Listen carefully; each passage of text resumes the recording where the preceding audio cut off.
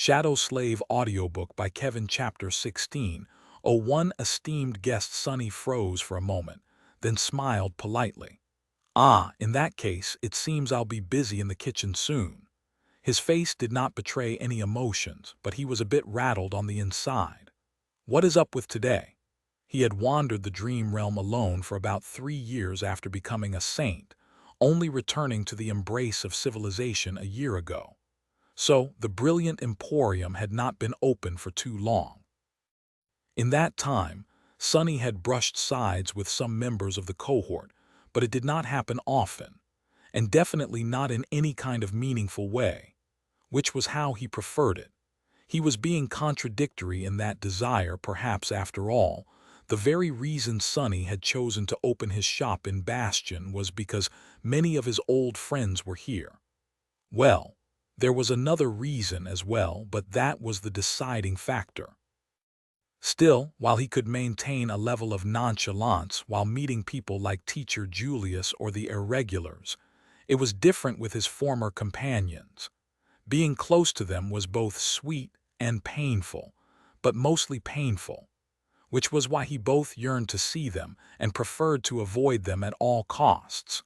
Sonny knew that getting closer to the cohort members would only bring him anguish and torment. Nevertheless, he was sometimes tempted to abandon reason and ingratiate himself into their company once again. Luckily, in the end, reason always won. In any case, calm down. You brought this on yourself anyway. Not only was the brilliant emporium bound to attract the attention of local powerhouses eventually, but there was also Aiko. There were less than 100 survivors of the Forgotten Shore alive now, and she was one of them. Many of the firekeepers were on friendly terms with her, so they visited her place of work often. Sadly, that did not translate into memory sales as the elite battle force led by Nephi's. They not only had access to the best weapons and equipment the great clan Valor could supply them with, but also spent most of their time on calamitous battlefields, earning plenty of powerful memories of their own. Kai and Effie were among Aiko's friends, too. That was how Sonny had established the partnership with the Beast Farm in the first place. He sighed and beckoned little Ling's dad. "Please come in. I'll pour you something cold and refreshing while you wait." The two of them carried the ingredients into the kitchen, witnessing a peculiar scene. Little Ling was giggling as he jumped around like a rabbit, reaching his small hands toward Aiko. The petite girl, meanwhile, had sought refuge at high altitude and was floating near the ceiling with a distressed expression on her face. "Auntie, Auntie, come down." She threw a resentful glance at Sonny, sighed, and glided to the floor. Catching the little boy, Aiko nimbly spun him around and then patted him on the head. Here, I'm down. How about we get you some ice cream, Wolfie? Just be a good boy." The rascal immediately put on a subdued expression and looked at her with his huge eyes. His entire being expressed nothing but well-behaved obedience. "Little Ling is a good boy." At the sound of his solemn voice, Aiko couldn't help but smile. "All right, then let's go." Soon, the little boy was sitting at one of the tables and happily swinging his legs in the air. In front of him was a bowl of ice cream, adorned with freshly cut strawberries. The ice cream was disappearing with a frightening speed. His dad, meanwhile, was drinking a glass of cold lemonade as he watched the street through the window.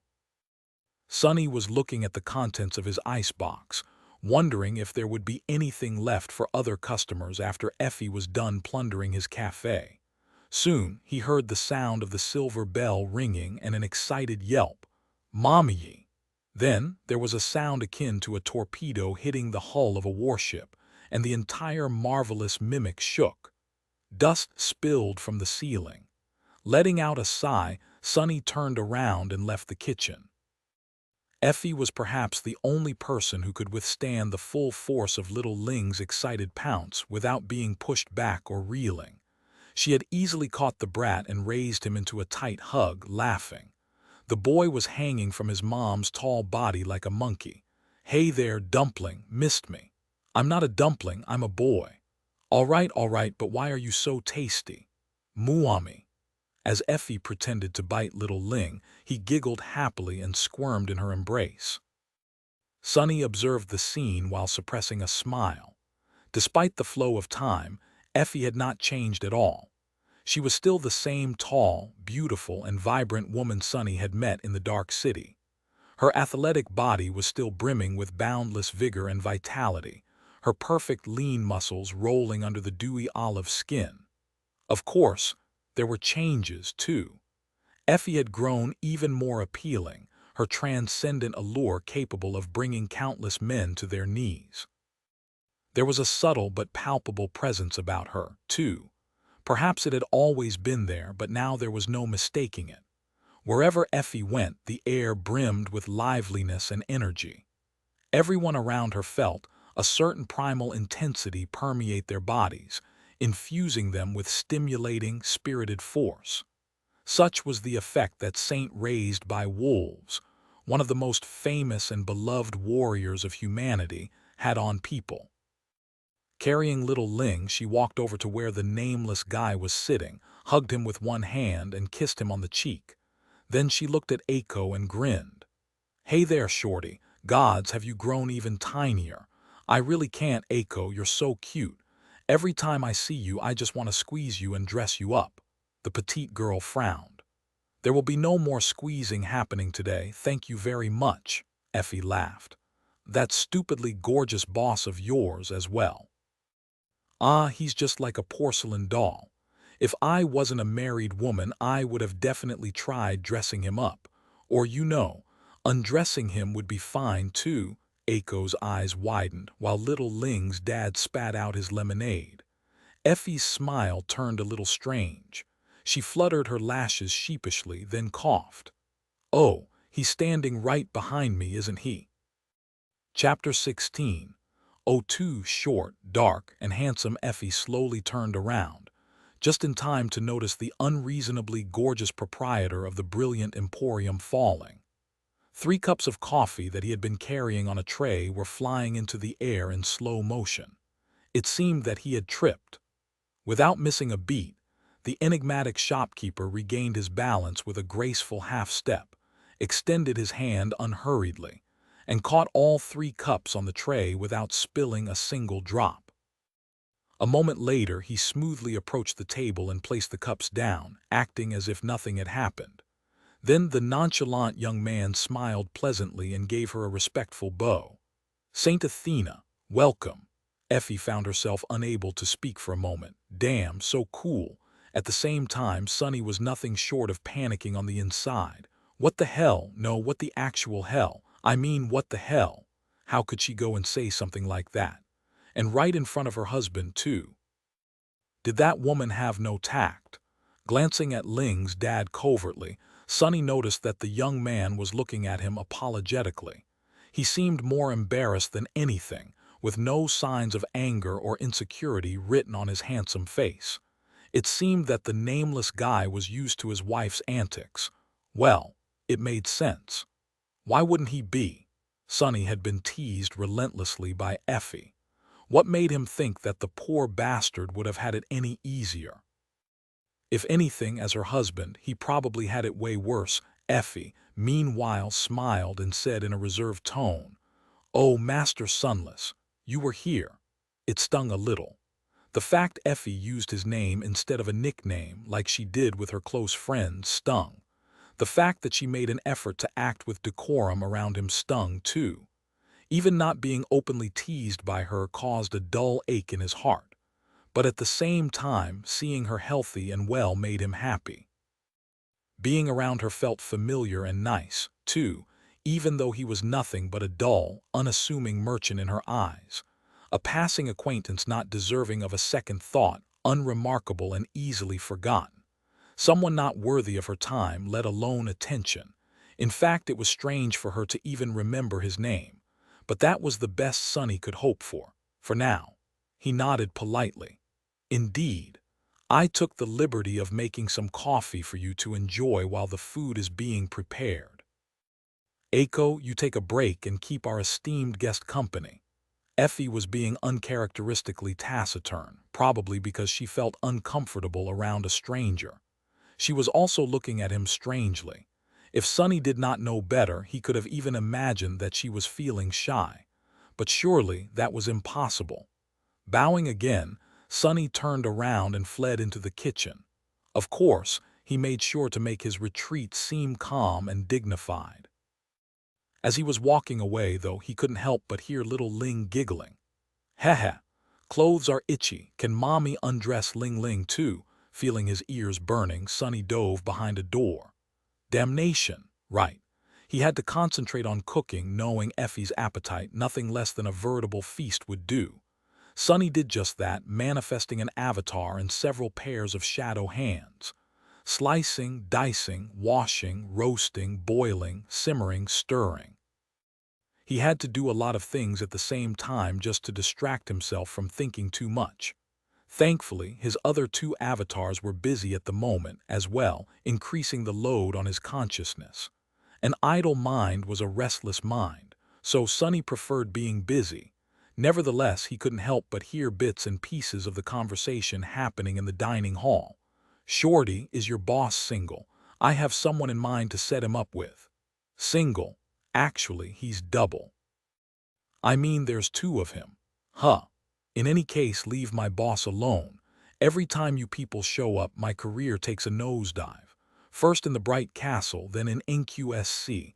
I swear to the dead gods, Effie, if another of my employers decides to enlist and become a war hero after spending time with you lot, I'll take it personally. Ah, are you still angry at Kai? Actually, he asked me to pass a message to you. Tell that pretty bastard to keep his messages to himself. Unless he wants to help me sue himself for unlawful termination, I don't want to hear a word from him. He, bastard, bastard. Ling Ling, don't say that word. Sonny shook his head and let out a sigh, thinking that Aiko was being too harsh on Kai. Actually, Effie and her were not that close. The two of them were on friendly terms and shared a deep bond as the survivors of the Forgotten Shore. Sure, but back then, Aiko had lived in the Bright Castle, while Effie had been a huntress of the outer settlement. Their paths had not intersected often. Another point of connection between them was Kai, who knew the petite girl much better from their days of paying tribute to Gunlog. Aiko had even worked as his manager after returning to the waking world.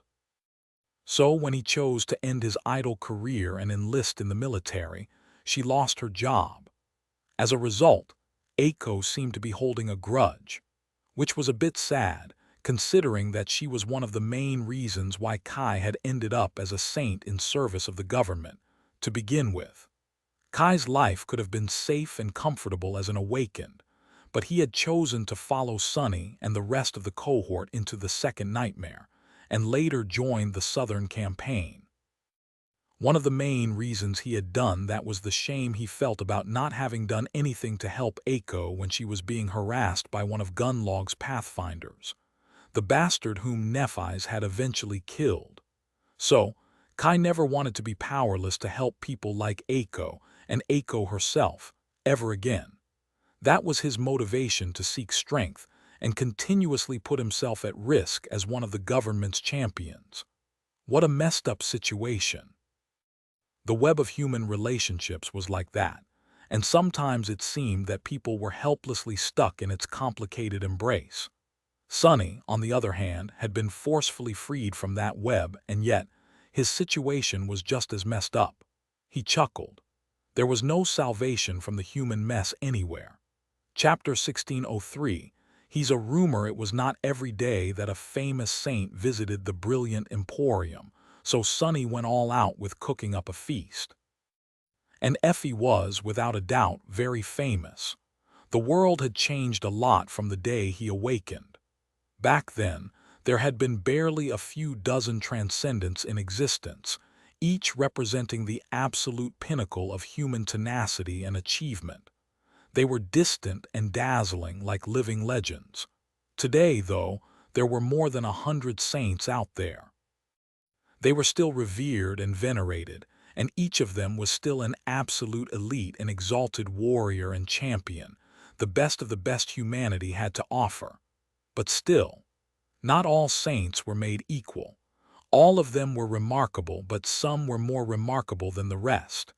In general, the 100 transcendents were often divided into 3 loose tiers. The lowest tier, if such a description could even be applied to these legendary figures, was the largest, and mostly consisted of those saints who had reached transcendence after the Southern Campaign. They were younger and less experienced, and their path to sainthood had been a little easier than that of their predecessors. So, these undoubtedly outstanding warriors were still considered a bit weaker than the rest of the saints. The middle tier consisted of the few most talented representatives of the new generation, as well as of the old guard of those seasoned veterans that had reached transcendence before the chain of nightmares. Saints like Sky Tide, Summer Night, Silent Stalker, Bloodwave, and Wake of Ruin were among them. These powerhouses wielded fierce powers and possessed a frightening amount of experience, each towering above the rest of humanity like mythical giants. However, there was still someone above them. Each of these unique individuals was a singular existence, a presence that broke all the rules.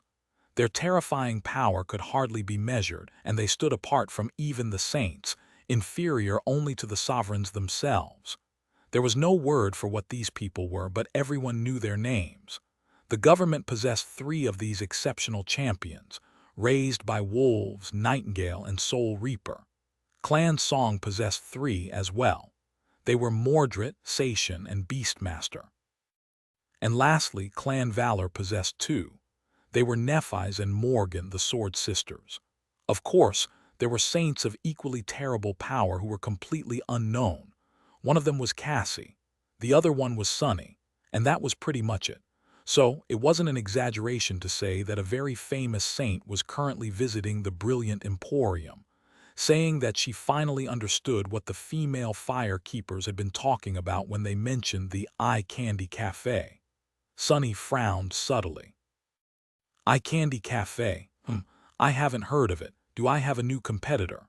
New shops and restaurants were popping up in Bastion almost every day, so he was not very diligent about keeping up with the competition. Whatever. All the more reason to make sure that Effie is satisfied with her experience in the brilliant Emporium. Then she can tell the fire keepers to stay loyal to it. Her own soldiers as well. Although the government awakened have fewer coins to spend, there are a lot of them. Eventually, he used one of his bodies to start serving the dishes. Various side dishes, a mountain of dumplings, tender barbecued meat, black bean noodles, steamed buns, spring rolls, red rice cakes, and perfectly cooked rice. He had really outdone himself this time. Panting, Sunny wiped his hands on the apron and smiled pridefully. Back in the dining hall, Effie had already demolished half of what he had cooked and let out a satisfied sigh. Ah, this is great. Then she gave his avatar thumbs up and added, "Can I get another one of everything?" Sunny's smile wavered. After Effie was done with her meal, she stayed for a while, catching up with Aiko. They had invited Sunny to join them, but he politely refused and returned to the reception desk, pretending to read the monster almanac. Therefore, he accidentally heard Effie sharing some information about the meeting she had attended in the castle. It's about the winter solstice, of course, which is today. By tomorrow, many sleepers from the waking world would be sent into the dream realm, scattered all across its territory. With how many humans are here now, most will find their way to the nearest settlement without much problem. The rest will be picked up by the patrols we've jointly established. Well, apart from those who are unlucky. She grew quiet for a moment, and then added in a somber tone, "Of course, there very well may be poor bastards like us too. Since not all regions of the dream realm have human presence, they can be lost. No one wants the Forgotten Shore to be repeated, so this time there is an initiative to widen the search area. Valor is even sending a team into a death zone." Aiko frowned. "Let me guess who is going to draw the short straw. They're going to send Changing Star, aren't they?" Effie sighed. "Yeah, my poor princess can't catch a break. Well, of course, it's all a ruse, the real reason they are sending her there." She lowered her voice. Is the Lord of Shadows. Sonny turned the page of the monster almanac, his face remaining perfectly neutral. Aiko, meanwhile, raised an eyebrow. Lord of Shadows, who is that? Effie gently caressed little Ling's head. The boy was resting his head on her lap, fast asleep. His dad, meanwhile, simply listened to their conversation while sipping coffee with a smile on his face. The huntress shrugged. He's just a rumor, but since Valor is taking action, I guess he's not after all. In any case, there has been a lot of talk about a mysterious saint appearing in the death zone between the Sword Domain and the Song Domain not too long ago. If he really exists and has been able to survive there alone for so long, then he is immensely powerful. Of course, both domains would want to obtain his allegiance. She hesitated for a moment, then added darkly, or if that is not possible, to make sure that no one else gets him. I guess they are sending Nephis to test the waters. Shaking her head, Effie remained silent for a few moments and then laughed. Can you imagine? I mean, has Anvil lost it or what? Don't get me wrong, I love Princess, but really, she is probably the worst person in the world to use as a negotiator. Sonny couldn't help but agree. Of course, what Effie did not know was that the person Nephis was supposed to negotiate with was sitting just a few meters away, having just served her a delicious dinner. Chapter 16:04 Brave New World. So, they are finally starting to move. Sonny let out a quiet sigh.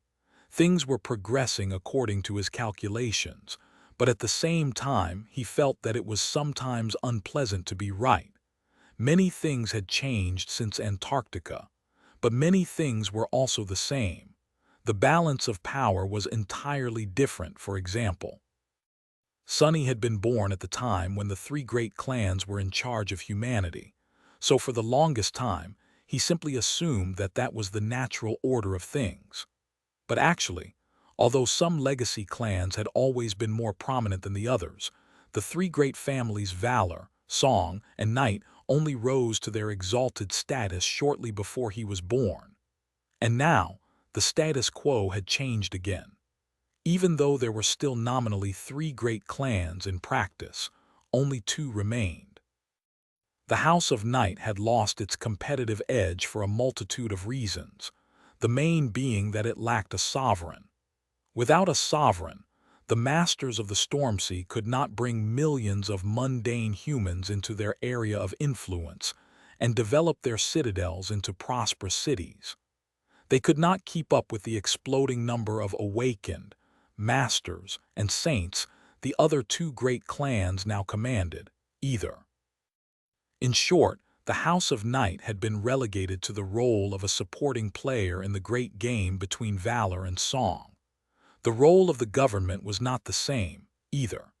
Now that the sovereigns had revealed themselves, and the exodus of humanity from the waking world had quietly begun, the writing was on the wall.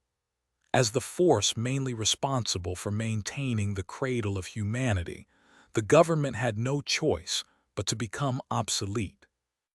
Perhaps it was not going to happen in a decade, or even several decades, but their days were numbered. Unless the government changed, that was.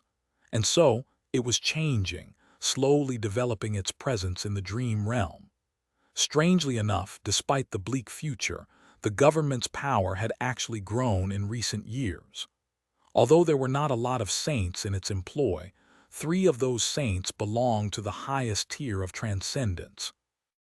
There were countless awakened, and a large number of masters remaining loyal to the army as well. So the government had actually shortened the gap and was now almost as powerful as the House of Night. It was nowhere near the 2 nascent kingdoms of the dream realm, though. And those kingdoms, Sword Domain and Song Domain, had changed the least.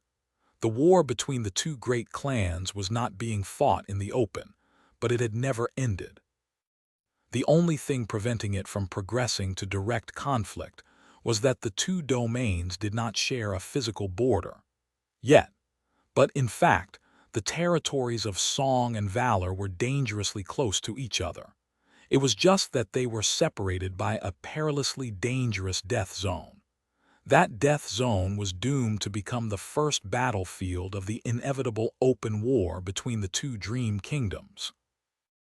It was also where Sunny had established his citadel, right in the middle of this exceedingly important strategic region, and where his third avatar was currently hunting down anything stupid enough to challenge his rule. His thinking was simple. He had to put himself in an advantageous position for when the war inevitably started. Because after 3 years of wandering the dream realm alone and slowly losing his mind, he realized that he didn't want to observe the end of the world and the birth of a new one from the sidelines. He wanted to be right in the middle of everything, shaping the outcome to fit his will and achieving his goals in the process. Well, anyway, that was the third avatar's problem. The second avatar was keeping an eye on Rain and cautiously exploring the hidden side of Ravenheart. This Sunny, meanwhile, was simply running a shop and occasionally feeding gluttonous saints. "Hey there, Master Sunless, can I ask you a question?" Sunny looked away from his book and turned to Effie. "You certainly can, Saint Athena." Effie hesitated for a moment, then smiled mischievously. "Is Sunless really your name? You know, I'm not saying that it sounds like something an 8th grader would call himself, but I'm also not saying that." He stared at her with a polite expression. "Didn't you name your son Dumpling?" Effie flinched. "W what? No, Ling, his name is Ling. It's the name that belonged to a dear friend of mine." Sunny smiled and turned back to his book. "My mom, you see, had a poetic soul." He hesitated for a moment and then added nonchalantly, "Also, I never attended school, so I wouldn't even know what an 8th grader would call himself." Effie, little Ling, and little Ling's dad eventually went on their way, leaving a mountain of dirty dishes behind. Sunny used his avatar to wash them while resting on the porch and listening to the lively sounds of Bastion. Although his shadow sense could reach far and wide, he didn't dare use it right under Anvil's nose. The King of Swords possessed unrivaled authority within his domain, after all, and few things escaped his gaze. Chances were, he would sense someone exploring his capital through unseen means. So, Sunny kept to himself. Soon the midday crowd arrived, and he spent a couple of hours in the kitchen cooking various lunches. That crowd disappeared as well, leaving the brilliant emporium empty. Sunny was drowning in a strange melancholy after meeting Effie. The time she had spent in his restaurant had felt very uplifting, but now that she was gone, only wistfulness remained. It was his birthday as well, but she didn't remember. No one did. Honestly, even he had almost forgotten about it himself. What was the big deal anyway? Suppressing a sigh, Sunny closed his eyes and concentrated on his other avatars. That was another advantage of existing in several places simultaneously. He was almost never bored. So, Nephi's is coming. It was not unexpected, but happened sooner than he had thought. How long would it take her to find the nameless temple, knowing Neph? 2 weeks at most. So he had 2 weeks to mentally prepare himself. That was probably enough time. Rain needs better arrows, too. Time passed swiftly while he contemplated various matters. Then a new customer arrived. This one, however, was not here for a meal, but rather for a memory. Chapter 1605, Memory Boutique. The silver bell rang once more, and a new customer walked in. Sunny was idly wondering what they would order when he noticed who it was. A moment later, his eyes glistened with professional interest. It was a young woman wearing light armor and a white cape and awakened. Her elegant beauty and golden hair were lovely, but her expression was cold and composed, creating an uninviting impression. Sunny did not really care about what she looked like, though. The aloof awakened was important because she was one of his clients and had come to retrieve a memory. More than that, she was a legacy, which meant a hefty commission and a great boost to the brilliant emporium's reputation. Plus, she was a passing acquaintance from Sunny's former life. Even though they had only met a few times, hers was still a familiar face. He smiled and bowed politely. "Awaken Tell, welcome." The young woman glanced at him sternly and nodded. Master Sunless, I'll be leaving Bastion soon, so I wanted to check on your progress. It would be convenient if you procure a suitable memory before I depart. He couldn't help but widen his smile a little. It is good that you decided to pay the brilliant Emporium a visit, my lady. In fact, I have just recently acquired something that might be of interest to you. Sonny did not make a big secret of the fact that he could craft memories, but he was hiding the extent of his abilities. So, for the more demanding commissions, he pretended to be a mere merchant. Very few people knew what he was really capable of. For most, it seemed like he simply possessed a network of connections that allowed him to find and purchase suitable memories in a timely fashion. Sonny signaled Aiko to hold down the fort and invited Awakened Tell to follow him downstairs. Passing through an ornate wooden door, they descended a set of stairs and entered the spacious basement of the marvelous mimic. There, a large chamber was illuminated by the soft light of enchanted lanterns. The furnishing was luxurious, but tasteful, exuding elegance and class. Various memories were displayed in glass cases that were attached to the walls, sharp steel glinting on dark velvet. No sound from the upper floor reached this silent place, creating a solemn atmosphere. In short, Sonny had nothing to do with designing how the memory boutique looked. It was all Aiko's work.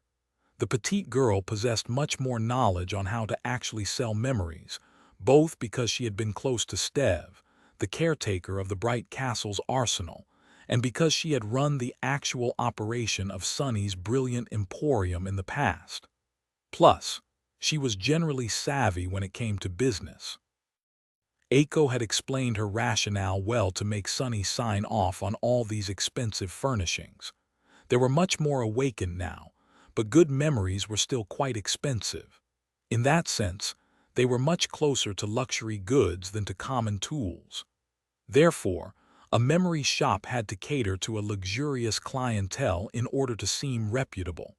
The classier it looked, the more inclined affluent clients would feel about spending their coins here. Although Aiko had complained that the brilliant emporium had only sold one memory in the last 2 months, it was actually not that bad of a result. In fact, Sonny only had to sell a memory once in a while to keep the business afloat. Selling one every month, meanwhile, would be more than enough to turn a large profit. Right now, the main problem he faced was not weaving memories, but actually crafting them. Since Sonny did not want to reveal his secrets, he was reluctant to partner up with external specialists. Therefore, he did everything alone, playing the role of a blacksmith, jeweler, tanner, tailor, carpenter, and so on himself. He was surprisingly good at it. Well, actually, it was not very surprising. Sonny had learned the basics of craftsmanship a long time ago. Every awakened knew how to survive in the wilderness, which included maintaining their equipment, constructing shelter, sewing up wounds, and many other things. Additionally, he deepened his knowledge of all kinds of crafting while learning to weave memories.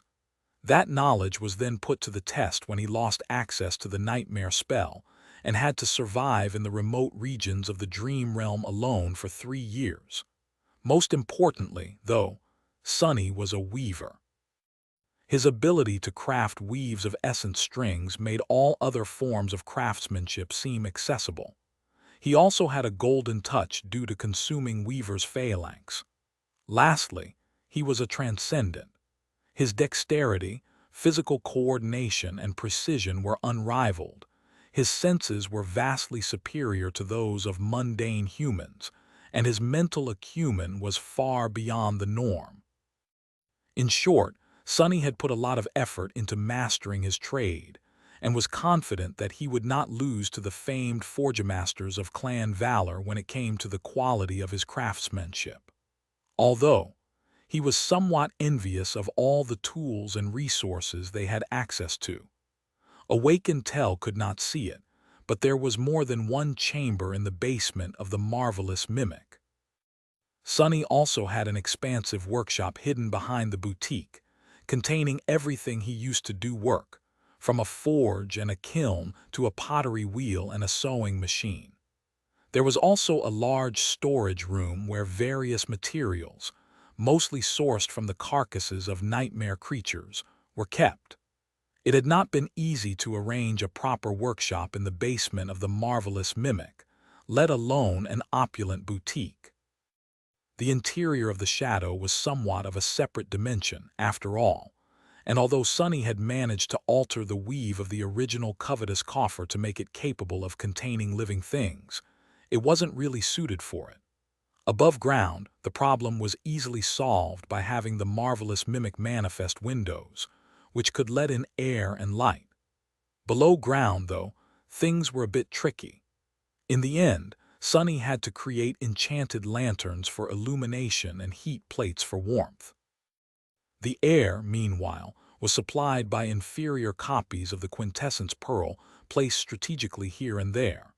The marvelous mimic supplied the essence needed to keep these enchanted items working itself. That arrangement had the side effect of turning the interior of the marvelous mimic into an isolated environment that could sustain human life.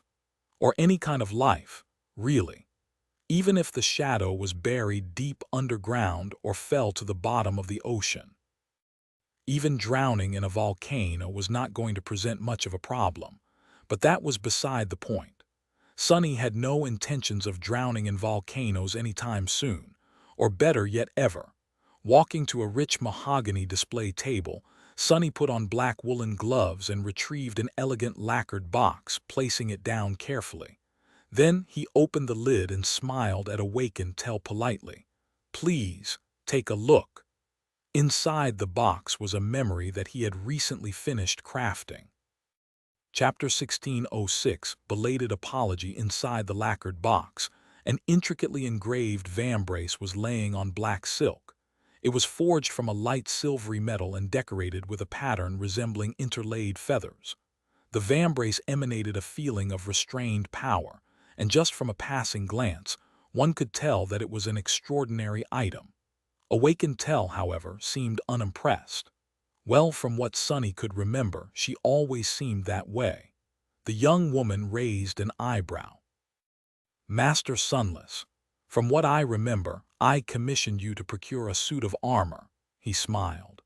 "Your memory is stellar, my lady. But don't be concerned, this vambrace possesses a rare enchantment that allows it to unfold into a full plate of impregnable armor, just like what you wish to purchase. The process only takes a second and consumes very little essence. While such a trait might bring a slight inconvenience in case of a sudden attack, it also makes this memory uniquely adaptable." Tell's eyes gleamed. "I assume that it can be used by a saint," Sonny nodded. "Indeed, it can accommodate any type of transformed creature up to about 50 times the size of an average human. The speed with which the vambrace unfolds remains the same.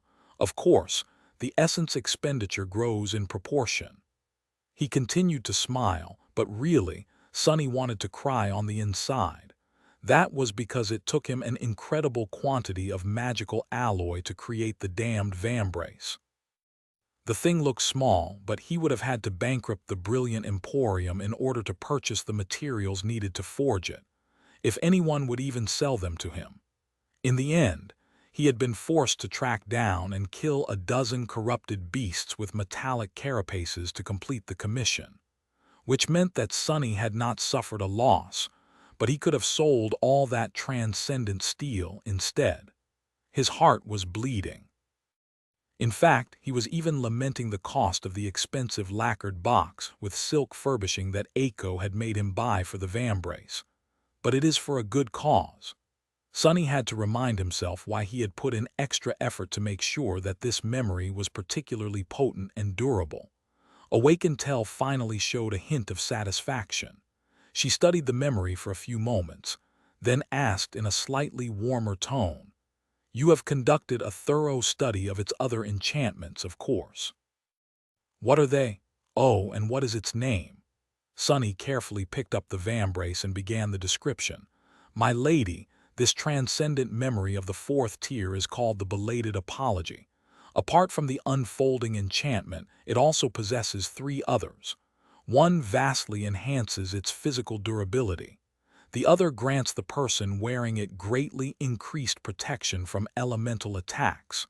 Finally, the third enchantment might interest you the most. It allows the master of the memory to make it as light as a feather. Unbelievably, a smile appeared on the young woman's stern face. Well, of course it did. That set of enchantments was almost perfect for an armor-type memory. That's perfect. That is exactly what my father needs. Sonny hid a smile and put the vambrace back in the box. Then he asked, pretending to do it only out of politeness, "Oh, and how is Saint Roan doing?" Indeed, the young woman in front of him was Lady Tell of the White Feather clan. She was the daughter of Saint Tyrus and Master Roan, although the latter was also a transcendent now. Sonny had bumped into her a few times in the sanctuary of Noctis, and later in Falcon Scott. To his shame, though, he had never known that the standoffish girl was actually the daughter of his benefactors, mostly because of how young her parents looked. Determining the age of awakened was a messy affair. It was only after coming to Bastion that Sonny realized his mistake. Tell smiled a little. He's doing well apart from lacking a good transcendent armor and still being in the doghouse because of having challenged the third nightmare against Mother's wishes. She fell silent abruptly. Wait, why am I telling you this? The young woman looked at Sonny with wide eyes. Then, strangely enough, she blushed a little and looked away. Well, in any case, both of my parents are fine. They are awfully busy, of course. Sonny was a bit perplexed by her reactions, but just shrugged mentally. Unsurprising. There were very few legacy clans being led by two saints. The White Feather's prominence had risen greatly since their exile to Antarctica and therefore, so had their duties. No one could discard them anymore. Sonny smiled and lowered his head with respect. That is good to hear. I wish them all the best. Young Lady Tell of White Feather ended up purchasing the belated apology and leaving the brilliant emporium in good spirits. Aiko was happily counting the money as well, and since Sonny knew that the memory he had painstakingly created would serve Saint Roan well, he was in a good mood, too. Not long after that, evening came. More customers visited the brilliant emporium to enjoy tea and snacks after a long day of work. The evening crowd receded, and the sun disappeared beyond the horizon. Moonlight and darkness enveloped the streets of Bastion, and the city slowly grew quieter. Aiko left, leaving Sonny in the empty cottage. He cleaned up the dining hall and then went to the porch to breathe some fresh air. Looking at the thriving city surrounding him, full of countless people, Sonny felt painfully alone. Especially today, he couldn't help but feel it sharply. Sonny remained on the porch for a while, watching the pale moon slowly move across the starlit sky. Then he sighed and went inside. I'll clean up the kitchen, then go to bed. Everything else can wait until tomorrow. This day had been strangely eventful. He was busy washing the kitchen utensils when the silver bell suddenly rang again. Surprised at the appearance of a late customer, Sonny raised an eyebrow and walked into the dining hall. "I'm sorry, but we are about to close." The words died on his lips. Out there in front of him stood a delicate young woman in a sea-wave cloak. Her hair was like a cascade of pale gold, and her eyes were hidden behind a strip of blue cloth. Despite the blindfold hiding her eyes, the young woman's ethereal, otherworldly beauty was simply breathtaking. She lingered for a moment, then turned her head in the direction of Sonny's voice. "Oh, I am sorry. I'm afraid I'm a bit late then." Sonny remained silent, trying to overcome his shock. What is she doing here? He suppressed his emotions and put on the polite smile of a humble shopkeeper. No, it's no trouble. What did you want?" "I'll prepare it quickly." The young woman tilted her head a little, then said hesitantly, "My name is—" He interrupted her, trying to put an appropriate amount of respect and reverence into his voice. "I know who you are, Lady Song of the Fallen. Who in Bastion doesn't? I am the owner of the brilliant emporium. You can call me Master Sunless. It's an honor to meet you." Cassie sighed, then nodded curtly. Eventually, she said, I heard that you can procure rare memories or make them. Sunny froze for a moment. Ah, one of the firekeepers must have recommended him to her, and knowing Cassie, it must not have taken her long to discover that the owner of the brilliant emporium did not just sell memories but also crafted them. But why would she come to him? All the enchanters of Clan Valor were at her disposal. Sunny took a deep breath. Are you interested in commissioning a memory, my lady? She nodded again. In a way, he smiled.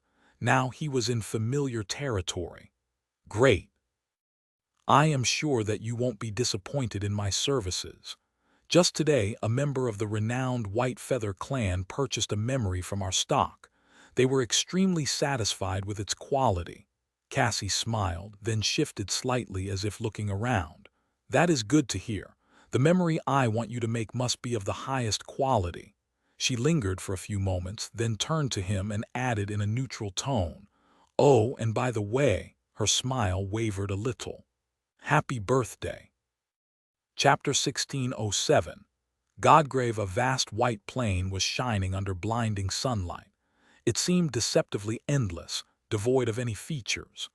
No living thing was moving across its surface, and none would dare to.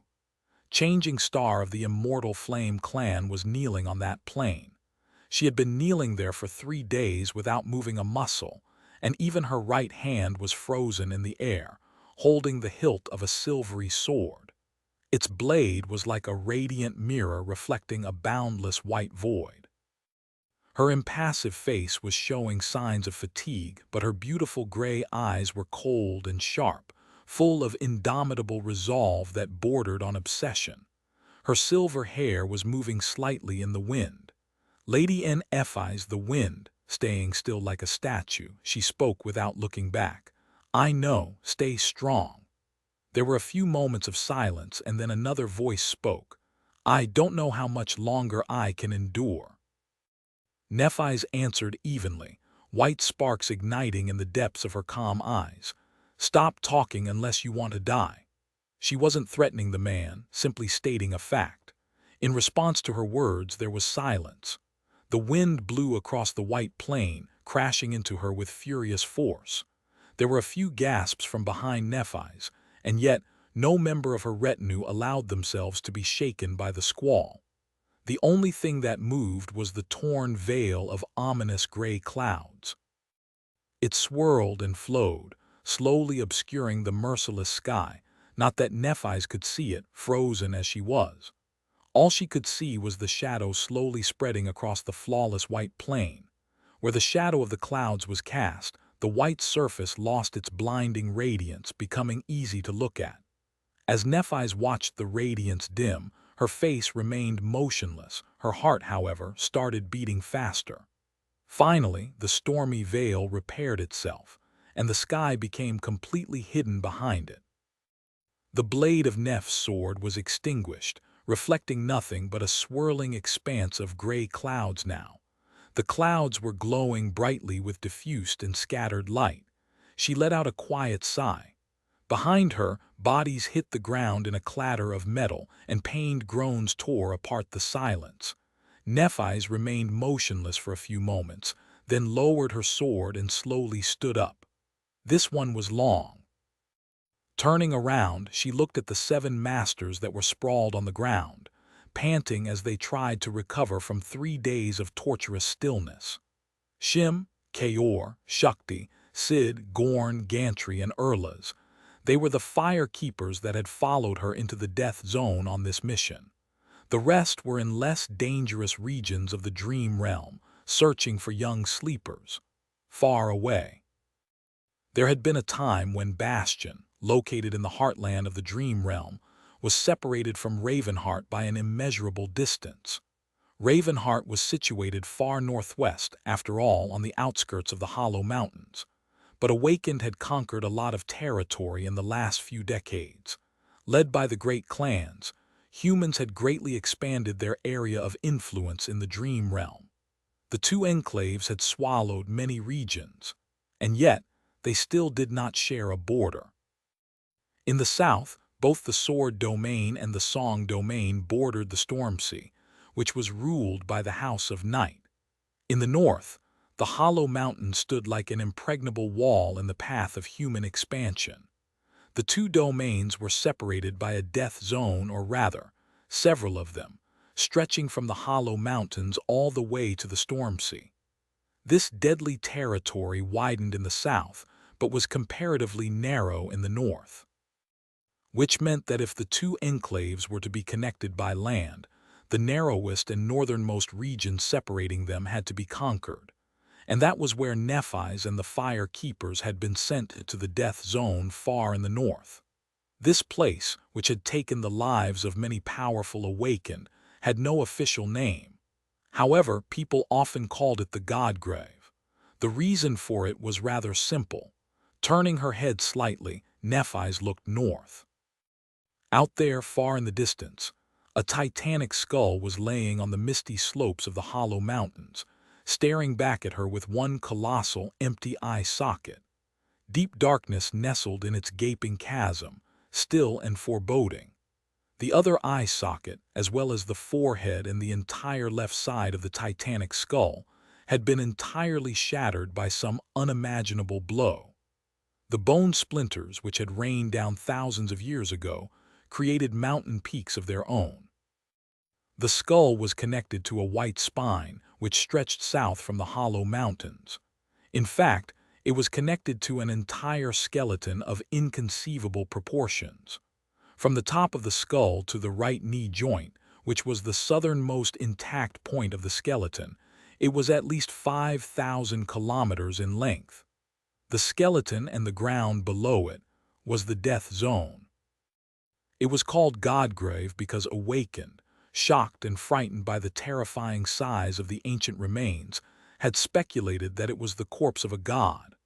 Of course, Nephi's did not think the same way. In any case, the right hand of the skeleton lay in the song domain, while the left hand lay in the sword domain. By climbing the skeletal arms, one could travel along the bones of the titanic corpse. If they could survive the journey, of course, which very few could. The seemingly endless white plain where Nephi stood was actually the skeleton's breastbone. She had led the Fire Keepers here, climbing up the shattered left arm of the ancient corpse, fighting her way across its vast collar bone, and making progress south over the past 2 weeks. The progress was slow because they could not fly the chain breaker here. It was too dangerous. There were 3 ways of traversing Godgrave, ranging from deadly to absolutely lethal. The most suicidal one was to move across the ground, which was shrouded in twilight and covered by a carpet of ash. The death zones were regions of the dream realm where great, cursed, and unholy nightmare creatures dwelled, and in this death zone, the deadliest things were hiding beneath the ash. Anyone who stepped on it was doomed to be consumed. The second way was not much better. It was to travel in the great hollows of the titanic bones, hidden from the sky. The hollows were the safest place in Godgrave. And for that reason, they were home to an entire ecosystem of harrowing nightmare creatures and tainted flora, all hungering for the taste of human souls. Fighting through that monstrous jungle that thrived within the inconceivable skeleton was just as suicidal. The last way was to traverse the surface of the ancient bones. Here, there were fewer dreadful abominations, and those who did prowl the surface were a bit less powerful. But that was for a reason as well. The reason was that Godgrave had a peculiar nature. There were no nights here, and the sky was constantly shrouded by a veil of clouds. If the veil was broken, though, revealing the radiant white sky, anything that moved under the open sky was immediately erased from existence, turning into scattering ash. There was no exception to the rule, and no salvation from the gaze of heaven. So that was why Nephi's and the Fire Keepers had spent 3 days without daring to move a muscle. They had been waiting for the torn clouds to hide the sky once again. And now that the gray veil was mended by the wind, they could continue on their mission to find the mysterious saint who was rumored to have made his home at the very edge of the titanic breastbone, right before the abyssal chasm leading to the skeleton's spine. the man known as the Lord of Shadows. Chapter 16. '08 Death Zone. Nephi studied the immaculately white bone plain in front of her for a few moments, then turned around and looked at the fire keepers. They were gracelessly sprawled on the ground, with pained expressions on their faces. Even with their powerful ascended bodies, it had not been easy to remain completely still for 3 long days. If there was one consolation, it was that nightmare creatures they had been fighting when the merciless skies revealed themselves were nothing but ash now. The fire keepers, meanwhile, had all survived. There was a reason why she had chosen this particular cohort to follow her into the god grave. The fire keepers were a fearsome force even now, when the number of awakened, masters, and saints had vastly increased. That was because each of them was an ascended, and a cohesive battle unit consisting of close to 50 seasoned masters could not be ignored by anyone. Not to mention that the fire keepers were the survivors of the Forgotten Shore, and as such, could be easily called the most talented awakened warriors of their generation, all generations perhaps. These warriors were her personal army, and under her leadership, their brilliant glory and fame had grown explosively in the past 4 years. The ivory tower, the chain breaker, the crest of the fire keepers, and her own name, Changing Star, had all become symbols of unrivaled virtue, valor, and excellence. Their names were known far and wide, all according to her conscious will and intent. The fire keepers were her heralds and emissaries, but each was also a heroic figure in their own right. Still, some of them had more renown than others. The 7 masters in front of her had once been Cassie's own cohort, and therefore they were a cut above the rest. That was not the reason why Nephi's had chosen them for this mission, though. The real reason was that one of the members of the cohort, Erla's, possessed an aspect that could augment the endurance and stamina of his allies. Knowing what waited for them in Godgrave, she wanted to have his powers at hand for when the white void of the sky above the ancient corpse was revealed. As it turned out, her consideration had not been in vain. If not for his support, the last 3 days would have been much more torturous, and potentially fatal for the members of her retinue. Even Nephi's had felt the strain. Nevertheless, there was no time to waste. Looking at the fire keepers, she said evenly, "We have 5 minutes to recover, 5 more to drink water and eat. Then we continue south." Such a short span of time was not enough for them to rest their weary bodies, but it was better to relieve the fatigue on the move. The sky was not the only danger in this desolate bone expanse after all. Yes, Lady Nephi's. The fire keepers groaned as they started to move. Storage memories were summoned, water and field rations were hastily consumed. Shim, the leader of the cohort, used his healing powers to help the less resilient members recover faster. They were seasoned veterans and did not need her to tell them what to do. Nephi's used the short rest to quench her thirst as well.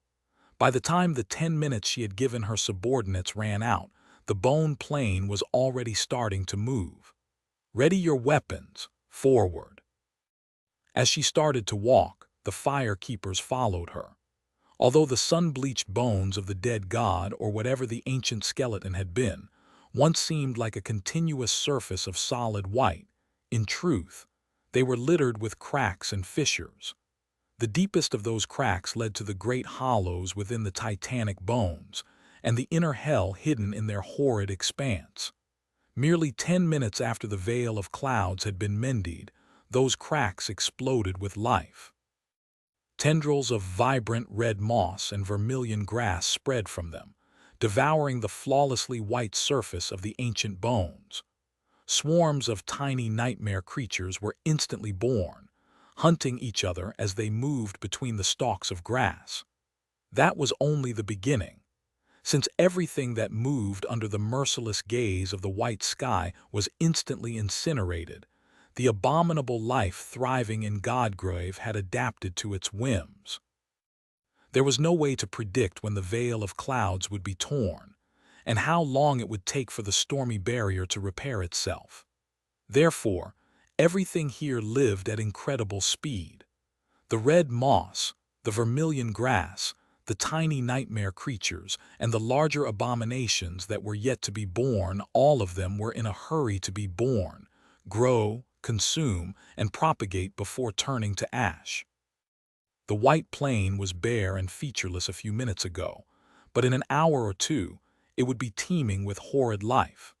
If the veil of clouds was not broken for the next several days, Godgrave would come to look as if the infernal subterranean jungle had escaped the great hollows. By then, the most harrowing of the surface hunters would have been born and reached maturity, making the surface of the bones almost as dangerous as their inner expanse. But even now, Nephis and the fire keepers were already in danger. The predatory vegetation and the swarms of tiny critters were enough to envelop and devour a legion of masters. This was the death zone. Watching a sea of red slowly surround them, crawling closer with each moment, Nephis silently raised her sword. Prepare. As she brandished the silver sword, a wave of sparks exploded from where its tip scraped against the surface of the white bone. A moment later, each of the sparks exploded with a thundering roar, and a flood of white flame was unleashed into the world. The wave of fire rolled forward and enveloped a wide swath of the red grass, incinerating countless vermin in an instant. It did not stop there, though. Following Neph's will, the flames moved, turning into a wide ring around the fire keepers. Then it spread in all directions like a flash fire, flooding the air with heat and ash. Soon, the vast bone plain had turned into a terrible white inferno. Chapter 16. 09 Reclusive Saint white flames danced across the bone plain, incinerating the vermilion grass and the swarms of tiny abominations that had just been born moments ago. Unbearable heat assaulted the cohort of the fire keepers, and the air was suddenly full of swirling ash. The eyes of their lady burned in the haze like two cold stars. Mounts! A whirlwind of ethereal sparks surrounded the cohort, soon forming into 8 bestial echoes. Each of them was unique, but shared a common trait: most of these echoes were not powerful enough to be of aid in a fierce battle. However, they were fast and could be ridden, serving the fire keepers as mounts. Many masters spent considerable time hunting down suitable types of dormant nightmare creatures to procure such echoes. The braver ones hunted awakened abominations, while some lucky ones even had ascended beasts as their steeds. Nephis was the exception to the rule, since the steel stallion she had summoned was an artificial echo created by the enchanters of the great clan Valor. Being the adopted daughter of a sovereign had its advantages, even if the royal gifts came with an insurmountable cost. Forward! The 8 echoes formed into a wedge and rushed across the burning plain, swiftly moving south. The sea of flames parted in front of them and then rolled forward, protecting the flanks of the formation. Nephis rode at the head of the wedge, looking ahead with a focused expression. Her sword had changed form, turning into a silver lance. The fire keepers were ready for battle, too. Despite the wall of fire that surrounded them, no one dared to lower their guard, and for a good reason. Soon, Shakti and Urlas, the archers of the cohort, drew their bows and let enchanted arrows loose. There were larger shadows moving behind the wall of flame, surrounded by ash, since the inhabitants of Godgrave had had more time to be born and grow here. From that moment, their advance turned into a tense and perilous affair. Nephis sustained the rolling curtain of flame, preventing the cohort from being consumed by the red grass, and led the charge. The fire keepers met whatever nightmare creature the death zone threw at them with calm coordination. There were no great abominations on the surface of the ancient skeleton, at least not that soon after the white sky had wiped the slate clean. So, it was well within their ability to handle the onslaught of newborn monstrosities. Granted, the fire keepers were far more able than most masters. It was to the point that Nephis had time to think without having to concentrate entirely on the battle. After a while, she thought silently, "Cassie." A few moments later, Cassie's voice resounded in her head, as if the blind seer was there by her side, whispering into her ear. Yes, Cassie's powers had changed and grown after transcendence, as well.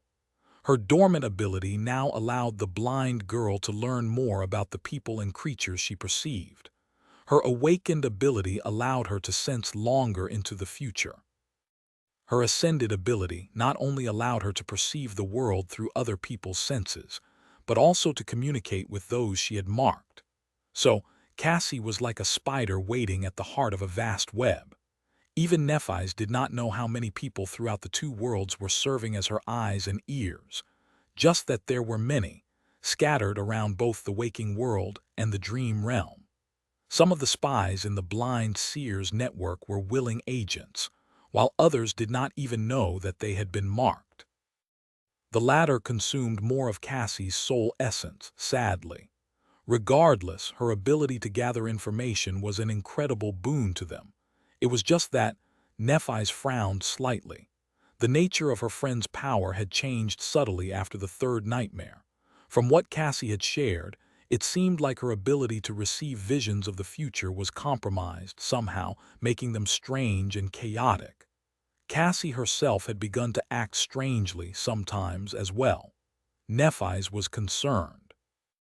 Turning her steel steed slightly to avoid a large crack in the white bone, she thought, "Tell me about this Lord of Shadows again." The man she had been sent to negotiate with was more than a little mysterious. There were many more saints in the world now, true, however. It was still strange for an independent transcendent to exist out there, especially one whose origin and background were entirely unknown. Not to mention one powerful enough to not only survive in the Godgrave, but also make it his home. Cassie remained silent for a few moments. Then her voice resounded once again, whispering into Neff's ear. "Not much is known about him, really. What we do know comes from a dozen sleepers who were unfortunate enough to be sent to Godgrave last year. They were all rescued by a mysterious saint and brought to a citadel under his control. The saint did not speak with them much and was rather aloof. In fact, some of them even describe him as sinister and frightening." Nephis had already heard all of this, of course. However, there was no harm in going over what they knew once more, just in case there was some hint she had missed. After a momentary pause, Cassie continued, "He has to be strong, considering where his citadel is located. The sleepers also confirmed that his aspect has to do with shadows, and that he commands several powerful echoes. Apart from that, there's very little information about him." Instead of allowing the sleepers to place their anchors in his citadel, the Lord of Shadows escorted them out of Godgrave and sent them on the path to one of Song's strongholds. Nephis frowned. So he might be friendly with Clan Song. Cassie lingered for a bit. Both Valor and Song have their eyes on Godgrave. Considering that it is most likely to become the main battlefield of their war, how can they not? So understandably, both domains are very interested in a powerful saint dwelling in the depths of this deadly region. Actually, Valor is not the first clan to try recruiting the Lord of Shadows. Neff's gaze darkened. "Is it true that they sent?" Cassie's answer came swiftly. "Indeed, they sent Mordred, well, one of his bodies at least. However, he failed to persuade the Lord of Shadows to swear allegiance to the Queen of Worms. If the Prince of Nothing had succeeded, Nephis would not have been sent to find the reclusive saint. But how had he failed? It is strange, though, isn't it? I doubt that Mordred would have simply accepted a refusal. He would have definitely tried to consume that saint if persuading him was impossible." Cassie's voice changed slightly. "That is the most interesting part. It is not confirmed, of course, but from what we managed to learn, Mordred was actually defeated. His vessel was destroyed." Nephis took a deep breath. Is there really someone else capable of defeating that monster? She had once fought against Soul Stealer, after all. So Nephi's knew better than anyone what Saint Mordred was really capable of. In fact, that man was no less of a plague than Skinwalker, whom most of humanity lived in constant terror of. If Lord of Shadows was really capable of fighting against the Prince of Nothing, Neph's calm gray eyes gleamed coldly as she contemplated the future. Chapter 16:10. Land of Shadows. They crossed most of the remaining distance to the edge of the breastbone plain that day. Night never graced Godgrave with its presence, but anywhere else, the sun would have already been rolling toward the horizon. It was never dark in this strange and terrible place. The gray sky shone with diffused light, and white bone was colored here and there by fields of vibrant vermilion grass, or rather, it was never supposed to be dark.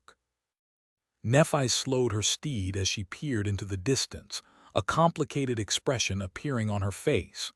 What is that? Out there, far away, it was as though someone had dropped a can of black paint on the world. The darkness, which was not supposed to exist in Godgrave, swallowed the plain, and the scattered light of the stormy sky was powerless against it. The deep shadows persisted, unperturbed by the bright daylight around them. How is this possible? Soon, they drew closer to the wall of darkness. Strangely enough, there were much fewer abominations in this area of the titanic skeleton, and even the scarlet flora seemed scarcer. It was as though even the nightmare creatures were wary of the land of shadows. Nephi's frowned slightly, not showing her hesitation to the fire keepers. Advance slowly. As they proceeded further, the light slowly dimmed, and the growths of red grass became smaller and smaller until they disappeared entirely. Soon they were surrounded by nothing but impenetrable darkness, with only Neph's eyes shining in it like small stars. "Stop!" She remained silent for a moment, listening to the silence, then said evenly, "Dismount." The fire keepers jumped down from their echoes, dismissing them into a rain of sparks.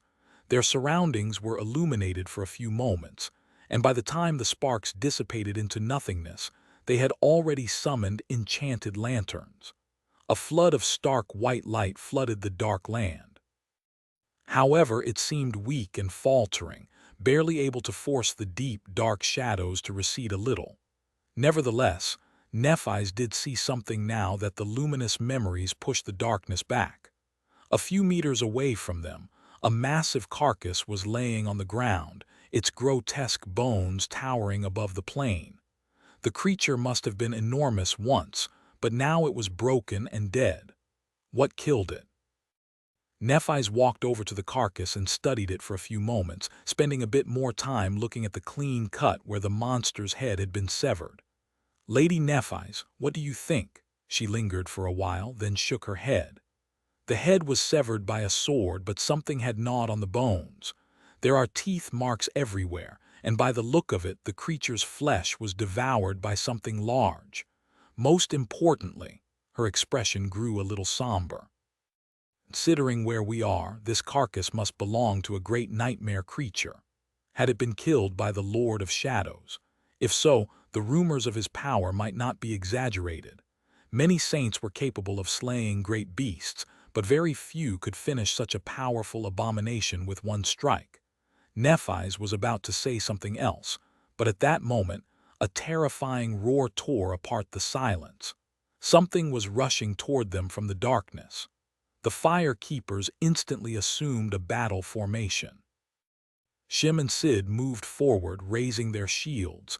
Gantry and Gorn took positions a step behind and to the side of them, while Shakti and Urlas hid behind the melee fighters while summoning their arrows. Lastly, Kaor moved to the rear of the cohort, ready to defend his comrades in case of an unexpected attack. Nephi's remained where she stood, calmly looking into the darkness. Her lance had changed form once again, turning back into a longsword. "Be ready." They heard the sound of massive claws scraping against bone as the nightmare creature approached at high speed. Judging by that speed, the abomination was powerful. It was going to reach the fire keepers in a matter of seconds. Before it did, however, something rustled in the air, and they heard the familiar, gruesome sound of flesh being severed by sharp steel. Something crashed heavily onto the ground, and a moment later, a monstrous head rolled into the light, a river of blood spilling from its cut neck. One strike. Nephi's looked at the abomination's severed head for a split second, then turned to face the darkness. There, two crimson flames ignited, staring down at her. Then something walked out of the darkness and stopped at the edge of light, making the fire keepers tremble. What in the world? The graceful creature looked like a beautiful onyx statue that had come to life. Her fearsome black armor seemed to be carved from polished stone and forged according to an intricate, elegant design. The dark sword she was holding was smeared in blood, radiating a sense of chilling, inescapable lethality. The demonic statue towered above Nephi's and the fire keepers, much higher than even Effie was, observing them with cold indifference. There was no hostility in her gaze, but also no benevolence. She was clearly not human. However, the living statue did not seem like a nightmare creature either. She was more like a transcendent echo, a saint. However, Nephi's had never met an echo. Or a saint, really, who exerted so much pressure on her. The graceful knight's onyx body radiated a sense of vast, dreadful power, and the menacing crimson flames dancing in her ruby eyes were full of strange, inhuman will. She was strong. In fact, if Nephi's was not here and the strange creature decided to attack the fire keepers, they would most likely all perish under her blade. The question was, would the living statue attack them or not? As Nephi's looked at the demonic knight calmly, ready for both outcomes, the beautiful onyx statue lowered her sword and turned away, then beckoned for them to follow her with indifferent grace.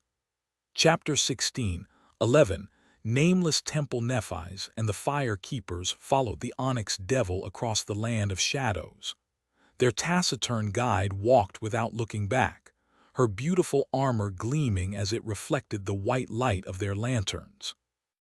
The living statue's steps were neither slow nor hurried, her measured pace full of indifferent confidence. It was as though she was not afraid of the creatures hiding in the dark at all. Nephi's would have expected the steps of such a heavy creature to resound like thunderclaps in the dead silence, but they were entirely noiseless. She stared at the back of the mysterious stone knight, white flames dancing in her eyes. The fire keepers were tense and quiet, looking into the eerie darkness with wary expressions. What is going on? Nephi's was not troubled, but she did feel somewhat curious. A vast expanse of inexplicable darkness, the fearsome creature that had been sent to meet them. It was all hard to explain, and she rarely encountered things that escaped explanation. Cassie. There were a few moments of silence, and then the familiar voice resounded in the darkness, answering the question she had not asked. It is strange. Nephi's glanced at the beautiful stone demon and waited. Cassie continued after a short pause. She is a transcendent devil. Her soul is an impossible fusion of shadow, darkness, and divine flame. Her powers are those of a sword saint, however. She is not a simple echo. I don't know what she is. Nephi's nodded calmly. That is all right. I do. Indeed, it would have been strange if she had not recognized that fearsome stone-like armor, that cold presence, and those jewel eyes. The onyx devil was one of Nether's children, after all. They were what she looked up to in the depths of the second nightmare, drowning in despair as the darkness of the underworld crushed and suffocated her. The prideful beings who ruled the great caverns of the hollow mountains while she struggled to survive far below, at the edge of the abyss. In fact, the body she had inhabited was one of the countless flawed vessels that Nether had callously discarded before successfully creating the first of the stone saints.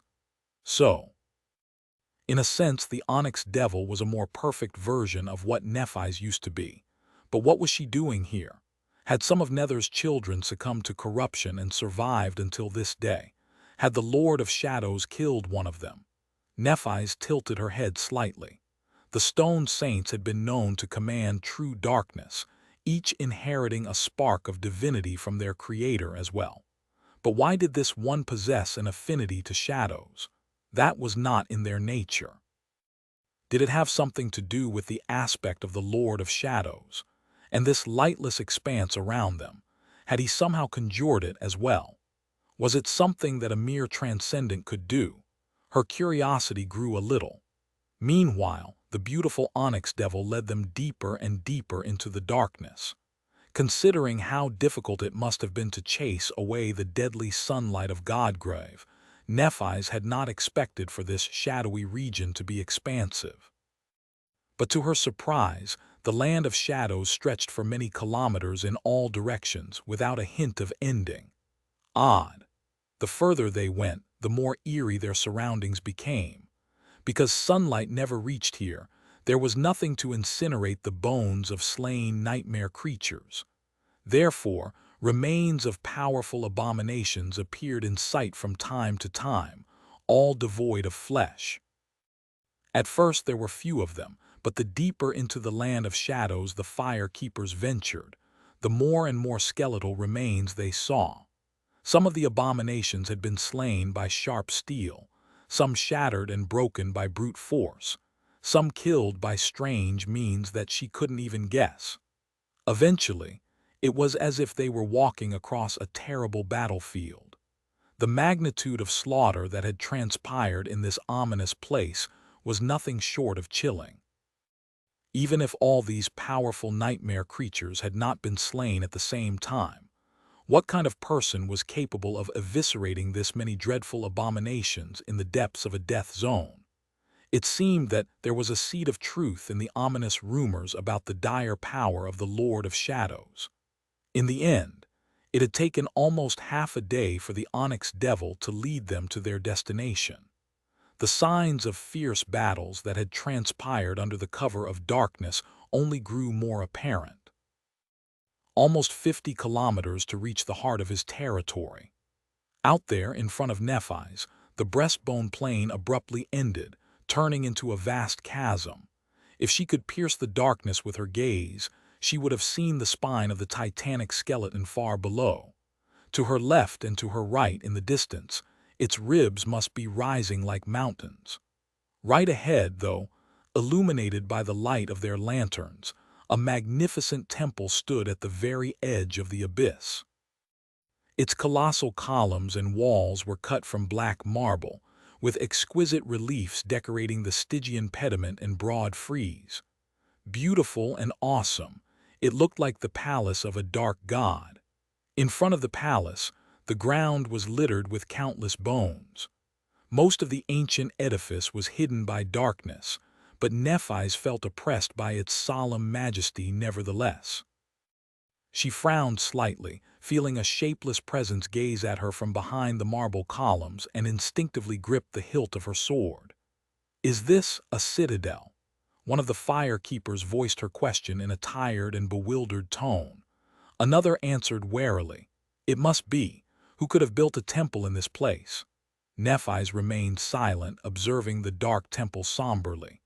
She was not afraid of the Lord of Shadows, his onyx devil, and other secrets the mysterious saint could have been hiding.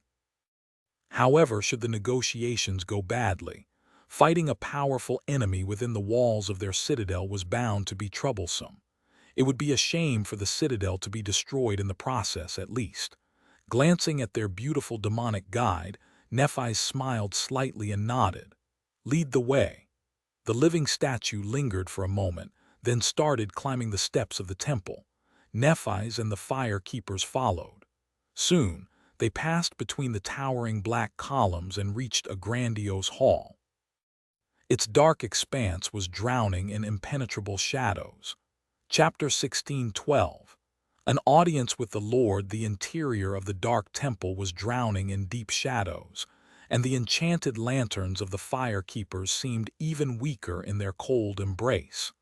The light emanating from the luminous memories flickered, barely able to illuminate a narrow circle around them. In fact, it was not even the shadows themselves. Neff's eyes narrowed when she felt the subtle presence of the being who was hiding in the depths of the hall wash over her like a tidal wave. Suddenly, the darkness around them seemed infinitely more dark, in turn making the light starker. strong. While Nephi's was peering into the darkness, their silent guide walked to the side and turned around, resting the tip of her sword on the stone floor of the temple. It was as though the onyx devil assumed the position of an entrance guard. There was another strange sculpture on the other side of them. This one was at least 5 meters tall and resembled a four-armed fiend that had escaped from the depths of a fiery hell, his mighty body forged from polished black silver. The infernal troll had long, sharp spikes protruding from his steel carapace, as if he was made from countless shattered swords. No, not a sculpture. As the towering fiend moved slightly, the infernal flames burning in his eyes ignited with hungry malice. The fire-keepers grew tense under the gaze of the menacing giant. Nephi's remained unperturbed. A moment later, Cassie whispered into her ear, It is a supreme devil. His body is incredibly durable and almost immune to fire. Bothersome. Killing a supreme devil was not impossible, but this one seemed especially tough. Melting him down would be a chore, of course. There were ways to deal with such turtle-like enemies. It was just that fighting the towering fiend and the onyx devil at the same time would not be convenient. In fact, Nether's daughter felt more dangerous despite being of a lower rank. In any case, neither of them showed signs of wanting to attack the guests. They just stood motionlessly, as if inviting them to walk deeper into the temple. Nephi's passed between the two powerful monsters and did just that. The fire keepers followed, looking oppressed by the inhospitable darkness. When they reached the middle of the great hall, she stopped. In front of them, the shadows grew even deeper, and the light of the lantern simply drowned in them, disappearing without any effect. It seemed that the Lord of Shadows did not wish to be seen. Nephi sighed and looked up. She could feel something enormous moving in the darkness beyond, staring at her from incredible height. At the same time, a chilling sound resounded in the silence of the ancient temple, surrounding her and her warriors from all sides. Like the rustle of countless scales as they scratched against the ancient marble, it was as though a colossal serpent was slithering in the darkness, uncoiling its gargantuan body to raise its long neck and gaze upon them from the darkness. Not being able to see the giant creature was a little uncomfortable. Luckily, Cassie was there to help Nephi's know what she faced, a transcendent terror. Nephi's frowned. How many powerful servants does the master of this temple have? She was amused. Was the Lord of Shadows really independent? How come he had more powerful summons than she had then? Wasn't it a bit ridiculous? Granted, the great clan Valor did not treat its adopted daughter with nearly as much sincerity as it did Morgan. But still, it was not the quantity of these monsters that mattered. It was just that Nephi's could sense that each of them was far more ferocious and dangerous than any echo she had seen. Suddenly, she felt something very unexpected. A hint of sympathy for the Prince of Nothing. What about the Lord of Shadows himself? Cassie remained silent for a few moments. I don't sense anyone else. There is nobody there. But just as she said that, a cold voice suddenly resounded from the darkness, enveloping the fire keepers like a death knell. Nephi's of Valor, welcome. I did not expect to be visited by someone as exalted as the last daughter of the immortal flame. Sitting on a tall throne cut from black marble, Sunny looked down on Nephi's and her warriors. His face, hidden behind the polished black wood of Weaver's mask, was impassive. However, a storm of emotions was raging in his heart. Here in his territory, where the nameless temple now stood, he was almost omniscient. That was because the Shadow Realm fragment enveloped a vast area around the citadel, allowing Sunny to perceive everything, everywhere, all at once. So he had been watching Saint guide Nephi's and the fire keepers to the doors of the temple all along. Sunny had thought that he would be ready to face her, but he had been wrong. Seeing her face, her lustrous silver hair, her beautiful gray eyes, the familiar stubborn resolve shining in their calm depths, It felt as if he had been struck by lightning. His heart was beating faster than when he had been facing that great demon. Looking at Nephi's from the darkness, Sonny remembered all the reasons he had come up with to spare himself the pain of being close to the members of his former cohort. At that moment, he understood one simple thing. I'm doomed. Because the moment he saw Nephi's, all reason was obliterated. What was good about being reasonable anyway? Hadn't he personally preached the benefits of being unreasonable before? Sonny took a deep breath and then leaned back, glancing at the huge head of the soul serpent hovering high above his throne. Then he lingered for a moment and said, keeping his voice calm and devoid of emotions, "Nephi's of valor, welcome. I did not expect to be visited by someone as exalted as the last daughter of the immortal flame." She stared into the darkness, then bowed slowly. "Greetings, Lord of Shadows. I hope you don't mind being addressed this way, or would you prefer I call you something else?" Sonny remained silent for a few moments. Eventually, he answered evenly, "I would not, but you can call me Shadow." Chapter 16:13 Decent proposal. "I would not, but you can call me Shadow." The voice of the man who called himself Shadow resounded in the lightless temple, making it seem as though the darkness itself had answered her question. That strangely elusive voice was cold and aloof, devoid of any emotion. And yet there was a hint of arrogance to it. Nephi's frowned subtly. Now that the introductions were out of the way, it was time to announce the purpose of her visit. However, she was at a disadvantage. The master of the Dark Temple seemed to know everything about her, and yet she knew close to nothing about him. Even Cassie, whose gaze could pierce countless mysteries, seemed to be entirely blind to the existence of the Lord of Shadows. Granted, Nephi's had some idea about his true identity. The darkness spoke again, its voice remaining emotionless. "To what do I owe the honor of being in the presence of Lady Changing Star? What do you want with me?" Nephi's hesitated for a moment, thinking. She had been sent to persuade a powerful saint to join the banner of the King of Swords. However, having reached his citadel, Nephi's had to reevaluate her opinion of the Lord of Shadows. He was not merely powerful. No, he was one of those few like herself who were beyond the ordinary definitions of power. Now that Nephi's had seen the vast expanse of inexplicable darkness, the bones of dreadful abominations hidden in its tenebrous embrace, the solemn edifice of the Dark Temple, and the creatures that guarded it, she knew that the Lord of Shadows had not survived in Godgrave by luck, or by having an aspect that was uniquely suited for living in this harrowing environment. Rather, he had survived here through strength, which only made him more desirable. Of course, there were still many unknowns about the enigmatic saint. Nephi's could not be sure of what his powers truly were. The fierce creatures that served him were neither echoes nor nightmare creatures, so they could have been manifested by his aspect, like the hideous reflections of the Prince of Nothing were, or subjugated like those abominations that Beastmaster ruled. It was unclear how strong the man himself was, or if his aspect had any application in direct combat. It was also unknown where he had come from, and how he managed to become a saint without leaving any traces of himself in either of the two worlds. And yet, Nephi's had a strong suspicion. Awakened who possessed affinity to shadows were exceedingly rare, let alone those who were truly powerful. Meanwhile, 5 of the 6 divine lineages had already been reclaimed by humans.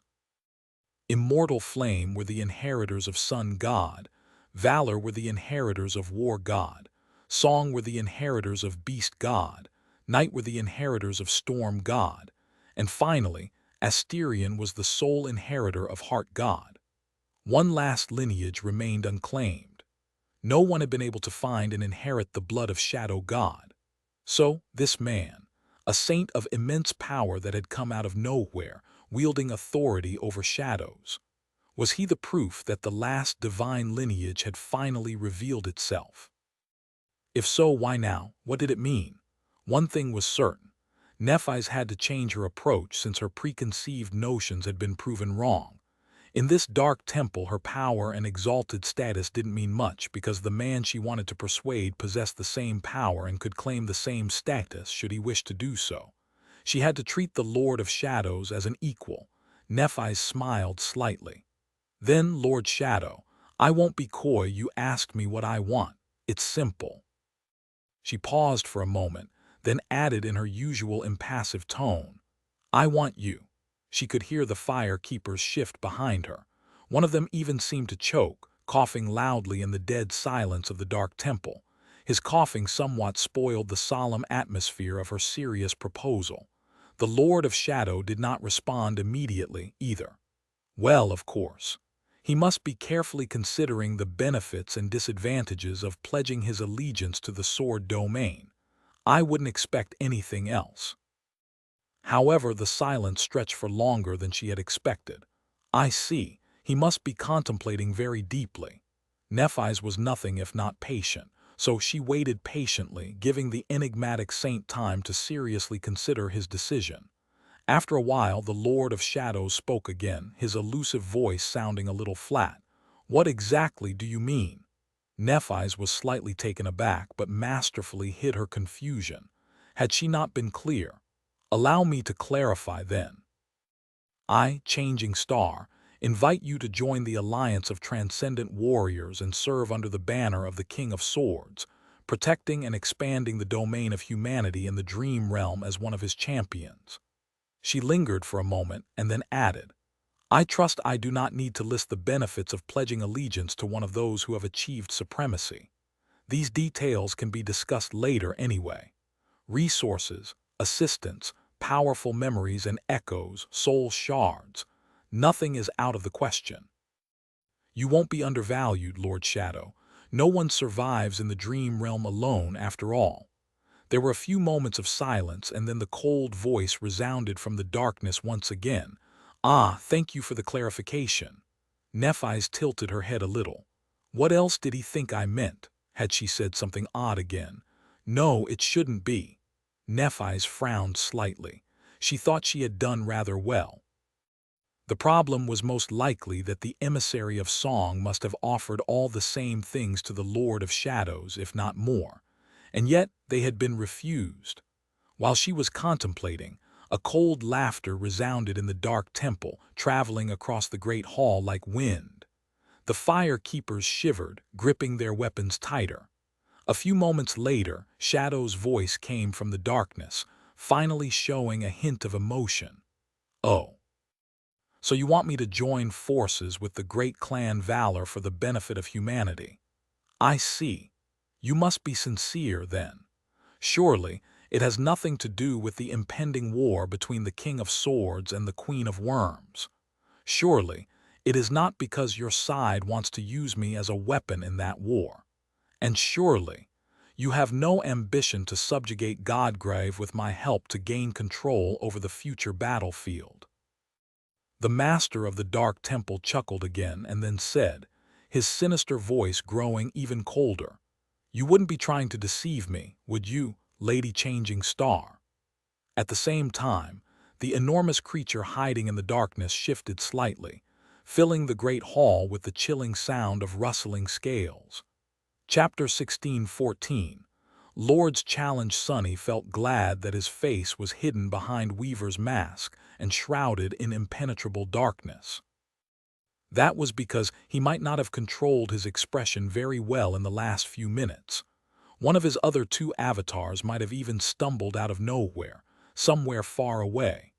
Those lazy guys, luckily, he regained his composure swiftly. Damn it, Neff. The echo of his last words was still traveling across the nameless temple when Nephi's frowned slightly. Sonny had just accused her of trying to deceive him in a rather threatening tone. He even commanded Serpent to make a bit of noise to add some weight to his perceived displeasure. What would her reaction be? Unexpectedly, a subtle smile bloomed on Neff's face and her eyes gleamed with satisfaction. I see that you are better informed than I presumed, Lord Shadow. Good. That saves me a lot of trouble. Sonny was stunned for a moment. That was not the reaction he had expected. Shameless. She's completely shameless. Nephi's, meanwhile, put her hand on the hilt of her sword and looked up a little. Since you already know that the war is inevitable and that it will happen here in Godgrave, you must also realize that you can't escape it. One way or the other, you will be implicated in the clash between the two domains. So, unless you want to abandon your citadel and flee into the waking world, you might as well choose a side. In fact, I think that you already have. Sonny scowled, staring at her with displeasure. How the hell does she know? Of course, he had intended to insinuate his way into a high position of the Sword Domain's army from the very start. That was why he had established the nameless temple in Godgrave and waited for the emissaries of valor to take the bait. But Nephi's had no way of guessing that. Sonny shook his head in the darkness and asked, keeping his voice devoid of emotions. "Have I?" Nephi's nodded. "You must have. After all, you have already refused the emissary of Clan Song. Since you have shown no desire to join the other side, only one choice remains. It's us." Sonny remained silent for a while. Then, grabbing the armrests of his throne, he leaned forward and asked, his voice suffused with an insidious undertone, "Says who?" She stared into the darkness with a hint of confusion on her beautiful alabaster face. "What?" Sonny smiled. "Who said that I refused the emissary of Clan Song? I did not." Which was, of course, a lie. He could not say a word of truth while wearing Weaver's mask, and this avatar of his almost never took it off. The Lord of Shadows was meant to attract the attention of those with great power, after all the while keeping Sonny's secrets safe. This time, however, it had worked to his advantage. Neff's expression remained the same, but he could feel the pressure she exerted growing sharper. Right now, she was probably considering whether the nameless temple was a death trap. With Saint and Fiend behind her, the path to escape was cut off. In front of her were Sonny and the Soul Serpent. Nightmare and the shapeless guardian of the temple were close as well. Nevertheless, Nephi's maintained her composure. Facing the wall of impenetrable darkness in front of her, she asked calmly, "You didn't?" Sonny sighed quietly and leaned back. From here onward, he had to sell himself to Nephi's while making her think that she was the one insisting on making the purchase. People did not value that which came into their possession too easily, after all. If Sonny wanted to be treated as a precious ally instead of a cheap tool, he had to make Clan Valor think that they had been extremely lucky to gain his support. He remained silent for a moment. "I did not refuse the generous offer of the illustrious Clan Song. However, perhaps I didn't accept it either. Instead, I gave the emissary Kai Song Sen a chance to win my allegiance. I despise the idea of fighting side by side with those weaker than me, you see," Sonny smiled. "So I'll give you the same chance, Lady Changing Star. If any of you emissaries of valor manage to leave a scratch on my armor, I'll accept your proposal. What do you say?" Nephi's did not answer immediately, contemplating his offer. Eventually she asked, "A duel? Which one of us do you want to fight?" He chuckled. "Any of you, all of you, it doesn't matter. I won't even use my aspect. Instead, I'll crush you with pure skill." A corner of Neff's mouth twisted upward. "Arrogant," Sonny laughed, noticing the fire keepers tremble at the cold sound of his sinister laughter. "Arrogant? Oh, on the contrary, I am being modest." He was in a strangely good mood. The truth of the matter was that Sonny missed the feeling of fighting against humans. He had very few opportunities to fight a proper duel in recent years. The deadly reaches of the dream realm he had explored were full of all kinds of harrowing nightmare creatures. He had faced and killed countless abominations, coming very close to being killed by them instead on numerous occasions. Those battles had been fierce, terrible, painful, and sometimes exhilarating. But the exhilaration of facing a dreadful monster was different from the joy and delight of facing a skilled human opponent in battle. The artistry of combat was lost on most nightmare creatures. The Fire Keepers, though, Sonny knew these people well. Each of them was a brilliant fighter. Even though they were mere masters, if he held back a little, clashing with them promised to be very satisfying. And then, of course, there was Nephis herself, a genius swordsman who had taken the legacy left behind by her legendary father, broken sword, and elevated it to new heights. His former teacher, rival, and partner. How could Sonny not feel excited at the thought of crossing swords with her again?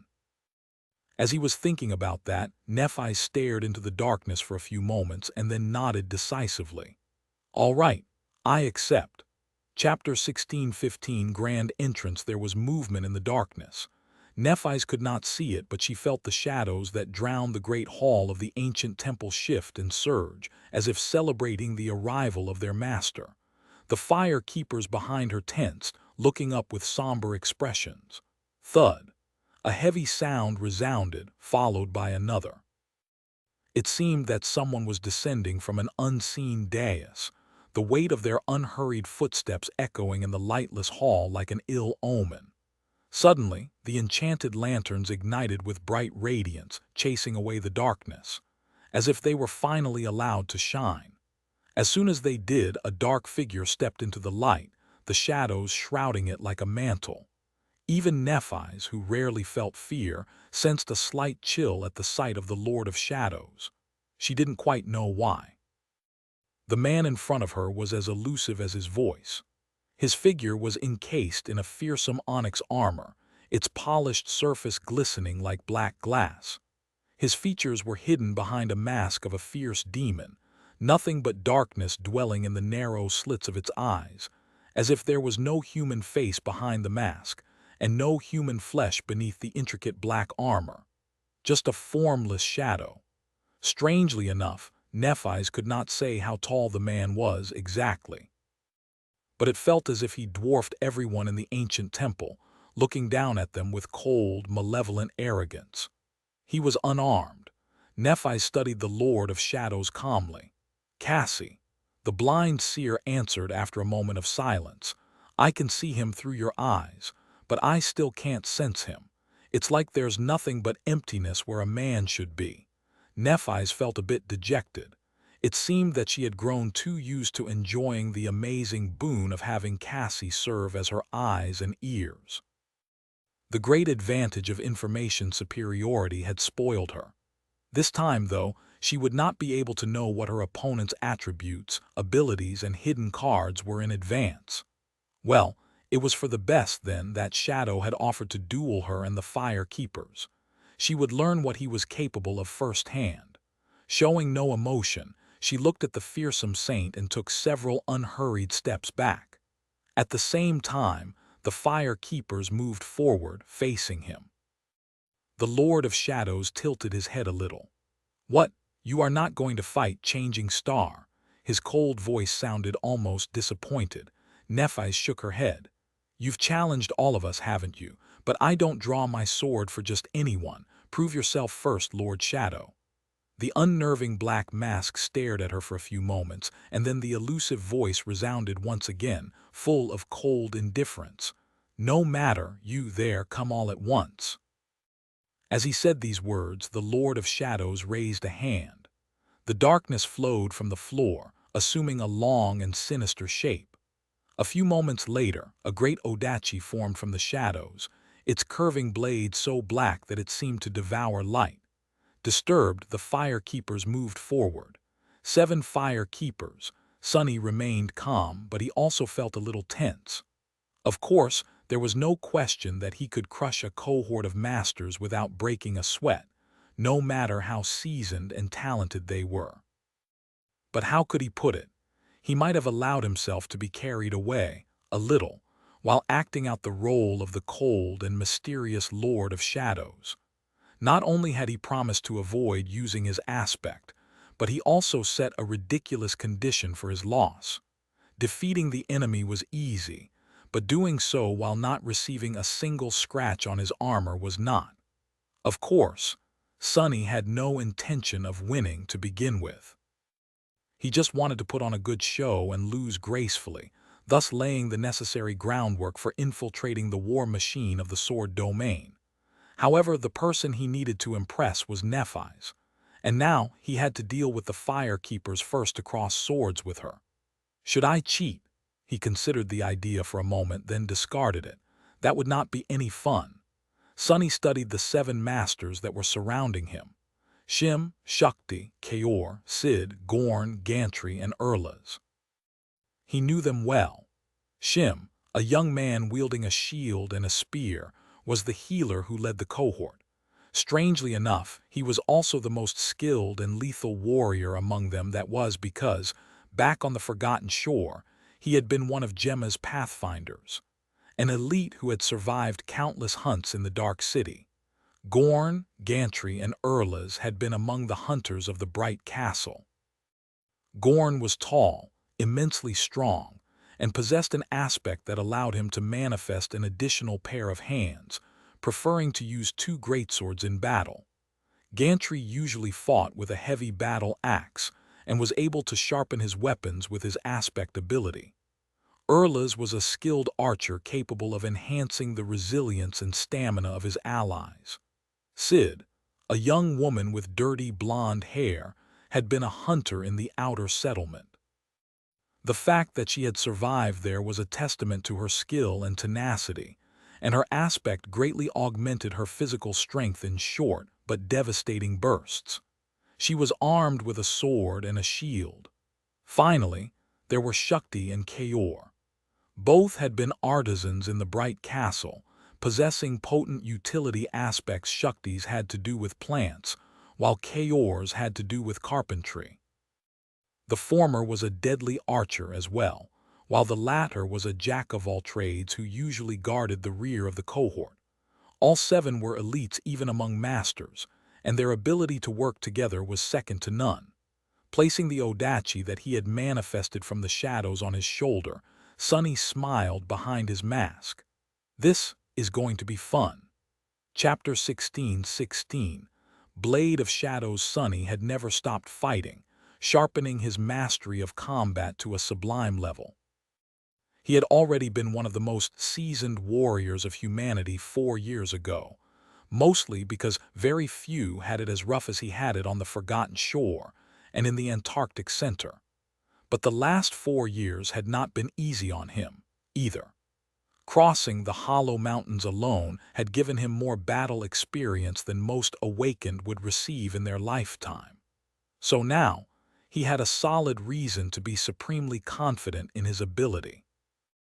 That said, there was a difference between fighting nightmare creatures and fighting humans. Sunny had mostly been doing the former recently, so the latter he was a bit rusty. As the firekeepers surrounded him, Sunny observed them silently. Now that they were masters, each possessed 1 additional aspect ability. Gorn not only had 4 arms but also expanded in size, towering above the floor at almost 3 meters in height. Gantry seemed to have augmented his body, somehow making it more durable, more nimble, or simply more powerful. He was going to find out shortly. Urlas, meanwhile, was enhancing the physical state of each member of the cohort. His powers had been mainly focused on endurance and stamina before. What about now? Sid was bound to do something unpredictable as well. Shim, Shakti, and Kaor all possessed non-combat aspect, so guessing their powers was of less importance. Still, they could be full of surprises. There were the memories the firekeepers wielded to consider as well. Sunny felt a pang of regret for setting such strict restrictions for himself. But still, he was looking forward to it. A real clash of skill, cunning, and competence. He had missed it a lot. What are you waiting for? Before the echo of his cold voice had time to disappear, the firekeepers attacked.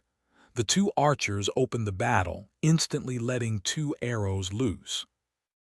They were showing decorum, too, since it was a friendly duel. His opponents refrained from using truly destructive memories inside the citadel. Sunny did not augment himself with any of his 3 shadows. Being a transcendent already gave him a great advantage as far as physical prowess and the intricacy of essence control went, so it was unnecessary. Shifting slightly, he dodged both arrows with the minimum effort. One seemed to possess a homing enchantment, turning sharply to strike him in the back, but was tossed aside by the flat of the black Odach's blade. At that moment, the melee fighters of the ascended cohort were already upon him. They coordinated their attacks seamlessly, using the arrow salvo to cover their advance. Perfect teamwork. Shim and Sid were the spearheads aimed at his chest and back. Gorn and Gantry, who wielded longer weapons and had a wider reach, attacked from behind them at the same time. There was a ceiling to a numerical advantage, since space was limited, and only a few people could target a single opponent simultaneously. But by using this simple formation, the Fire Keepers effortlessly increased that limit. There was no way for Sunny to block and deflect 4 attacks that came from different directions with a single sword. So, he didn't. Instead, he removed himself from the path of the enemy weapons, deflecting Shim's spear and Gantry's heavy axe in the process. Using explosive footwork, Sunny escaped the encirclement and used the bodies of the Fire Keepers to block their comrades from chasing after him. Then he lashed out with a probing attack. Sharp steel sang in the dark expanse of the nameless temple. Interesting. Sunny's smile widened under Weaver's mask. The Fire Keepers had not wasted these 4 years either.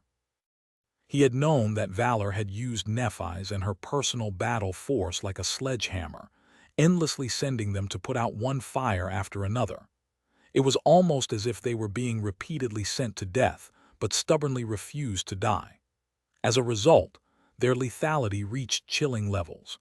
Of course, he could have crushed them easily if he wished to.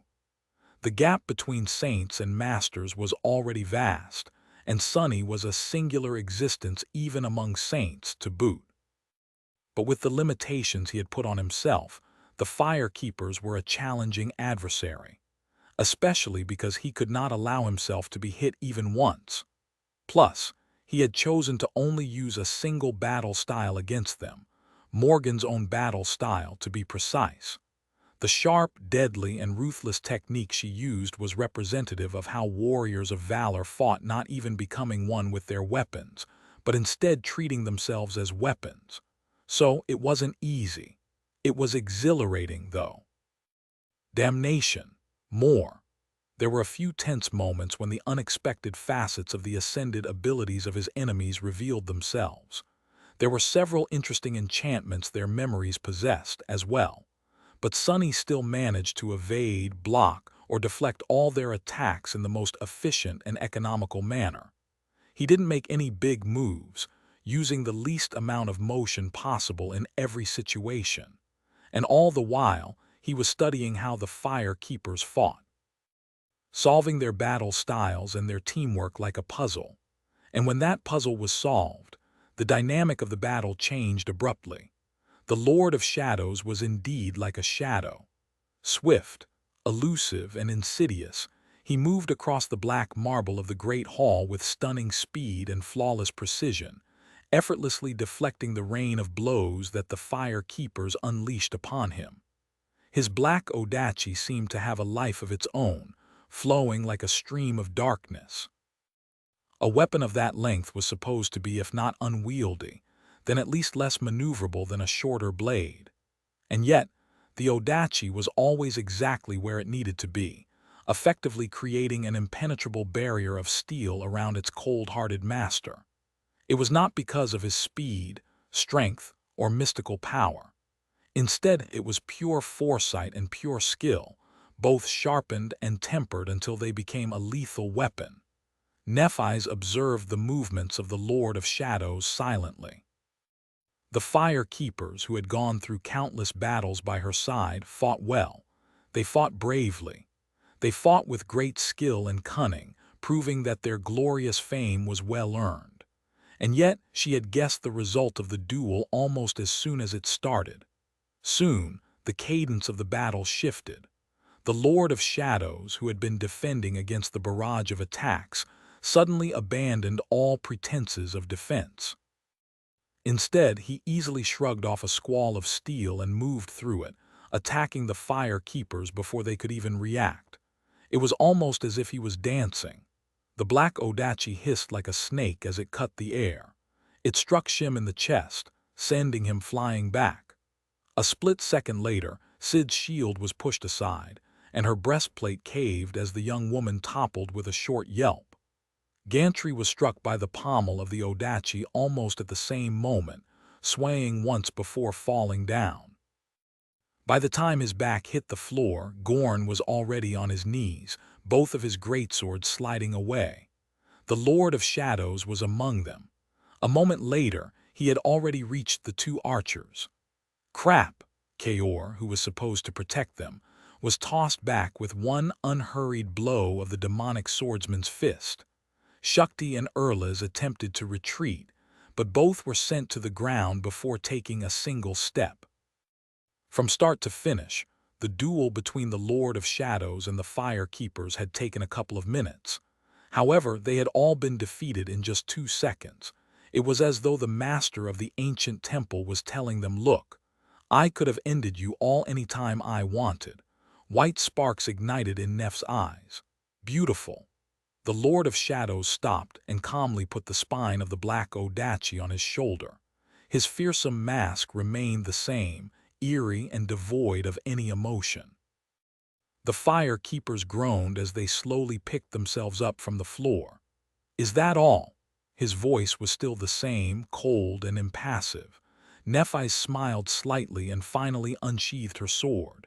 "You haven't defeated all of us yet, have you?" He tilted his head a little, staring at her with arrogant indifference. Well, Nephi's thought that those were his emotions. In truth, there was no way to know what was hiding behind that fearsome mask, if there was anything behind it at all. The Lord of Shadows slowly lowered his Odachi and gripped its hilt with both hands. "Stop wasting my time, then." Nephi's took a step forward. That mask, why did it look so familiar? Chapter 16-17.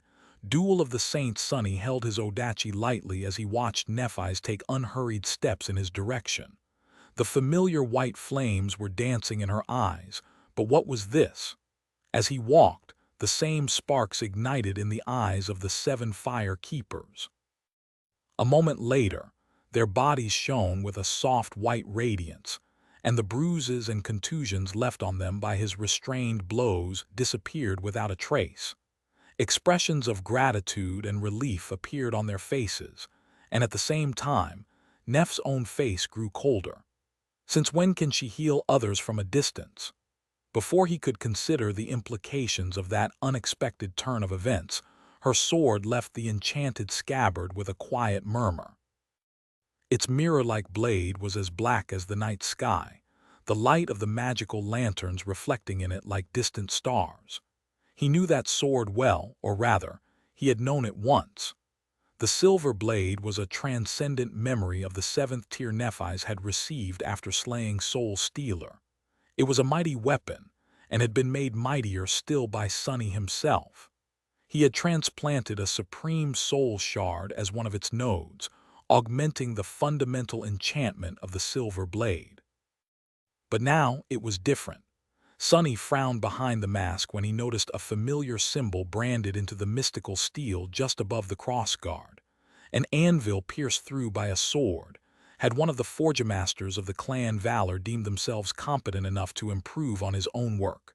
No, they wouldn't have been able to. That left only one person then. The King of Swords himself.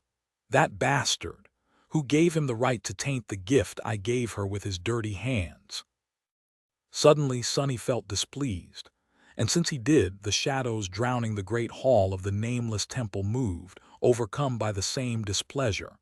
The Fire Keepers, who had been retreating to give the 2 saints space to fight, suddenly paled. Nephi sensed the change in the atmosphere, too. "What is the matter, Lord Shadow? Do you not wish to fight me?" Sunny smiled darkly. "I am a peaceful man. I hate fighting." As he said that, he lunged forward without any warning and thrust his Odachi at Nef's throat. His sudden attack was violent and ruthless, aimed at slicing open her arteries and severing her spine. Of course, Nephi's deflected the black Odachi easily, taking a sidestep in the opposite direction at the same time. Her movements flowed like a placid river, and yet Sunny instantly felt that he was in mortal danger. The silver sword had pushed the blade of the Odachi down just a split second ago, but was already flying forward. It was moving at a speed that could not be perceived by the fire keepers, and even Sunny struggled to sense its passing. Unable to pull his own sword back in time, he had no choice but to jump back. The tip of the silver sword missed his chest by mere centimeters. After that first exchange, Sunny and Nephise circled each other for a few moments. Then she suddenly spoke. "The battle style you used. Only those trained by valor are masters of it." Tilting his head a little, Sunny responded coldly. "My esteemed guests have been sent by the King of Swords. It only seemed polite to greet them by using the battle style of his knights." The corner of Neff's mouth twitched subtly. "Then what style would you have used if we were sent by song?" Sunny raised his Odachi and took a step forward. "Something like this." A moment later, they were upon each other once more, their swords weaving a complicated web of attacks and deflections in the air. Both were moving with astonishing speed, exchanging dozens of blows in a second. The clangor of steel fused into a continuous wail that echoed in the darkness of the solemn hall, followed by a thunderous sonic boom. A shockwave spread from the spot where the Lord of Shadows and the radiant Star of Ruin clashed, sending a cloud of dust rushing outward like an opaque sphere.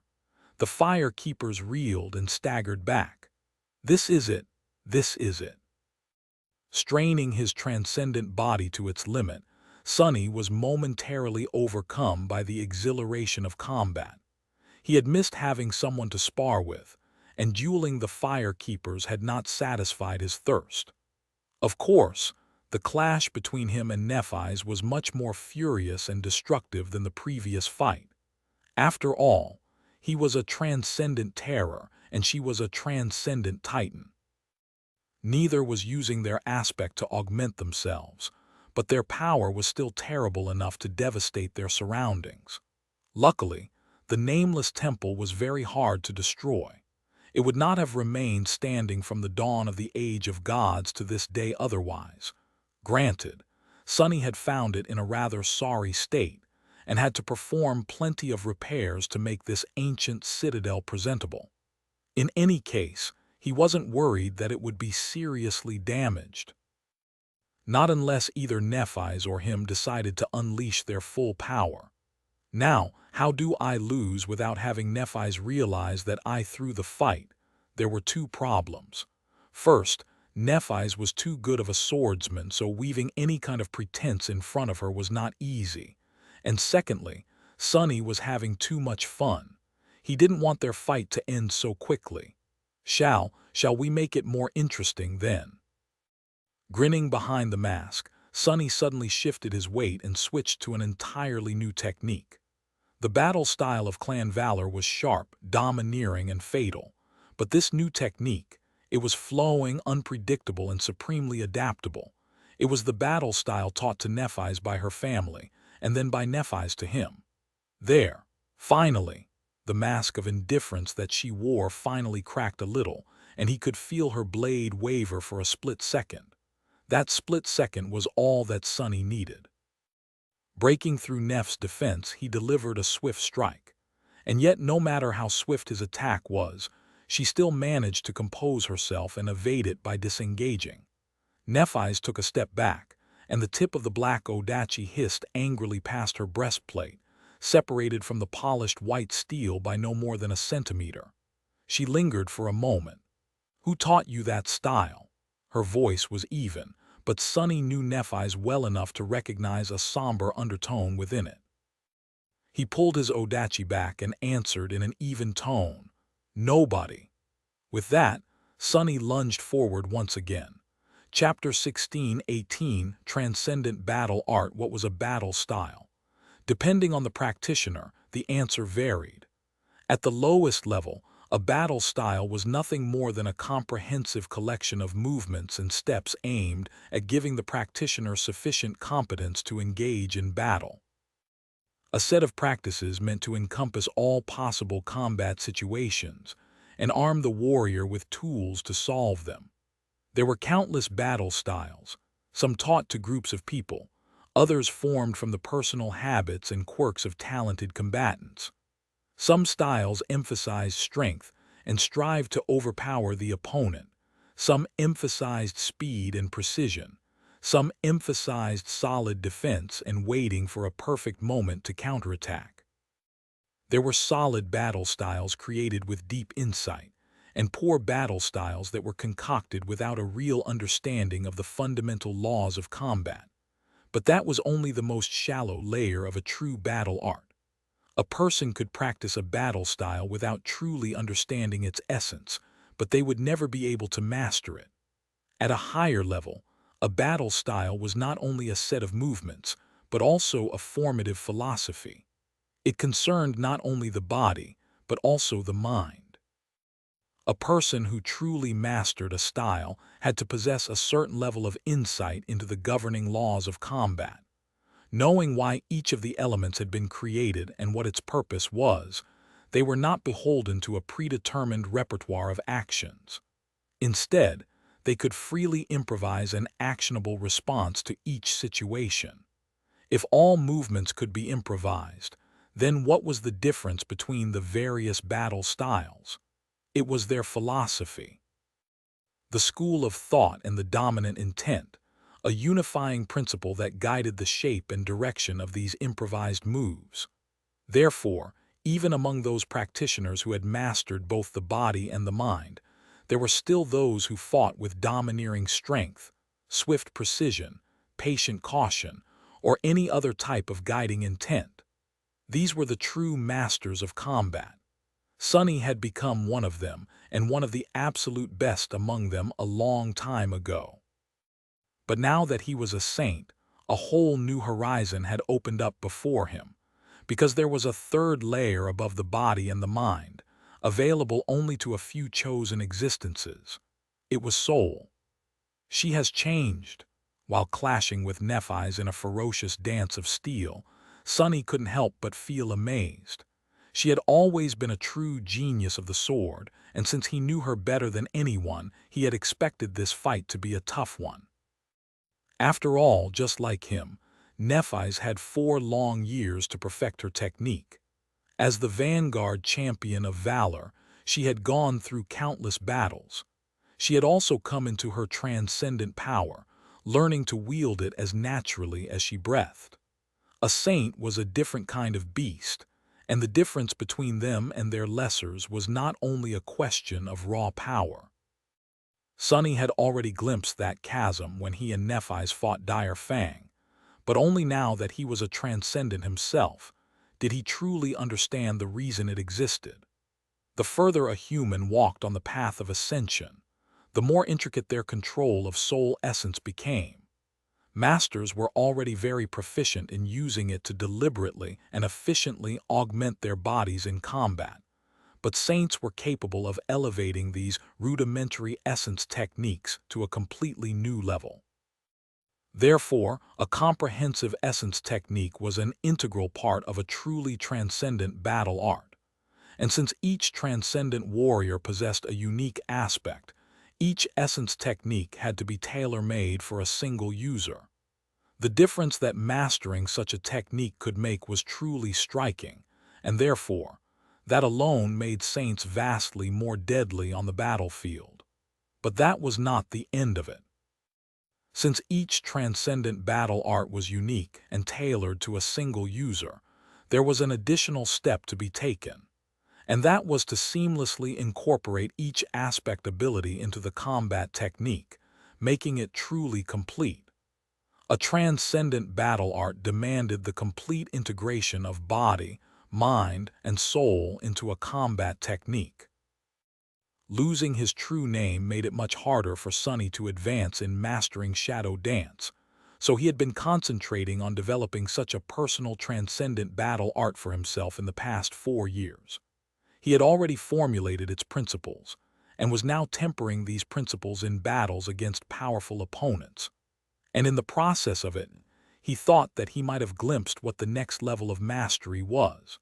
Saints did not exist in and of themselves as sovereign beings. Their souls were vaster than their bodies, coming into contact with the world and the underlying laws governing it. Some parts of the world welcomed them while others repelled them.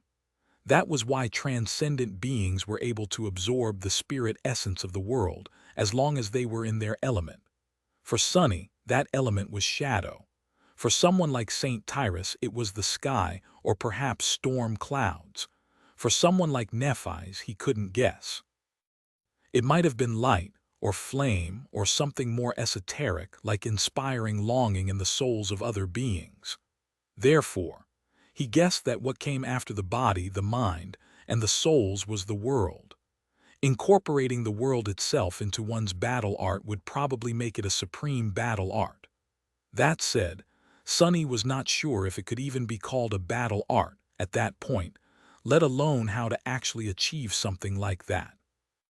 In any case, he was voraciously curious to witness and experience the battle styles of other transcendent warriors, to learn from them and maybe even gain more understanding about the path to supremacy, which was why fighting Nephis was a boon to him.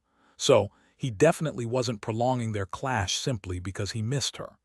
Why would he cut this duel short if humanity's premier sword savant was graciously allowing him to steal her achievements? I see, I see. No, I don't see.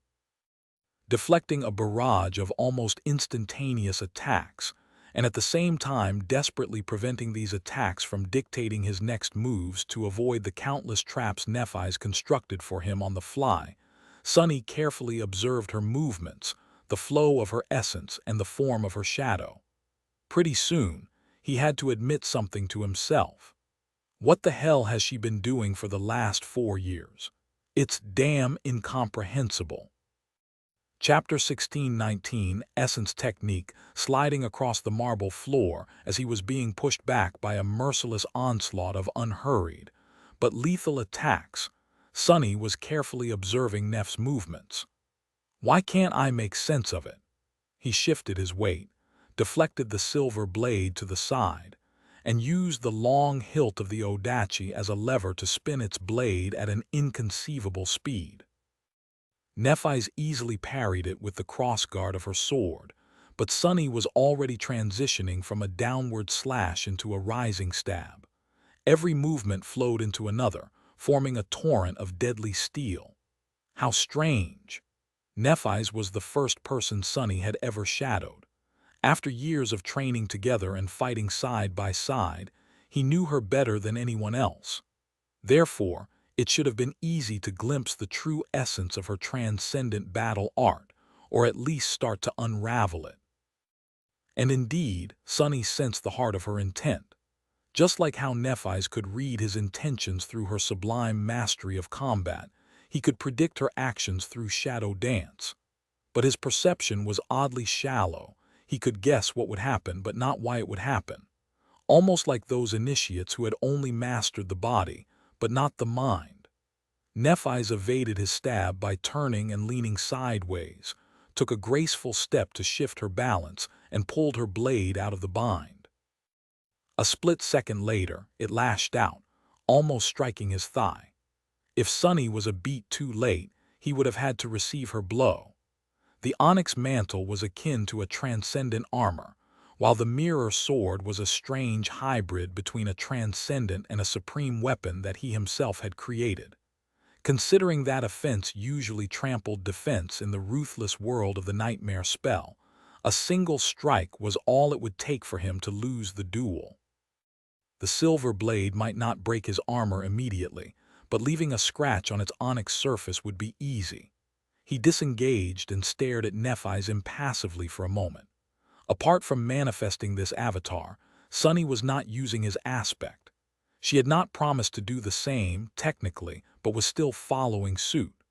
Whether it was out of respect for the Lord of Shadows or simply because Neph was just as starved for a good opponent as he was, Sunny did not know.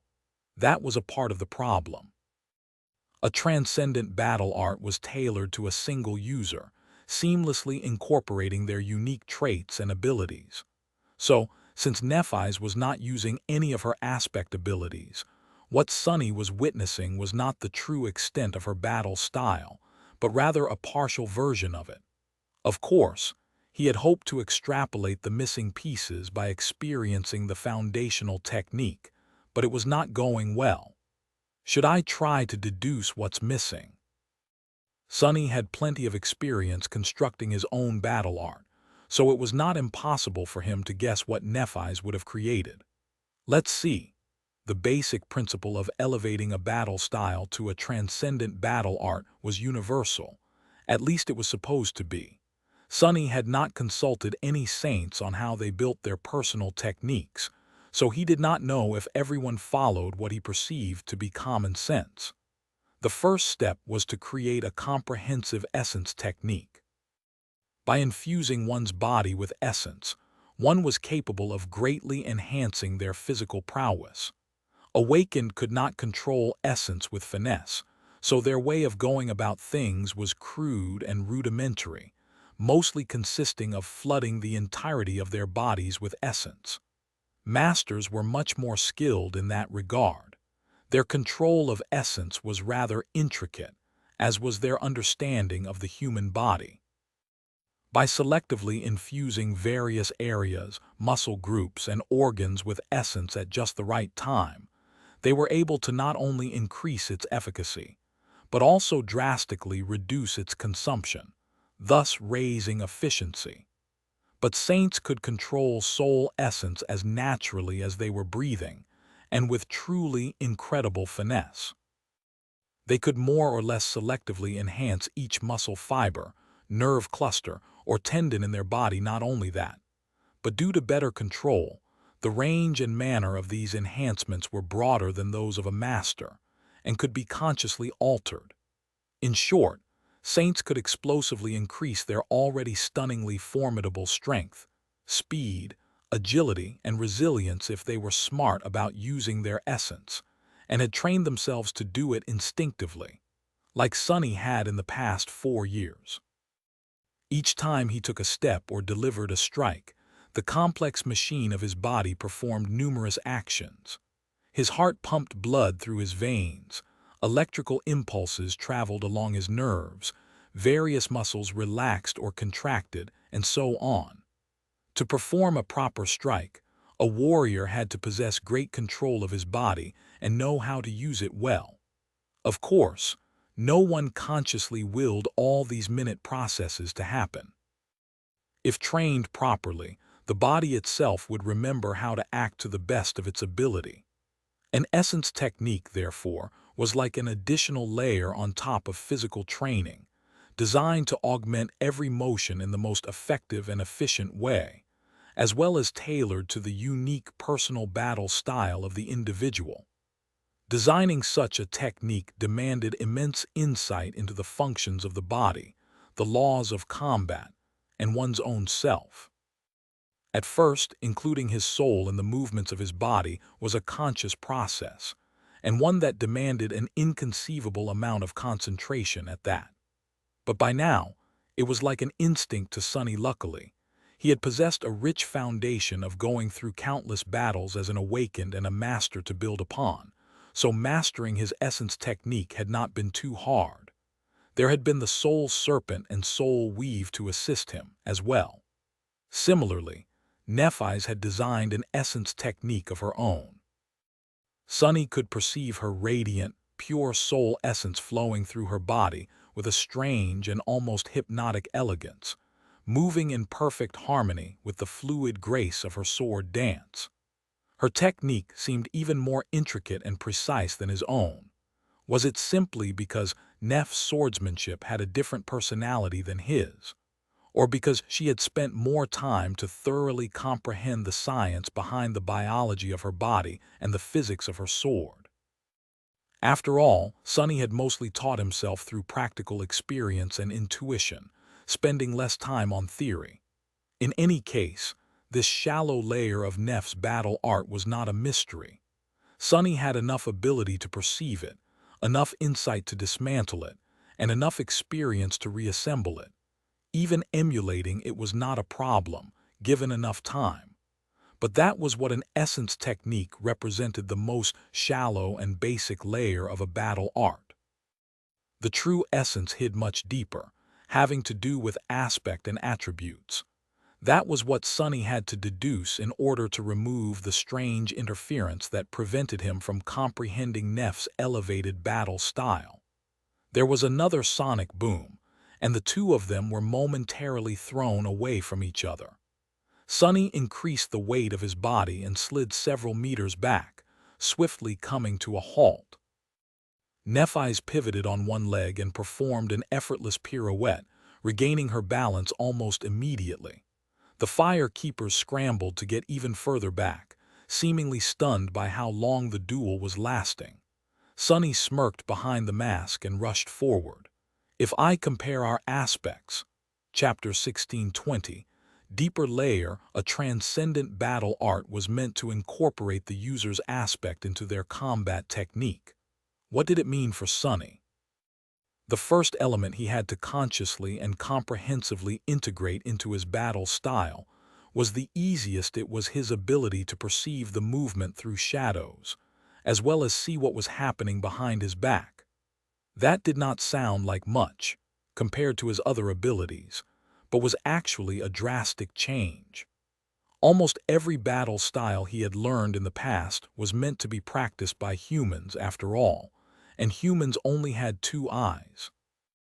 That naturally dictated how they fought, and how the masters who taught young warriors to wield weapons constructed their styles. However, Sonny was not beholden to these standards.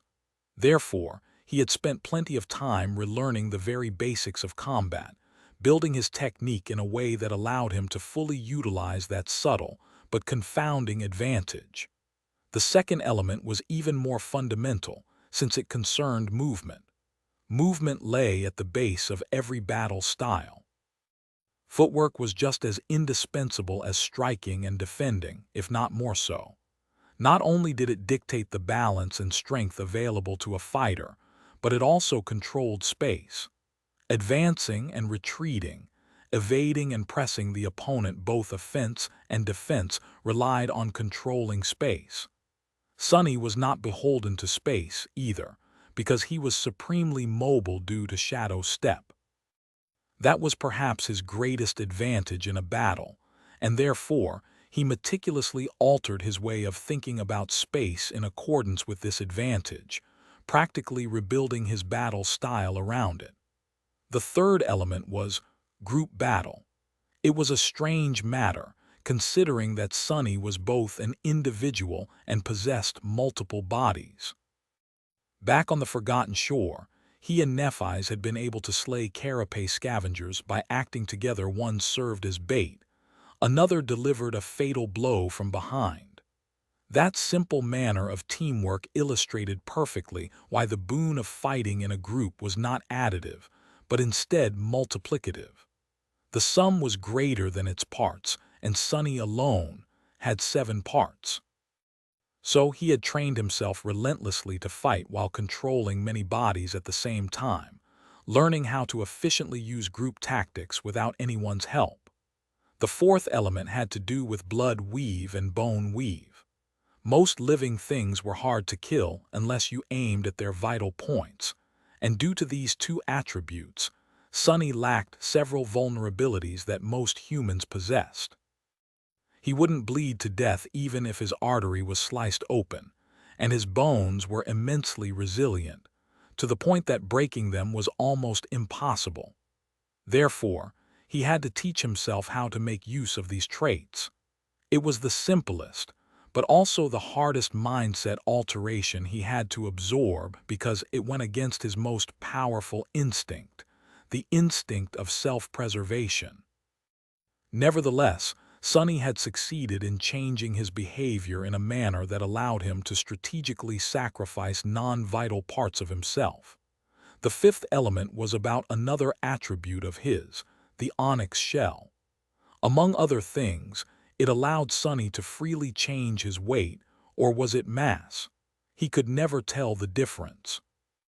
In any case, Such an ability opened up a vast ocean of possibilities for a skilled warrior, from increasing the impact of his blows to greatly augmenting his speed, solidifying his balance, and even performing actions that would otherwise be impossible without toppling like a cut tree.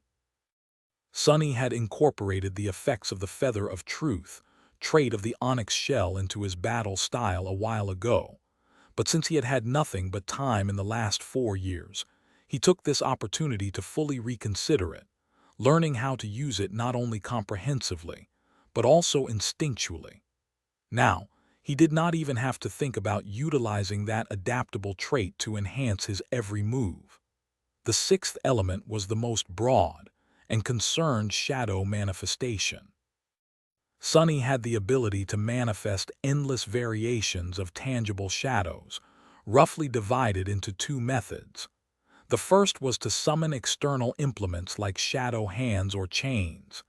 This method was destructive, but lost too much of its potency in battles against truly powerful opponents. As such, it was best used against large groups of weaker foes or for pure utility. The second method was to alter the shape of his body with manifested shadows, from summoning additional limbs to building towering shadow shells. The shape of the shells Sunny could create was, theoretically, endless, so it was hard to pinpoint exactly how he was supposed to incorporate this method into his battle art. However, in practice, his repertoire of shells was currently limited.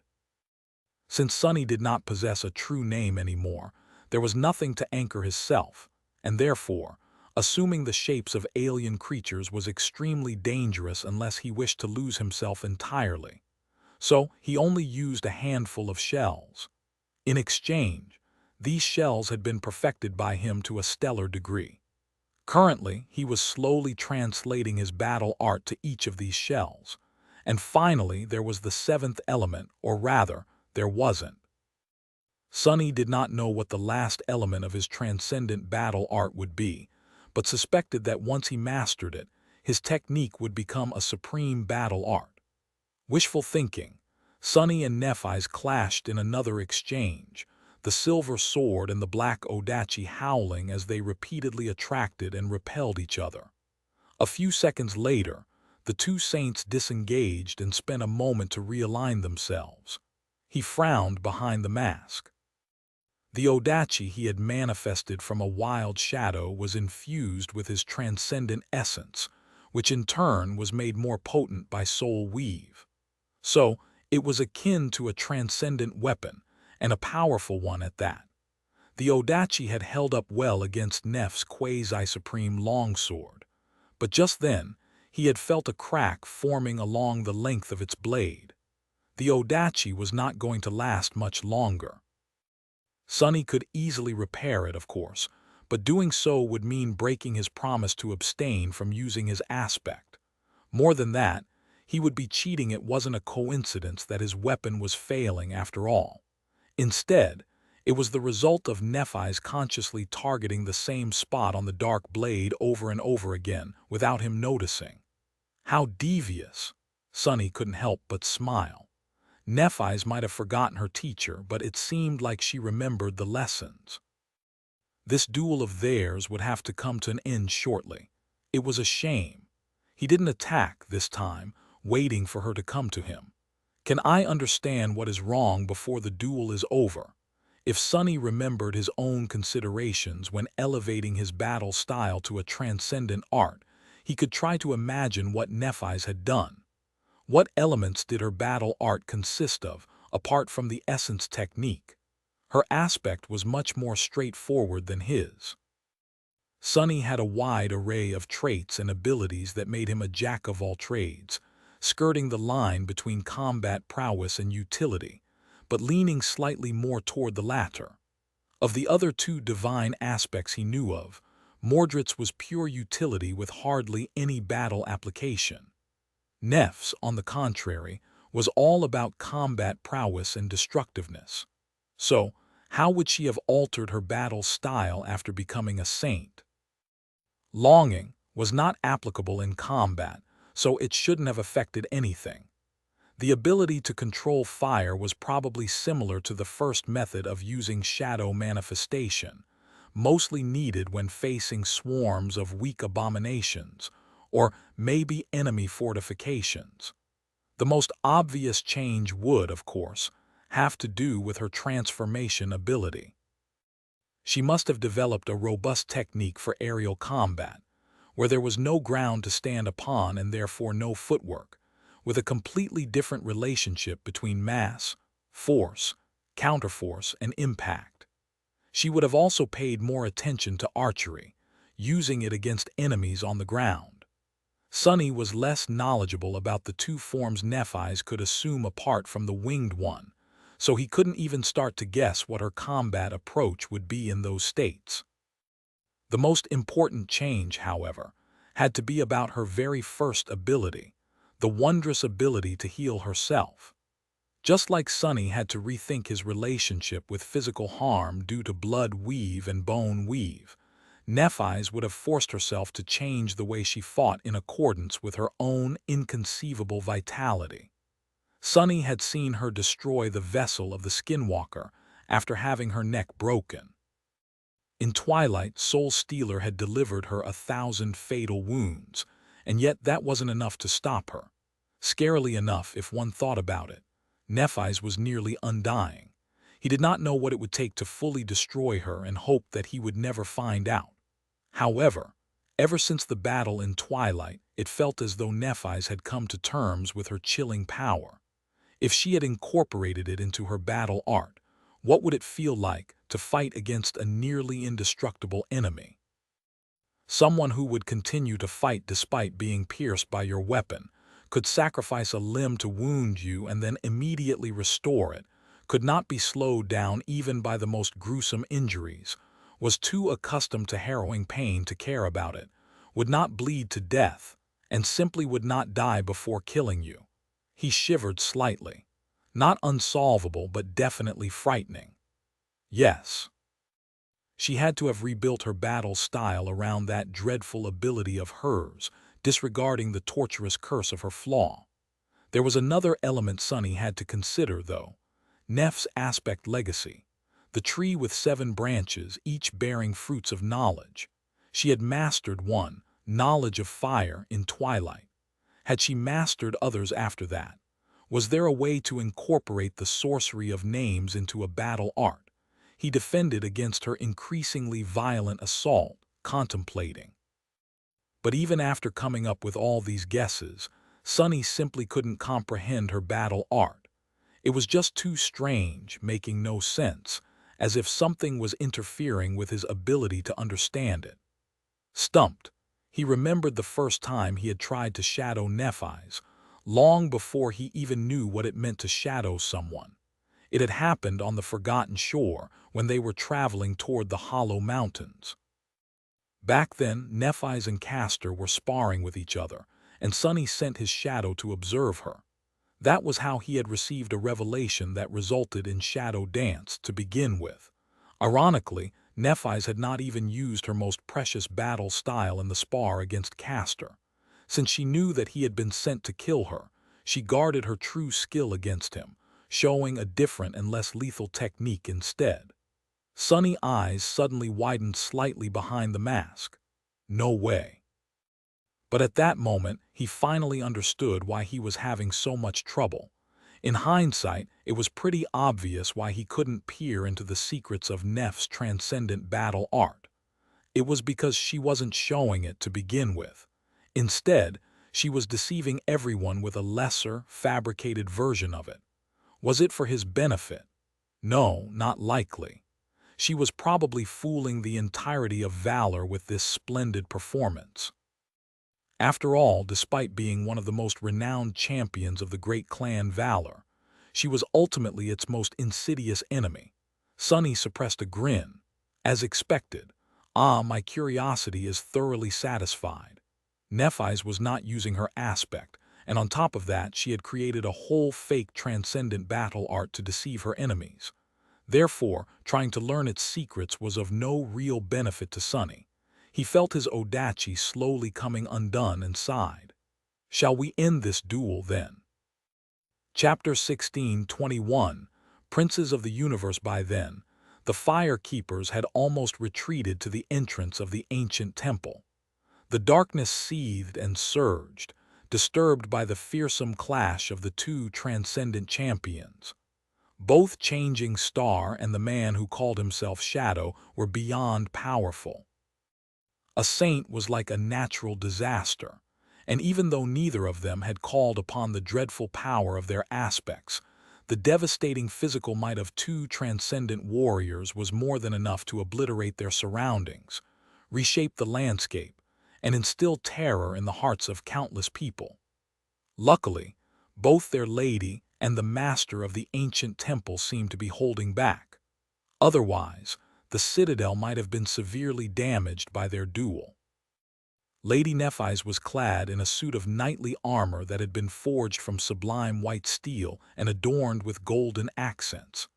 With her fair skin and silver hair, pure flames dancing in her eyes, she was like a spirit of light. Lord of Shadows, meanwhile, was like a devil born from pure darkness. His ominous onyx armor, demonic mask, and raven-black hair fused with the lightless void of the great hall, making it hard to discern where his figure ended and the shadows began. The silence had long been torn apart by the melodic disharmony of clashing steel. But wasn't something very strange? One of the Fire Keepers, Sid, looked at their leader and asked after hesitating for a few moments, "Why is he still standing?" Her somber voice was hiding a note of bewilderment. The seven of them had followed Lady Changing Star to storm the Crimson Spire, across the frozen hell of East Antarctica, and into countless battles after that. In the past 4 years, they had seen her turn hordes of abominations to ash, topple titans, and bring every saint who dared challenge her to their knees. Only a few people could claim to be her equal, and even they did not dare to. How was it that the Lord of Shadows had not only persisted for so long, but also seemed to be holding his own in a duel against the last daughter of the immortal flame? Who the hell is he? Shim, the leader of the cohort, shook his head slightly without looking away from the barely perceptible whirlwind of the stunning clash. Watch carefully. Out there in front of them, the cadence of the duel finally changed. Now, Sunny delivered a lightning-fast strike, the air parting in front of the blade of his odachi with a wailing hiss. The strike was just a feint, turning into a thrust, turning into a downward slash. Nephi's ignored the feint, deflected the stab, and strangled the slash by binding their swords. She pushed him and shifted her body to gain an advantage in the follow-up attack. Sunny was forced to take a step back, which would have landed him in an awkward position and made it impossible to mount a stable defense if he did not increase the weight of his armored boots while at the same time decreasing the weight of his breastplate. With his center of gravity lowered, he had enough stability to block Nef's calm and vicious attack without staggering back. But even though he blocked it, she unerringly struck the exact same spot where his odachi had already been weakened. Finally, the shadow blade shattered, exploding into a rain of shards. Those shards almost instantly turned ethereal, dissolving back into an intangible shadow. The force behind Nef's strike was so terrible that her sword continued to fall down like an executioner's axe. Sunny, who had expected something like that to happen, was prepared and dodged the mirror blade just in time. It struck the black marble plate of the temple's floor, sending a net of cracks running through it. Dust and pieces of stone flew into the air. Without wasting a heartbeat, Nephi's shifted into a low stance and delivered a rising diagonal slash. However, Sunny was already moving by then. Instead of retreating, he took a step forward and found himself almost face-to-face with her. Silver clashed against stone-like metal with a thunderous clangor. Both of them grew still. As the dust settled, the Fire Keepers saw a bewildering scene. Sunny and Nephi's were standing motionlessly, with almost no space between them. His right hand was gripping the hilt of her sword, which had been stopped a mere centimeter away from the onyx surface of his fearsome armor. Her right hand, meanwhile, was gripping his left wrist. Held in his left hand was the hilt of the broken odachi. The jagged steel of its broken blade stopped several centimeters away from her neck. Sunny remained still for a few moments, then looked down at the cracked floor beneath them. A somber sigh escaped from his lips. "Let us stop here, otherwise my citadel will sustain irreparable damage." He allowed the broken odachi to dissolve into shadows, let go of Nef's hand, and took a step back, turning away with cold indifference. As Sunny was walking back to his unseen throne, Nephi's called out to him, "What about the duel? We have not determined the winner yet." He stopped, facing away from her. After a few moments of silence, Sunny spoke, "I'm willing to admit defeat." He lingered for a bit, then turned around and stared at her. His voice turned even colder. "However, I have no interest in joining forces with the great clan Valor, Nephis of the Immortal Flame." He tilted his head a little. "I'm only joining forces with you. You personally, not your clan and not your kingdom." These statements were technically both a truth and a lie. Sunny might have preferred to deal with Nephis and Nephis alone, but doing so was tantamount to joining Anvil's side. Still, it at least allowed him to get his point across despite the simple trick. "I feel like wearing this mask around people will quickly grow annoying." He suppressed a sigh. Nephis looked at him for a while, then said evenly, "My personal wealth is not that vast. I can't promise you the same boons and riches that my clan can." Sunny chuckled. Considering the kind of atmosphere he had created, his laughter sounded sinister even without him trying. When he responded, his voice was as cold as ice. "I don't desire riches, resources, assistance, powerful memories, and echoes, soul shards. Why should I want to get them from Clan Valor? I don't lack anything. If there's something I want, I can go and take it myself." Nephis frowned slightly. "So what is it that you want from me, Lord Shadow?" Sunny turned away again. "It's simple, really." He took a step into the darkness and added indifferently, "All I want is for you to owe me a favor, changing star. One day, when I come calling, help me out with what I ask." It was an offer heavy with meaning. The concept of debt was somewhat sacred among the nobility of the awakened society, especially to people who strive to follow quaint ideals like honor and virtue. Being owed by someone like Nephis might have been more precious than a mountain of soul shards. Especially because Sunny had not indicated what kind of help he might want to receive. She studied his back for a few moments and eventually nodded. "That is acceptable." Sunny entered the darkness and looked up at his marble throne. Hidden from sight, he sighed deeply, then smiled. "Then it concludes our deal." And just like that, a tentative alliance between a mysterious saint residing in Godgrave and a princess of the Sword Domain was forged. Chapter 1622.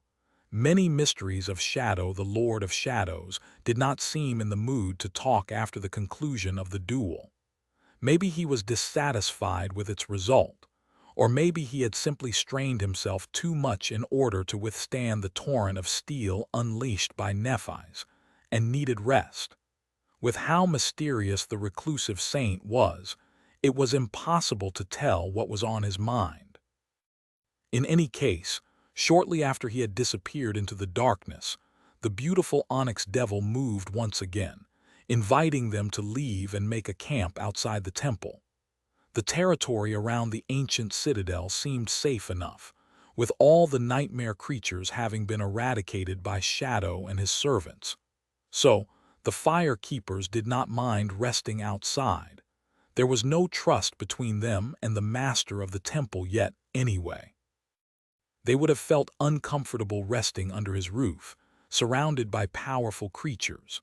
A transcendent devil, a transcendent terror, a supreme devil, and gods knew who else. That power was enough to give a stronger force pause. So they made camp a dozen or so meters away from the great dark edifice of the citadel, among the bones of slain nightmare creatures. The lanterns chased away the darkness, and a fire had been ignited in the middle of the camp. Various storage memories were summoned, containing food and beverages. They even raised several tents, hoping to enjoy a bit of peaceful sleep. After experiencing 2 weeks of pure hell, the firekeepers could finally rest and relax a little. Of course, they did not lower their guard completely, still wearing their armor and keeping watch in shifts. Nephi sat in front of the fire, watching it dance with a thoughtful expression. The Lord of Shadows, there were too many mysteries about him. That mask, for example. By now, Nephi's remembered where she had seen it. Anak had worn a mask almost identical to the one worn by Shadow. It was a symbol of the priests of the nightmare spell. So, was Shadow one such priest, as well, or at least considered himself to be one? Or had he simply slain a follower of Weaver in one of his nightmares and received the mask as a reward? In fact, Nephi's had seen the depiction of Weaver's mask long before meeting Anak. It was drawn on the wall of the Ebony Tower, where the Demon of Destiny had left a map of strongholds built by his siblings in various realms. The mask, representing Weaver, was placed north of the Hollow Mountains, above all 6 strongholds, almost as if looking at them from afar. But it did not mean that Weaver's stronghold was hidden somewhere on the Forgotten Shore, or even further north. It simply meant that no one had any idea where Weaver's stronghold was, or if the transient demon even had one. So Nether had drawn it outside the map. Was the Lord of Shadows connected to the priesthood of the nightmare spell, or to the demon of fate directly? And what business did the heir of Shadow God have being tied to a demon? Curious. The mask was curious. The citadel that somehow existed in the middle of Godgrave was also curious. So was the lineage of Shadow God that the master of the citadel seemed to possess, and his aspect. But most curious of all was his swordsmanship. Staring into the fire, Nephi sighed. These days, she rarely met anyone who could wield the sword well enough to give her a challenge. There were dreadful nightmare creatures and transcendent warriors with potent aspects, sure, but that was a competition of power and will, not skill and technique. As such, the only person Nephi's could truly spar with was Morgan. The Lord of Shadows was at least on par with the Princess of Valor. No, not quite. It felt like he was much more dangerous. The first battle style he had used was more or less a perfect replica of the refined and domineering style that the Knights of Valor practiced. Mastering it was already no easy feat, but it was merely one of the styles the Lord of Shadows seemed to have mastered. He was a true sword saint, one of the few that had been born since the descent of the nightmare spell. Suddenly, Nephi's wanted to duel him again, this time using the full might of their aspects. What abilities would he show her? How ingenious was his transcendent battle art? She had no doubt that he had built one, which was impressive. Most saints had mastered a battle art of their own, but few had created it without aid. After all, saints were supported by their clans, as well as the great clans they owed allegiance to. Most had inherited the skill and wisdom of their predecessors, as well as received extensive help from exalted counselors and mentors. Lord Shadow seemed like a solitary man. There was no clan behind him, let alone a domain, which meant that whatever technique he possessed had been designed by him and him alone. And then there was the second battle style he had shown, obviously as a message to her, or a provocation, her father's style. Nephi's hugged her knees, calmly looking into the fire. Feeling the shift in her mood, the fire surged and swirled. How was it possible? As far as she knew, there were only 2 people in the world who had been taught that style. She had been taught by her family, and Cassie was taught by her. There were no others, or were there? Had her father had a pupil that she didn't know about? Was Lord Shadow that pupil, or a disciple of that pupil? She wanted to know. She wanted to ask. Her father had perished when Nephi's was 4, so she did not have a lot of memories of him. Most of what she knew about Broken Sword was from listening to her grandmother, who talked about her son-in-law often. The rest was from the legends that he had left in the world before dying an untimely death. But she sighed. There was little sincerity in the world. Knowledge was power, and people guarded their power fervently. Usually, one had to be prepared to pay a price if they wanted to receive an answer. Secrets were not revealed easily. She was already indebted to Lord Shadow. He seemed like an unfriendly sort and would definitely not part with information lightly. In fact, he had probably chosen to use that style for the exact purpose of enticing her into deepening her debt.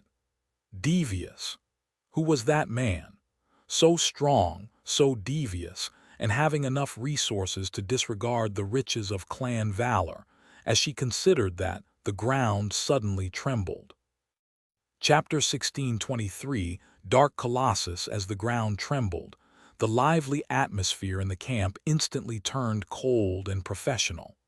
The fire keepers, who had been enjoying a late supper just moments ago, instantly rose to their feet and picked up their weapons.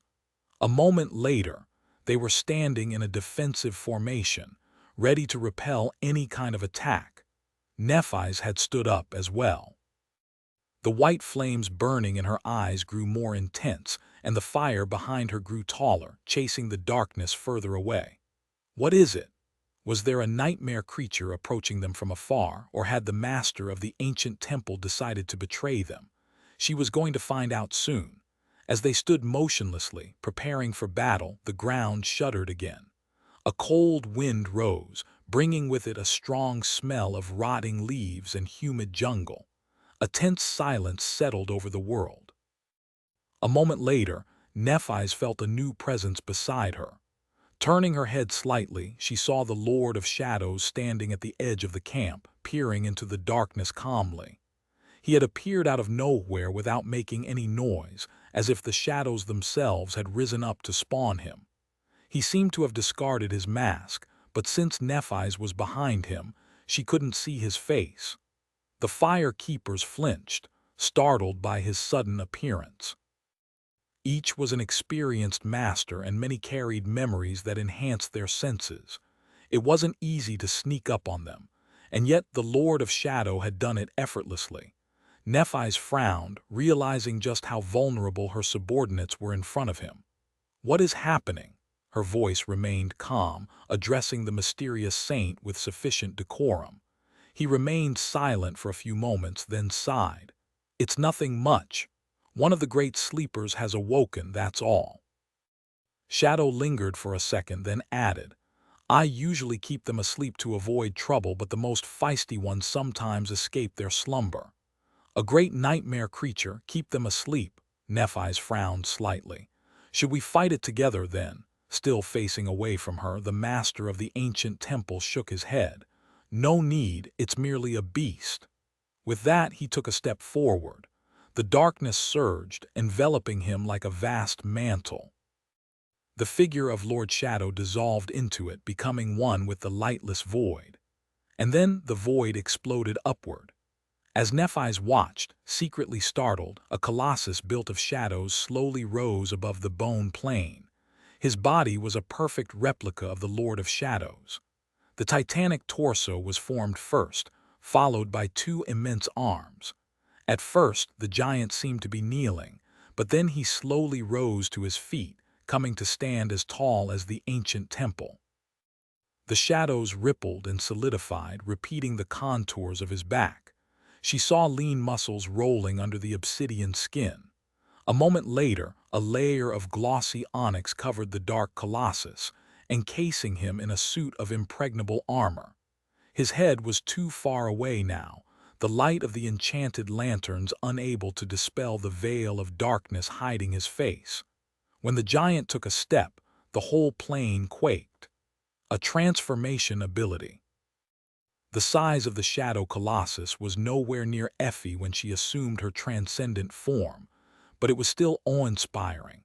But that was not the end of it. There was a rustle from behind them and a dreadful hiss. Turning around, the fire keepers saw the head of an enormous serpent appearing from the entrance of the temple. The creature was massive enough to easily swallow the entire cohort in one bite. its scales the same color as the tenebrous armor of the Lord of Shadows. The obsidian serpent slithered out of the citadel, its long body flowing like a river of darkness, seemingly endless. It must have been coiled around the entire great hall of the ancient temple, surrounding them from every side the moment they stepped inside. Nephi's watched carefully. The terror, the colossal serpent slithered across the bone plain, passing the frozen fire keepers and approaching the giant made of shadows. Its neck rose high into the air, and it nimbly coiled around the leg of the Lord of Shadows, crawling up his body like a tree snake. The creature reached the shoulder of the giant and then slithered along his outstretched arm. Then it changed. Where a serpentine head was before, the sharp tip of a gargantuan sword suddenly appeared. Slowly, but also too fast to notice, the body of the transcendent terror rippled and turned into an inconceivable odachi, its hilt and curving blade as long as the shadow giant was tall. Finally, a dark titan was standing on the bone plain, his body encased in a suit of fearsome onyx armor, wielding a giant obsidian sword. He looked like an ancient deity that had descended to the mortal realm from the heavens, or maybe crawled out of the lightless depths of the abyss. Not paying the fire keepers any attention, the shadow giant took another step. Something lunged at him from the darkness, a grotesque monstrosity that towered above the ground, its mottled fur wreathing with a swarm of pale maggots. Its misshapen head was crowned with sharp horns, and its maw was wide open, revealing a wall of massive fangs. Its limbs were a mess of claws, chitinous scythes, and pulsating tentacles. A chill spread through the hearts of the fire keepers at the sight of the hideous abomination. However, the towering sword of the dark colossus only fell once. One strike, and the neck of the great beast was cleanly severed, its head rolling to the ground. The massive body toppled and crashed into the bone surface of the dead god's breastbone, causing it to tremble once again. The great beast was dead, just like that. The dark colossus peered at it with disdain, then shook his head and crumbled on itself, turning into a tide of shadows. A moment later, all that was left was the corpse of the hideous monstrosity, and the deep groove left in the white bone by the tip of the obsidian odachi. Silence settled over Godgrave once again.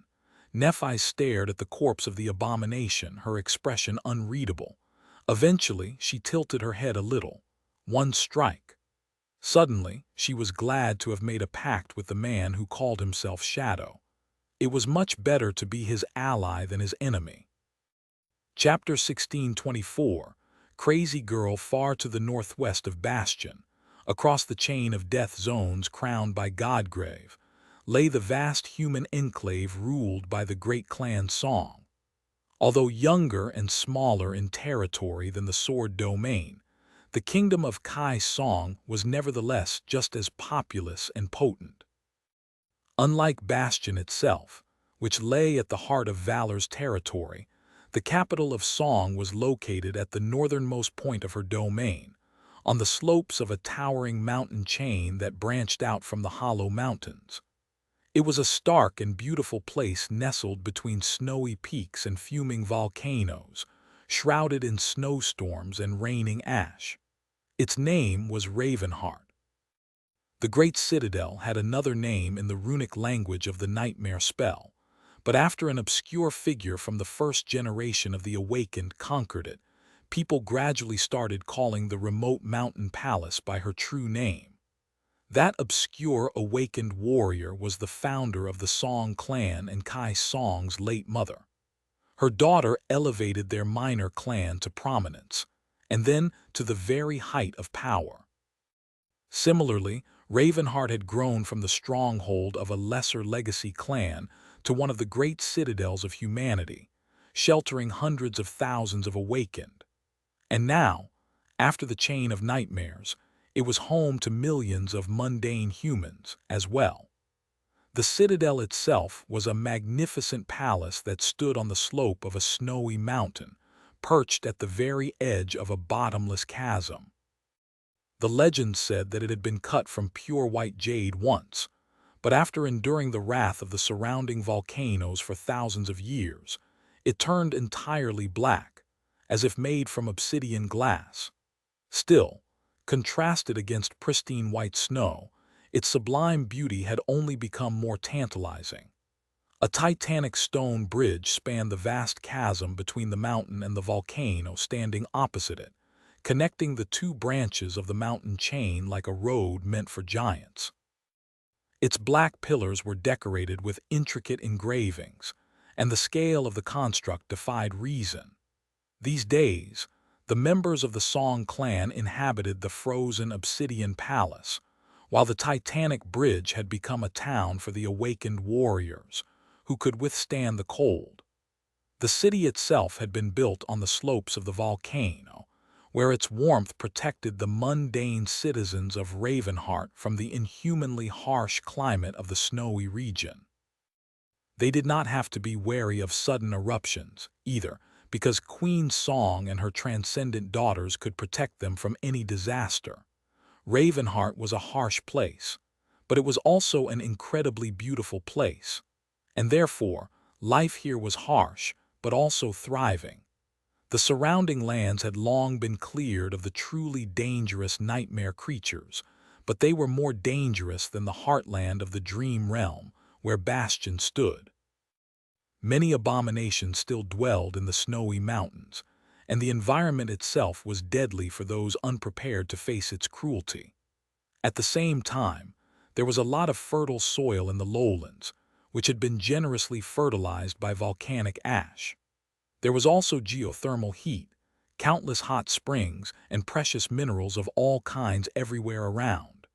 The people who had been evacuated here from Antarctica found their lives turning stark and intense, but also intensely enjoyable.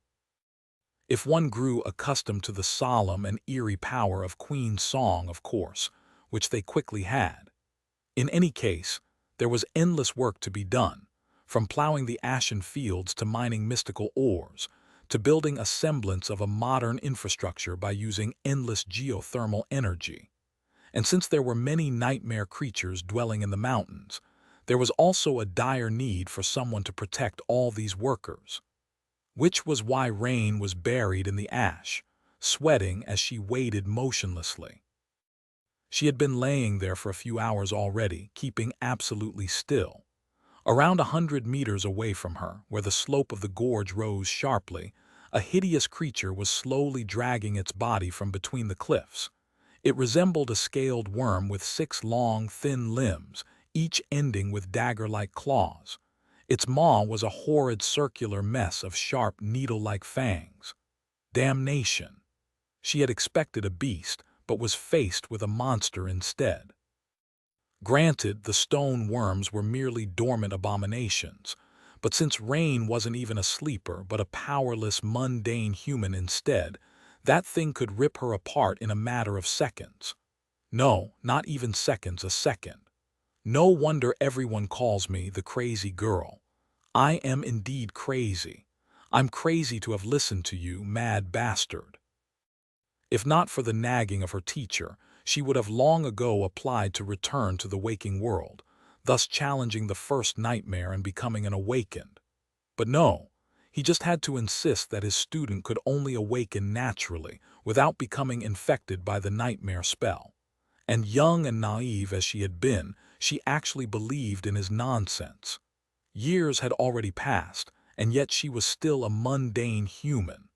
Granted, she could somewhat feel her essence now, which supposedly was the hardest step. Still, her teacher was without a doubt a brazen scam artist. Damn you, you damned ghost or vampire, or whatever the hell you are. As she was thinking that, a quiet voice suddenly resounded from behind her. Rain was startled, but remembering her training, remained absolutely motionless despite that. She didn't have to turn around to know that it was her shadow talking. It said, "You wouldn't be thinking something strange about me again, would you?" Stone worms had very bad hearing but could feel the smallest vibration spreading through the ground. She coughed quietly, then answered in a whisper, "What, of course not, respected teacher. Your pupil would never dare do something that disloyal." The quiet voice responded dubiously, "Really? Well, good, you should hurry up though. The wind is changing." Rain uttered a stifled curse and slowly rose to one knee. It was time to kill another dormant monster. How many have I killed already? More than any sleeper she knew, certainly, and more than many young awakened in Ravenheart as well, despite being mundane. But she still had to be extremely cautious. She couldn't allow a single mistake. It was just like how her teacher always said. One mistake was all it took to turn into a corpse, and becoming a corpse in Ravenheart was just too creepy. Granted, teacher would probably save her if something happened. Probably. Right. Chapter 16:25. Undergeared Rain rose to one knee in one smooth motion and raised her bow. Flakes of ash rained from it like black snow, dancing gracefully in the wind. In one heartbeat, she took out an arrow from her quiver and knocked it on the string. Another heartbeat, and she strained her muscles to draw the bow. The composite alloy resisted her pull, but swiftly surrendered to her strength and perfect form, both of which were the result of arduous training and countless hours of practice. Her bow was not a fancy memory weapon. It was quite mundane, made from alloy and filament more powerful than such weapons used to be, but nowhere near its enchanted counterparts. It was not a compound bow, either. More than that, even as far as recurve bows went, hers was on the weaker side. But there was nothing Rain could do about it. There were alloy bows of monstrous power out there, but they were meant to be used by the awakened. With her pitiful mundane strength, she wouldn't even be able to draw one, let alone do so swiftly and reliably. As for compound bows, while they offered increased draw weight and other advantages, that was only good on paper. In reality, there was more to a weapon than its power. How reliable was it? Was it easy to carry? Would it endure the wilds? Could it be cared for and maintained in harsh conditions? And so on. Awakened did not have to think about such things, but Rain did. And thanks to her teacher, she had learned all about these matters. Each piece of her equipment was picked out thoughtfully. Yeah, not at all because I simply can't use anything better. The inner layer of Rain's kit consisted of a military bodysuit, the kind the soldiers of the evacuation army had used in Antarctica. It could repair itself and regulate the temperature of her body, which was a necessity here in Ravenheart, where lethal cold and blistering heat somehow coexisted in appalling harmony. Granted, the self-repair function of the bodysuit was practically exhausted after years of extensive use, and she had had to patch it up by hand on several occasions. Her teacher was weirdly good with thread and needle, for some reason, imparting that knowledge on his reluctant student. She wore leather pants on top of the bodysuit, made from the hide of an awakened beast, as well as knee-high boots of the same material. The rest of her clothes consisted of a perfectly mundane Henley wool vest and a military jacket with a manually reinforced lining. There were a few pieces of armor supplementing her modest ensemble, as well alloy bracers and shin guards, a leather chest guard, and a jointed shoulder guard. The mundane armor was not nearly enough to protect her from the claws of nightmare creatures, but it was better than nothing. It could protect her from a glancing blow or two, at least. Wearing anything heavier would have just slowed her down without providing much additional protection. Rain was also wearing leather gloves, while her long winter coat was currently folded and hidden inside her pack. Needless to say, she felt bitter envy every time she saw young awakened gallivanting in suits of shiny enchanted armor. They didn't even need to wash their memories, let alone repair them by hand, not to mention the fact that their armor was much more durable. Focus. The stoneworm was almost 100 meters away. The ash was raining from the sky, making its figure vague and blurry. At least it was easy to tell the direction and strength of the wind. Hitting a target from such a distance was not an easy feat, but well within Rain's capability. However, she wasn't sure that she would be able to kill the abomination with one arrow. Her arrows were more potent than her bow. True, the arrowheads had been made from the fangs of an awakened beast, and were quite deadly as a result. But the stone worms did not have an easily exploited vulnerability. There was no spot she could hit to bring the monster down immediately. The vile things were also terribly fast despite spending most of their lives underground. It would take the stone worm a couple of seconds, 3 at most, to cover the 100 meters separating them, and another moment to rip her to shreds. It had already noticed her, too. Be calm. It was like her teacher always said. And don't you dare die, or I will kill you myself. As a respectful and dutiful pupil, Rain had no choice but to obey her teacher. She held her breath and took aim. Time slowed down to a crawl. Rain moved her bow slightly, accounting for the wind, and then relaxed her fingers, allowing them to slide off the string. Relieved from terrible tension, her alloy bow propelled the arrow forward with dire force. The string struck against her chest guard like a whip. The falling ash swirled, disturbed by the violent turbulence. 100 meters away, the stone worm toppled to the ground in a mess of long limbs. The arrow had dove into its circular maw, piercing the creature's brain. Sadly, stone worms had several independent brains. Before Rain had time to blink, the abomination rolled on the ground and shot toward her like a revolting flesh torpedo. It covered half of the distance between them in what felt like a split second. A cloud of ash rose into the air in its wake, spreading outward like a wave of boiling darkness.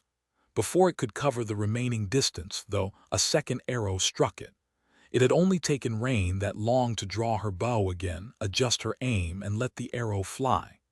Even though hitting a moving target was endlessly more difficult, let alone such a fast one, the second arrow unerringly penetrated the creature's maw again. This time, it went in at a shallow angle, hitting the stone worm's spine. The abomination stumbled but continued barreling toward Rain. She blinked. Crap. Chapter 1626. The Incredible Adventures and Astonishing Deeds of Heroic Dreamer. Wait, who? What was his name? Abridged, Volume Roman 7. Dropping the bow, she hurriedly picked up a long javelin that had been laying under the ash. Rain's weapon of choice was a bow. However, that did not mean that she was only versed in using a bow. Her teacher insisted that a ranged weapon was only good if one could keep the enemy at range, and in the dream realm, not even saints could guarantee something like that. Therefore, she was proficient not only with ranged weapons, but also with a wide range of weapons. Rain was nothing if not resourceful. By the time she grabbed the javelin and jumped to her feet, the stone worm was almost upon her. With fetid blood spilling from its torn maw, the horrid creature raised its front limbs to slice her into pieces, and suddenly disappeared from view. The pit Rain had dug up and covered with branches might not have been deep, but it was perfectly placed to stop the charge of a mindless monster. There was a great benefit in being able to handle a multitude of weapons, but there was an even greater benefit in always being prepared. Her teacher had hammered that simple principle into her head a long time ago. Before the stone worm could recover from suddenly dropping through the ash, the heavy javelin struck it with all the force she could muster. Its white scales were broken by the wide spearhead, and the abominable monster let out a piercing screech. Rain paled a little and finally drew her sword. The enemy was severely wounded, but it was not dead yet. A mess of hideous flesh and thin limbs staggered out of the pit, only to be met by the blade of the takai. Rain severed the front limbs of the sluggish monster, then delivered a ruthless slash across its scaly neck, putting a gash into it. A few more precise strikes and well-timed dodges, and the abomination finally grew motionless. Only half of its vile body managed to crawl out of the shallow pit and was now laying on the ash. Rain slumped and grabbed her knees, panting heavily. Her lungs were burning and a river of adrenaline coursing through her blood. Damn it. Then, A voice resounded from behind her. You have slain a dormant monster, stone worm. Your shadow grows stronger. Turning around, she threw a dark look at her teacher, who had finally deigned to crawl out of her shadow in all his shameless splendor. What the hell are you on about? The young man who was standing behind her, wearing light armor woven out of dark silk, looked away in embarrassment. Don't mind me. Just something I used to hear often. Rain took a deep breath and turned away with a stoic expression on her pale but beautiful face. I am definitely going to kill him one day. Was it possible to kill a ghost? Rain's teacher was a strange existence. Usually he resided in her shadow, only showing up when no one else was around. At first, she thought that she had gone insane and was hallucinating, but after spending some time with the mysterious apparition, Rain slowly realized that it was real. And not only that, but also immensely powerful. Luckily, the apparition was mostly benevolent and did not seem to harbor any ill will toward her. On the contrary, he treated Rain with something that resembled familial affection. It was almost as if he was the spirit of her distant ancestor. She did not think that her family had such an ancestor, though. But then again, Rain was adopted and didn't know much about her biological parents. So, it might have been possible that there was an eccentric dark deity in her family tree. Her teacher did indeed look a little bit like her. A much more glamorous, handsome, and male version of her, to be precise, even if he was on the shorter side. In any case, her teacher, who called himself Shadow, was a strange being. When he emerged from her shadow, he looked like a young man with flawless alabaster skin, raven black hair, and beautiful eyes that resembled two pieces of glistening onyx. His exquisite appearance was perfectly human, if a bit too sublime. That said, her teacher did not have a shadow of his own. He also avoided mirrors like a plague, to the point that she was prohibited from having any in her vicinity. So, although Rain couldn't confirm it, she suspected that he did not have a reflection either, which led her to believe that her teacher was a vampire. He wasn't afraid of sunlight, though, and did not seem interested in drinking her blood, or any blood for that matter. In short, even after spending 4 years in the company of her teacher, Rain still had no idea what he was. Any attempt to ask him questions about his identity resulted in nonsensical answers that simply couldn't be taken seriously. Like, "Teacher, please tell me, who are you really? Haven't I told you already? Gods, how many times do I have to repeat it? I am your long-lost brother. I'm pretty sure I would remember having an older brother. You would assume so, wouldn't you? But you see, after I killed the evil version of myself and reached the estuary of the River of Time, which flows inside the Great Pyramid that a dreadful demon had built from the blood and flesh of an unholy titan, I was attacked by a vile, odious, very nasty, no-good bird and had my fate stolen. So no one in the world remembers me. But before that I was very famous. Not only was I famous, but even my secret alter ego was famous. World-renowned, even. I was a war hero, too, and extremely wealthy. In fact, do you know Princess Nephi's, changing star of the immortal Flame Clan? I was practically her boyfriend. Or, teacher, can I ask you a question? How old are you exactly? You certainly can. That's a complicated question. One might say that I am a few years older than you. But at the same time, this incarnation of me has only been born about 4 years ago. But actually, I guess I'm thousands of years old. I've just forgotten most of it after my cursed magical sword rebelled against me and I had to destroy it, as well as my memories. A cursed magical sword? How did you destroy it? Well, I just told it to be gone, and it was gone. Your teacher is that awesome. Or, teacher, tell me the truth, you're not an evil god, are you? Of course not. Really? Sure, I mean. The blood of an ancient demon does flow in my veins, and I did devour the alabaster phalanx of a nebulous deity after being cast down into the darkness of a bottomless abyss. And technically, I am indeed the master of a lightless fragment that was torn from a divine realm. But an evil god, Preposterous. I see.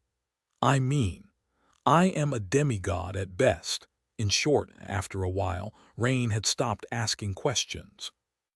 She felt that, even if she had not gone mad yet, she definitely would if she continued. So she just lived her life and endured the harsh training, as well as the odd and eerie quirks of her mysterious teacher. Despite blaming him for not getting a chance to challenge the first nightmare, Rain knew that his guidance had saved her life on numerous occasions. She had grown much stronger and more capable under his mentorship, too. After a while, she had grown accustomed to his company, and even found comfort in it. Not right now, though. Right now, she was seriously considering exercising him. "Hey, Rain, why are you spacing out?" She flinched and looked at her teacher, feeling slightly embarrassed. He shook his head. "Go on, harvest that stone worm before the queen takes it."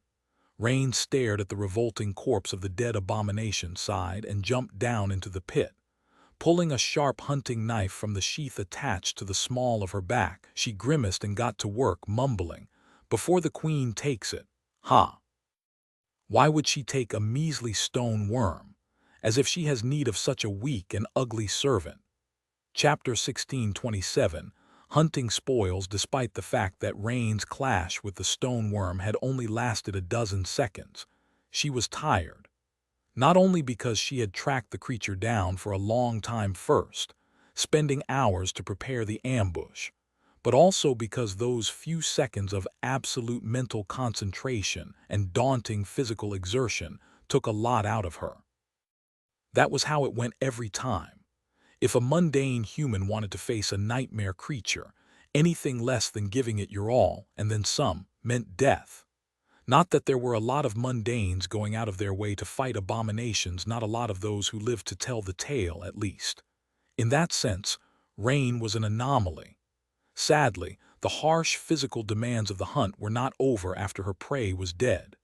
Grimacing, Rain gripped her sharp hunting knife and went about dressing the stone worm. Its flesh was wiry and tough. Its scales were even tougher. Even with her knife having been forged from mystical steel, it took all of Rain's strength to rend the dead abomination. Especially because she didn't want to become drenched in its blood, not only because that would have been icky, but also because the stench of blood could attract other nightmare creatures. Curse it all. She worked up a sweat, eventually taking off her jacket and vest and rolling up the sleeves of her Henley. The ash continued to rain from the sky, smearing her ivory skin like black ink.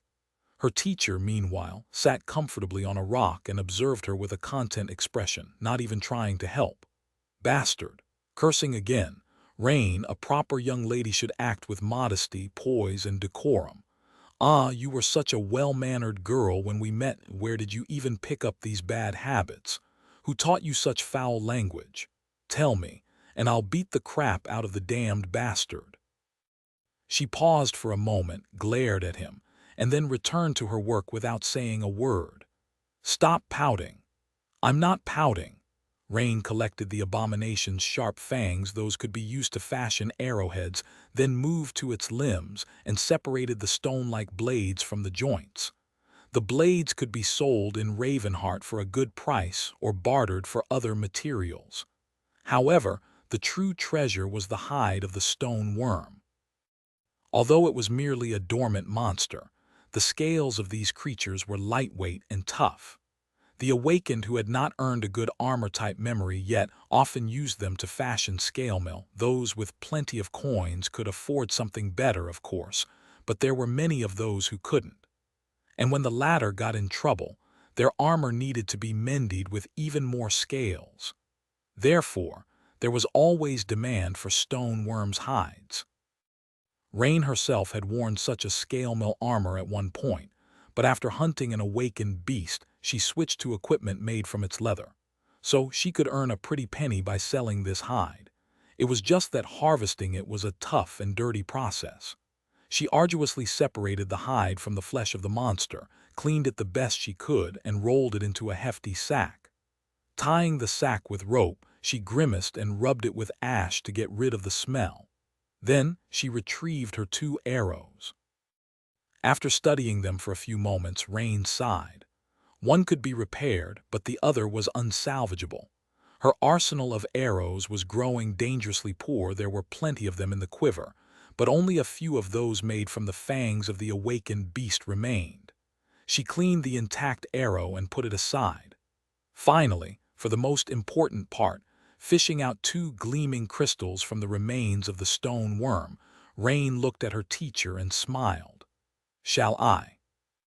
He raised his white hands and applauded her quietly. "Go ahead.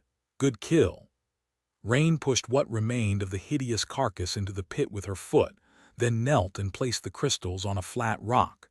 She often saw awakened crushed soul shards in their fists, but her mundane hands bruised terribly if she tried. So instead, she simply brought the butt of her knife down on them.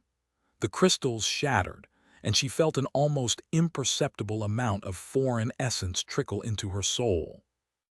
It was a strange sensation, and one she had only become able to perceive recently. Her teacher seemed satisfied, and she was, too. "Teacher, how long do you think it will be before I can attempt forming a soul core?" He studied her for a few moments, then smiled.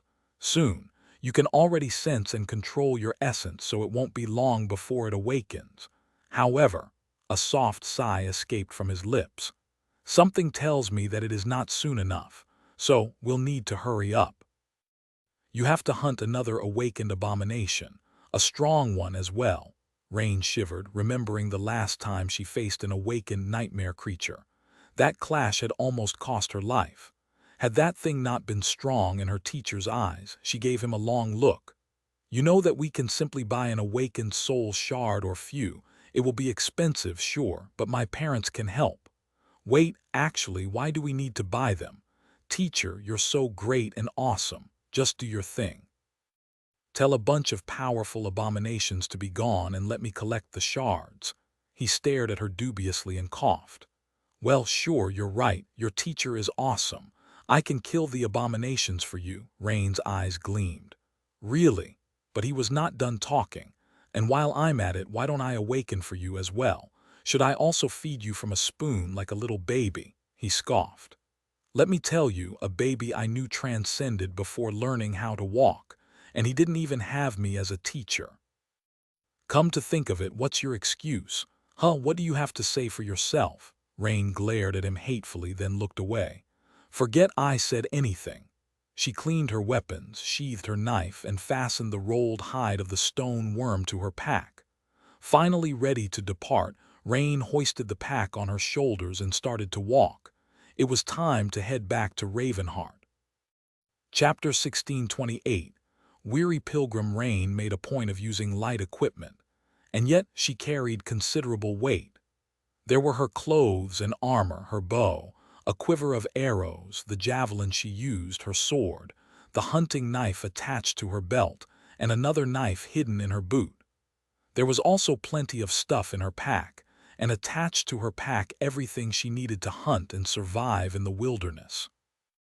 It would have been nice to simply summon and dismiss all these things when she needed them, but alas, Rain couldn't use memories. She couldn't even really use the memories that someone else had summoned and handed to her, because her soul did not have a core, and she was not a carrier of the nightmare spell. Weighed down by the additional burden of the stone worm's hide and fangs, Rain felt miserable. It didn't help at all that Ravenheart was situated in the mountains. She was currently at the bottom of a deep gorge, not too far from the relatively flat area at the foot of the mountain chain, where the farms feeding the city were located. There was a long and tough climb ahead of her. Using the javelin as a staff, Rain slowly made her way out of the gorge. Luckily, she was in good shape, amazing shape, really. Her lithe and resilient body had been tempered by years of relentless training, and was pretty much at the very limit of what mundane humans could achieve. In the past, Rain had trained extensively with private tutors. She had thought that her physical condition was stellar back then. She had known nothing. Under her teacher's harsh and prudent guidance, her physical state entered an entirely new territory. Her youthful body was strong, tenacious, and as nimble as that of a cat. Even the most elite athletes would have been rattled and green with envy if they witnessed what she was capable of, not that it mattered. Any awakened could still blow her away with one half-hearted slap. Whatever. Sometimes, Rain was angry at her teacher for prohibiting her from challenging the first nightmare. But at the same time, she was thankful to him, not for her own sake but on behalf of her parents. They had already lost one child to the nightmare spell. If she was alone, Rain would have gladly risked her life for the chance of becoming an awakened. But she could not bear the thought of putting her mom and dad through that suffering again. So her teacher's promise to help her awaken without having to challenge a nightmare was like a glimmer of light in a sea of darkness. In any case, even though climbing mountains in terrible weather while carrying a heavy load was hard and miserable, she had long grown accustomed to it. As Rain ascended higher and higher, her teacher walked side by side with her, going over the events of the hunt. She had performed well and managed to kill the stoneworm without sustaining any injuries, but there were still things that could have been done better, and things that could have been done differently. Maybe I shouldn't sell the blades we harvested from the stoneworm. Next time, I can place them at the bottom of the pit like spikes. That's a good idea, but don't rely on traps too much. This time, the bastard ran straight, but next time you might not get so lucky. What were you going to do if the worm bypassed your pit? Retreat to lure him into the second pit, of course. And anyway, was it really luck? I investigated the slope and found the wormholes, chose an ambush spot and dug pits between the former and the latter. Beasts are stupid, so the enemy would have gone after me using the shortest path. Sure, it turned out to be a monster, a bit smarter but still pretty dumb. What do you think luck is, brat? Luck is not something that just happens to you, it's something that you make happen. Believe me, I would know. I used to be the luckiest person in the world. Unluckiest, too. Soon, Rain climbed high enough to escape the raining ash.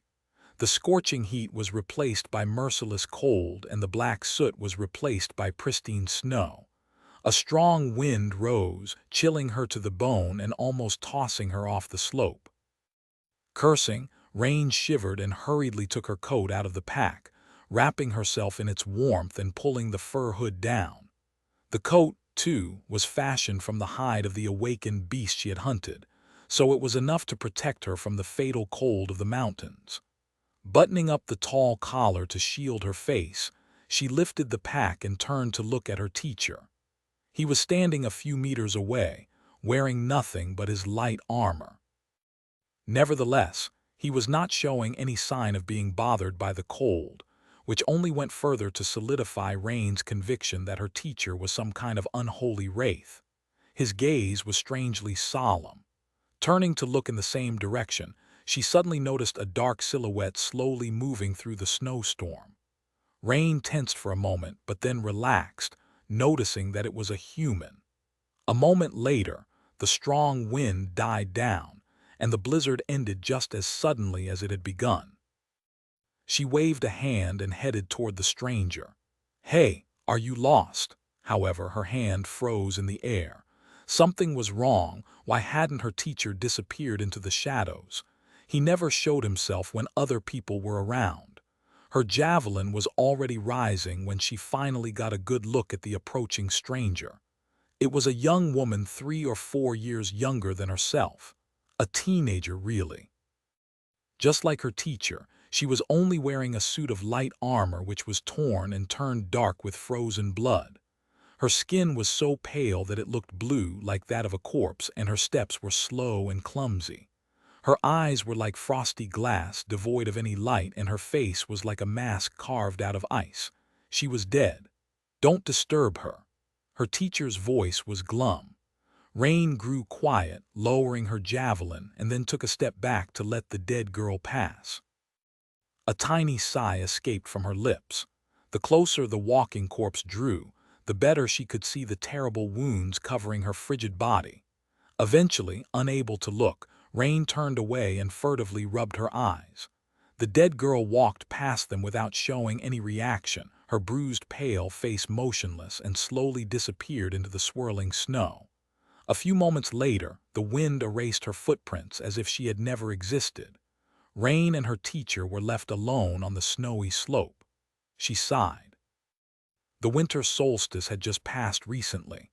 Is she one of this year's sleepers? He nodded. She must have died on the way to a citadel, so the queen took her. Rain remained silent for a while, then sighed again.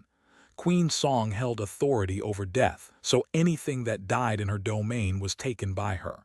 It wasn't rare to see the dead pilgrims walking through the snow. For some, the journey was long, for some, the journey was short. After reaching Ravenheart, they entered the ice caves under the palace and became the queen's servants. Queen Song was the queen of the living, but she was also the queen of the dead. That was why people in the Sword domain derisively called her the Queen of Worms. That nickname was preposterous, of course. There were no worms in the ice halls, where the cold was so terrible that only the dead could survive. Rain stared in the direction where the taken girl had disappeared, considering if she should follow her. Following a pilgrim was safer, because nightmare creatures tended to avoid them. But in the end, she decided to continue on her way. Seeing the dead girl was just too unnerving, because the perished sleeper reminded Rain of her own insolent aspirations to become a carrier of the nightmare spell against her teacher's wishes. If she had, would she have ended up walking frozen through the snow, too? Chapter 1629, Roads to the Future. Eventually, Rain reached one of the roads leading from the lowlands to the city. These mountain roads had been in use from before the Chain of Nightmares. It was hard to remember now after the population of Ravenheart exploded to many millions, but it had been a great citadel even prior to that. The roads leading to the Great Bridge and the beautiful palace beyond it were actually thousands of years old. Granted, they had been in a state of desolation and disrepair when the Song clan made the ancient citadel their home. The awakened of the Great Legacy clan had restored them to their former glory, and the whole network was further expanded to account for the increased traffic in the past 4 years. Now, heavily protected road crews were far away from the citadel, building safe highways to other cities within the Song domain. Many awakened with utility aspects were participating in the construction, and many warriors were employed to defend the moving builder camps from the roving nightmare creatures. Rain had even tried to get hired for one of the crews, but no one wanted to employ a mundane fighter. The best they could do was remain polite and not laugh in her face. She couldn't really blame them. In any case, now that she had reached the wide and well-maintained road, the rest of the ascent would become much easier. There was probably a metaphor about the unnecessary hardships of walking the untrodden path somewhere in there, but Rain wasn't going to start complaining to her teacher again. He had retreated into her shadow anyway, unwilling to be seen by other people. Rain rested for a bit, quenched her thirst from a military canteen, and continued on her way. There were many people on the road. Workers descending into the lowlands or returning from their shifts, Song warriors on patrols, caravans loaded with heavy cargo. Life was thriving, and the young city was boiling with activity. Rain had grown up in the vast human jungle of NQSC, so Ravenheart did not seem that large in comparison. However, it somehow felt much more vibrant. Its atmosphere was entirely different, as though everyone here was looking forward to the future, instead of trying not to think about it while being afraid of the past. 4 years ago, she did not understand the decision her parents had made to relocate the whole family, including her younger siblings, into the Dream Realm. Sure, her father had been offered a new position as one of the government liaisons in the Song domain, which was technically a big promotion. But was it worth it to uproot the family, abandon the safety and modern convenience of NQSC, and tie the lives of their children to the Dream Realm? Returning to the waking world or leaving the domain meant being sent into the first nightmare after all. No matter how well prepared you were, it was a deadly gamble. When Rain asked her parents why they wanted to move to Ravenheart, her father had answered simply, "Because that is where the future is." Now, she thought she understood what he had meant. The future of humanity was indeed here. Currently, the waking world was incomparably more populous and developed than the dream realm, but in a generation or two, their positions would be reversed. Eventually, the dying birthplace of humanity might even be entirely abandoned, making this harsh and dreadful world their only home, and those who had left the cradle early would have an advantage in that future. So, the decision her parents had made was ultimately for the sake of Rain and her siblings. It was all to give them a head start, if humanity can even survive in the dream realm, which was not a given, despite the power of the two sovereigns. She sighed and stepped aside to let a heavy wagon roll past her. Some of these wagons were being pulled by Awakened, who were much stronger and more resilient than any beast of burden could be, while some were not. The one rolling past Rain was being pulled by a nightmare creature. A hideous beast that resembled a nightmarish fusion of a carnivorous bull and a horned reptile was attached to a harness, dragging the wagon behind it. There were no draft animals in the dream realm or any other kind of cattle. However, here in Ravenheart, nightmare creatures were often used to pull wagons, plow the fields, and perform all kinds of labor-intensive or dangerous jobs. It was all thanks to Saint Song Yunbin, better known as Beastmaster. Funnily enough, the most terrifying of Kai Song's daughters had also done the most to ease the lives of the citizens of Ravenheart. If not for her, the development of the city and the Song domain as a whole would have never been as fast or as explosive.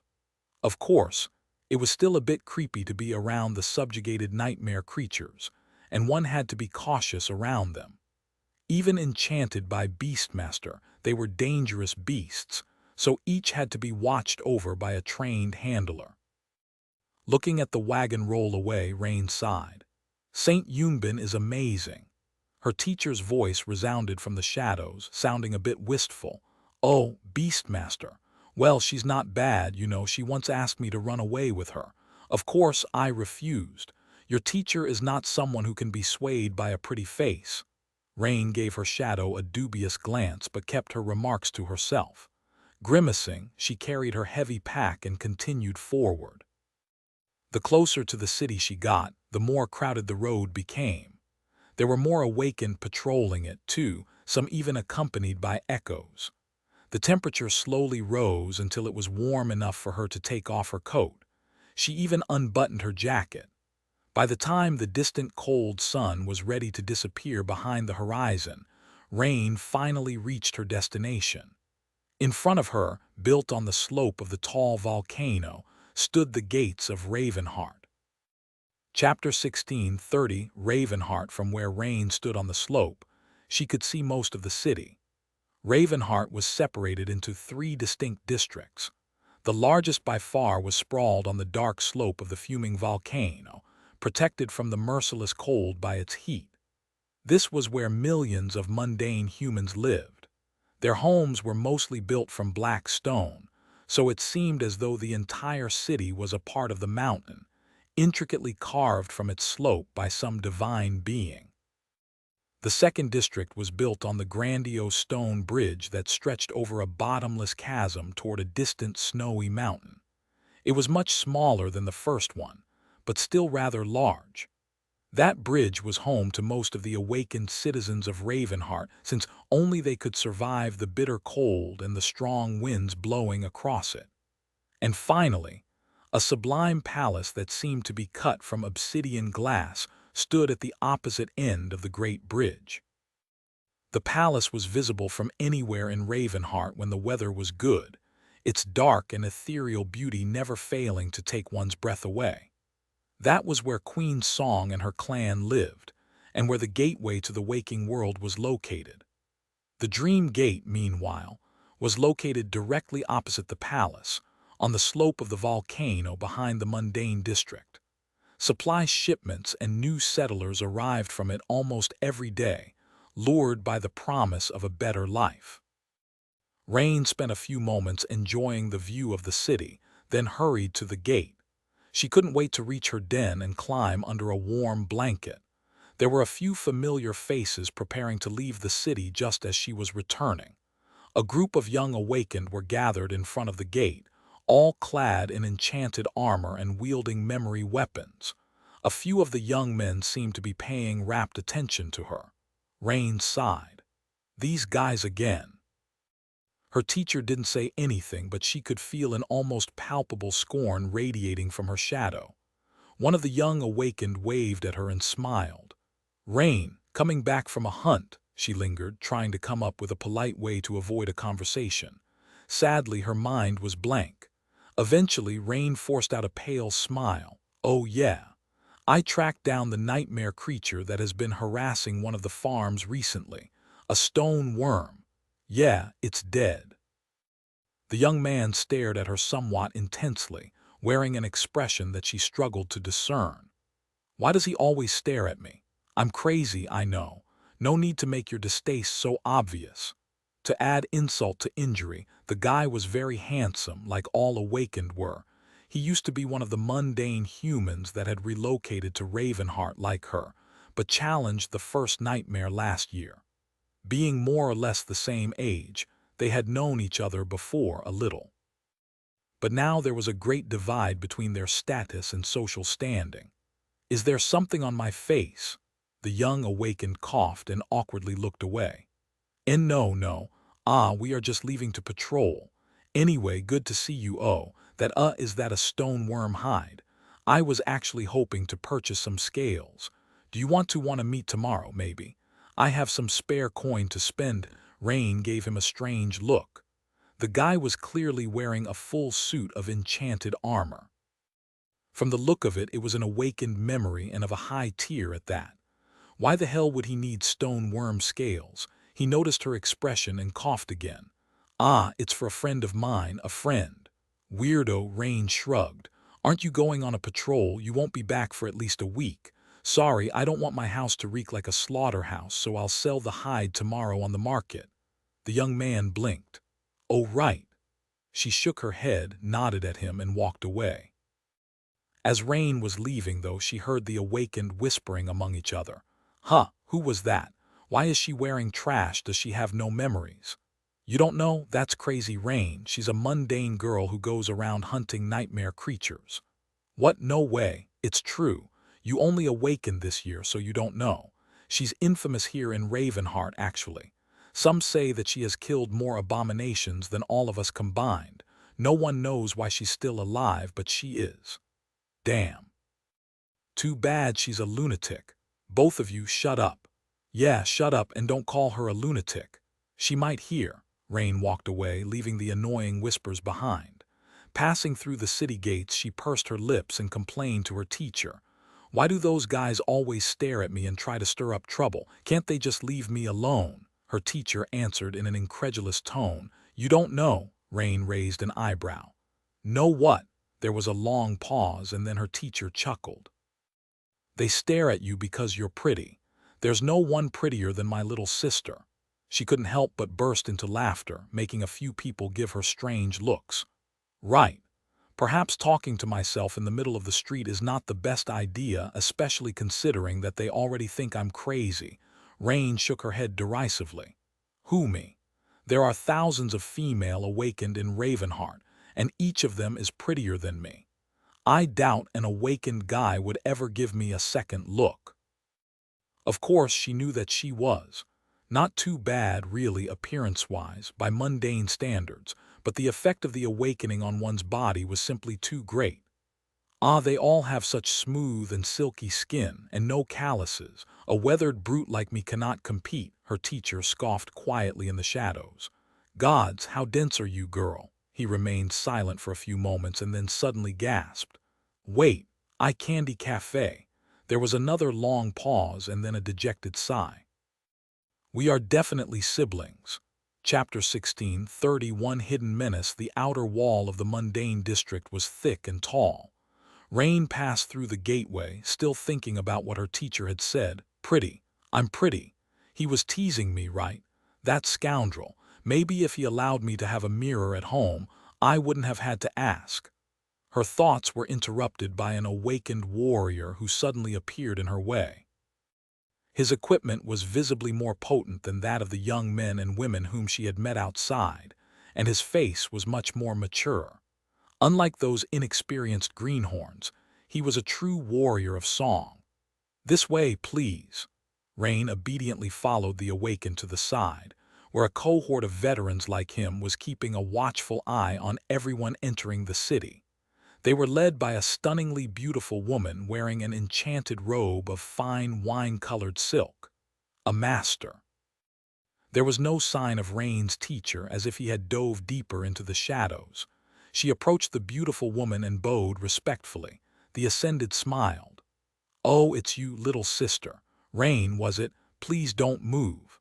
A torrent of ethereal sparks swirled around her hand, and a red flower appeared on her palm. Its dark petals seemed to be glistening with dew, and it emanated a pleasant fragrance. The woman raised her hand as if offering the flower to Rain. Of course, Rain did not take it. Instead, she froze and looked at the crimson blossom solemnly. A few moments passed in tense silence, then a few more. She glanced at the beautiful master. The woman was still smiling, but her eyes were cold and full of dark something. Murder math. That's what her teacher called it. Rain remembered the strange term well, because he often lamented the fact that she seemed to lack that cold quality, whatever it was. In any case, the powerful Ascended was calmly calculating how to kill her should the need arise. It was more than a little bit unnerving. Luckily, nothing of the sort ended up happening. A dozen seconds later, the Ascended smile finally reached her eyes. Moving her hand, she dismissed the red flower and gestured for Rain to leave. "Welcome back. Have a nice evening." Rain bowed one more time and walked away. Internally, she sighed. The strange meeting was actually not strange at all. It was something that everyone entering Ravenheart or any other citadel in the Song domain, she would imagine, had to go through. The Sword domain had their own version of the ritual, and there were versions of it in the waking world as well. Its purpose was to prevent the dreadful Bane, Skinwalker, from infiltrating more human settlements. Although all other abominable things that had invaded the waking world during the Chain of Nightmare were either slain or remained in Antarctica, Skinwalker was different. It had entered the siege capitals by pretending to be human before the dream gates were even opened.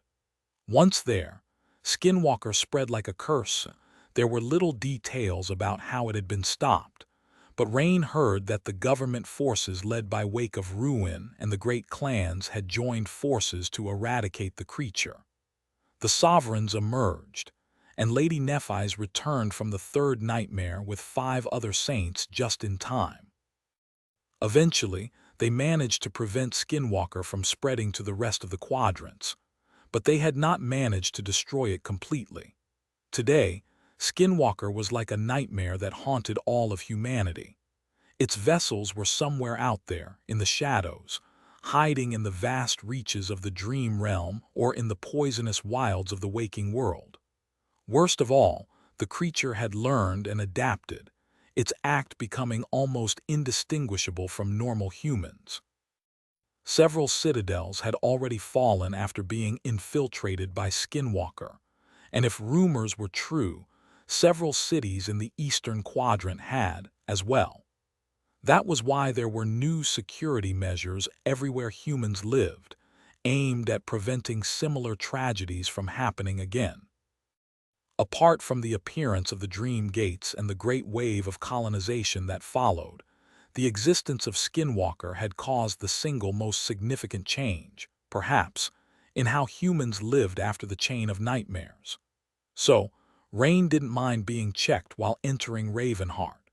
If she had indeed been taken by the harrowing fiend, the flower the beautiful master summoned would have wilted, alerting her to the presence of a pretender. There was one thing she did not quite understand, though. Once Rain walked far enough from the gate, she whispered, "Teacher, can I ask you a question?" The answer came almost immediately. "You sure can." She lingered for a moment. What would they have done if I was truly a vessel of Skinwalker, a cohort of awakened and a single master? No matter how powerful she is, a great nightmare creature can wipe them out in seconds. They would have stood no chance. This time, there was a longer pause before her teacher answered. "Have you noticed a bronze mirror installed on the wall behind them?" Rain nodded. "Sure, there are mirrors like that everywhere in Ravenheart," he sighed. "They would have asked the mirror to help. That is already more than you should know, so don't ask anything else." Rain couldn't help but throw a startled glance at her shadow. They would have asked the mirror to help. Don't tell me. Did her teacher's irrational fear of mirrors have an actual reason behind it? Unsure what to think, Rain dove into the bustling labyrinth of Ravenheart streets. Since the mundane district was sprawled on the slope of the volcano, it was divided into many vertical levels not unlike the terrace neighborhood in NQSC where she had grown up. Granted, the terraces that had been carved on the black slope were of a much greater scale, supporting numerous buildings and housing millions of people.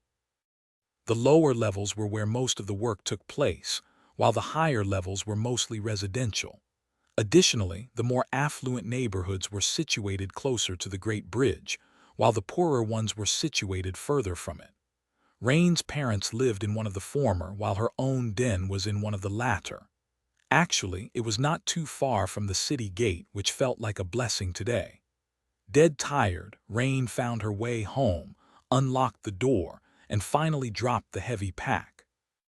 A few minutes later, she crawled under her warm fur blanket and closed her eyes. The moment her head hit the pillow, all thoughts disappeared from it. Rain yawned, curled into a ball, and said drowsily, "Good night, teacher." He responded a moment later, "You too, sleep tight." Her teacher's familiar voice was like a lullaby.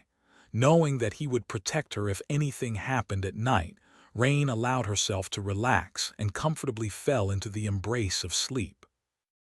Chapter 1632. New developments. Rain was woken up by the delicious smell of breakfast. She spent a few minutes in sweet drowsiness, enjoying the warmth of her bed and the softness of her pillow, then yawned and sat up. Immediately after, she winced. Ouch! Her whole body was sore, which was not at all unfamiliar but still unpleasant. The rigors of hunting nightmare creatures were not something a mundane body could handle easily, so she needed a few days of rest to recover from the fatigue. Unlike the awakened, who could bounce back from straining themselves to the extreme in a matter of hours. Whimpering pitifully, Rain climbed from under the furs and performed a few simple stretching exercises. When her stiff muscles relaxed a little, she sighed and finally went to the makeshift kitchen situated at the opposite side of her den, where the tantalizing aroma of freshly cooked food was coming from. Rain's lair consisted of one rather spacious room and a modest bathroom. It was mostly below ground and did not get a lot of light, since the only window was situated near the ceiling. As a result, most of the space was drowning in deep shadows. It was also one of the reasons why the rent was so cheap. Her bed took one of the corners, while the kitchen took another. The largest portion of the room was used for training, and lastly, the whole part near the entrance was meant for storing hunting spoils. The workbench where she mended her belongings and crafted new equipment was also there, littered with various tools, materials, and feathers for fletching arrows. It was a bit messy, and a bit too Spartan. Few people would have wanted to live in a place like that, and Rain wasn't really living here either. Her time was usually divided equally between the den and her much more comfortable family home. Staying with her parents was nicer, but having a place of her own also felt good, not to mention provided endless convenience. She wouldn't want her mom and dad to faint every time she came back to Ravenheart caked in blood and covered in bruises. They were already very disapproving of every decision she had made in the past few years. But what could she do? She couldn't really say that her shadow talked to her, teaching her how to kill nightmare creatures and telling her to do strange things. Rain was already an adult and could make her own decisions now anyway. She was 20. Eat your breakfast before it gets cold, young lady, and don't forget your vegetables. Her teacher's voice made Rain flinch. Pouting slightly, she sat down at the counter and moved the plate closer. Her sour expression did not last, though, swiftly replaced by delight. Rain was very hungry after the hunt in just a few minutes. All the delicious things her teacher had prepared were gone. Putting the utensils down, Rain said sedately, "Thank you, teacher." He was surprisingly good at cooking for an evil deity. Rain never saw her teacher eat, but she suspected that he was secretly a gourmet. Was that the reason he had chosen to haunt her? Because she stupidly recommended him a good brand of instant ramen once. A cold voice scoffed from the shadows, sounding a little bashful nevertheless. "What are you thanking me for? Proper nutrition is also a part of good training." "This is actually nothing. Let me tell you, when I was about your age, I was dining on great monsters." After hearing that last part, Rain almost choked on water and glanced at her shadow fearfully. He's joking. He must be joking. Is he joking?" She stared at the shadow for a few moments, then hurriedly turned away. Some time later, Rain left her den carrying the hide of the stone worm.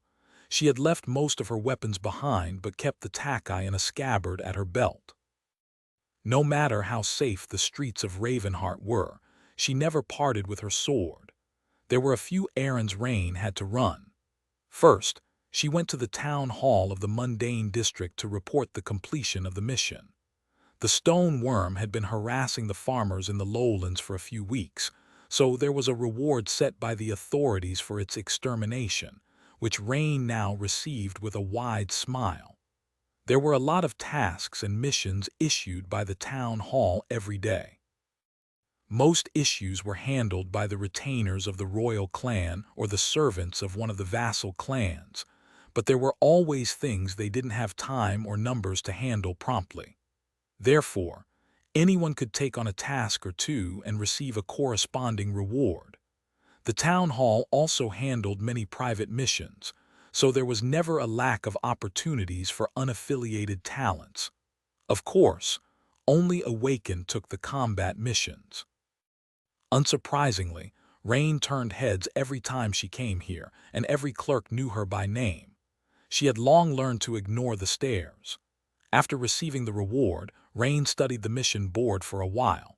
She was not in a hurry to take on a new task, but it was a good way to stay informed about what was happening in and around the city. A new road crew. Strange. It seemed that the royal clan was assembling a new road construction crew, but its scale seemed much greater than all the previous ones. The pay was also much higher, which made the offer extremely alluring. However, it seemed like hazard pay. The description implied a higher than usual danger level of the new job. Strangely enough, there was no mention of what region of the dream realm the new road was meant to connect to. More than that, from what Rain knew, there were already crews building roads to all neighboring citadels. So, where would this new one lead exactly? In any case, that was none of her business. Rain had no intention of trying to get hired as a worker, and no one would employ her as a guard. Still, a lot of Awakened would probably leave the city once the construction started, so that was something to account for. Deep in thought, she left the town hall and headed to the lower levels of the district, where the largest market was located. Descending a set of steep stairs cut into the dark slope of the volcano, she asked in a confused tone, "Teacher, doesn't that new road crew seem strange? Where are they building a road to?" He remained silent for a while, then laughed quietly. "Strange? No, not at all. As for where they are going, that's simple enough to guess. They are going east." Rain frowned. East. There was nothing much east of Ravenheart, only the death zones. Granted, the sword domain lay beyond them, but that didn't change the fact. What was the point of building a road to a wild and deadly region of the dream realm? Her teacher was not making any sense, which, admittedly, happened quite often. He's just trying to sound smart to cover up his lack of knowledge. How clumsy. Smiling, Rain shook her head and continued descending the stairs. Chapter 1633. Public sentiment. The market was a large and lively place. Numerous stalls were set up in the open, with more respectable storefronts visible here and there. Almost anything could be bought here, starting with materials harvested from the carcasses of nightmare creatures and ending with rare items brought over from the waking world via the dream gate. Weapons, home appliances, fashionable clothes, crafting tools, whatever one needed, it could probably be found here. Of course, items of true quality were sold in other, more exclusive places. Some of the elite shops were not even situated in the mundane district, so potential customers had to brave the chilling cold of the bridge or send awakened retainers to complete the purchase. Still, most citizens of Ravenheart visited the market when they needed something. Rain knew the place well, and swiftly made her way to the area where the harvested materials were sold.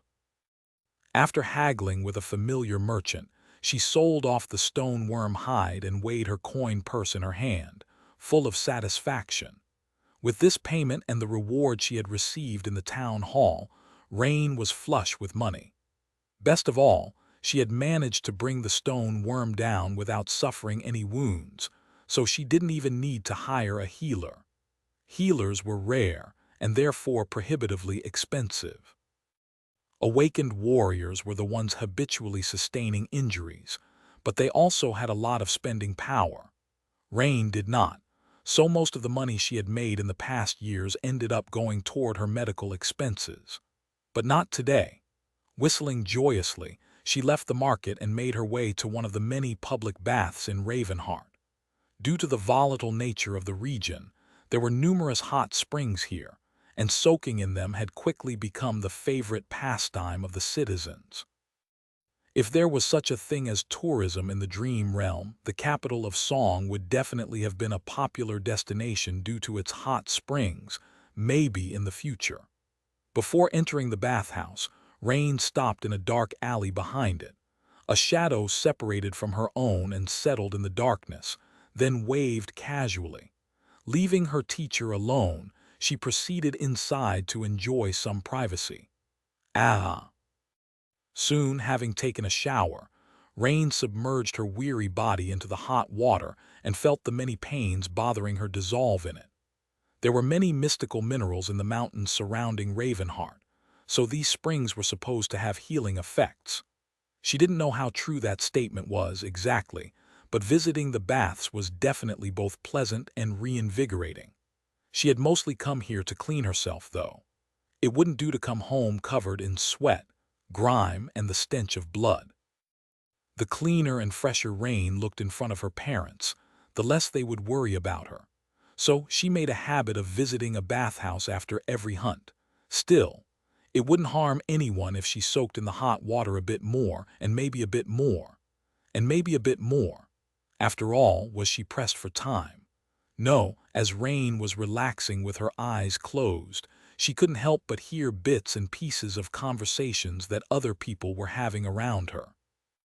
A woman's voice was tinged with worry as she said, "Have you heard about Valor?" Another answered with confusion, "Huh, heard what?" "The King of Swords. They say that he was actually replaced by a vessel of Skinwalker all the way back in Antarctica." "Shhh, lower your voice. Have you gone crazy to talk about a supreme that way? That can't possibly be true." "I'm telling you it is. I heard it from my sister, who heard it from her neighbor, who heard it from an actual master. There is no way." But it would explain a lot of things, wouldn't it? The resource shortages we're having, it's all because of those Valor people. It's like they want us to starve, and aren't they a bit strange? Why does everyone in the Sword domain treat our queen with such disrespect? That nasty nickname they gave her. That is strange indeed. If their king is a vessel of that thing, then who knows how many people there have already been taken. Gods, it's so scary. We are lucky to have come to the Song domain.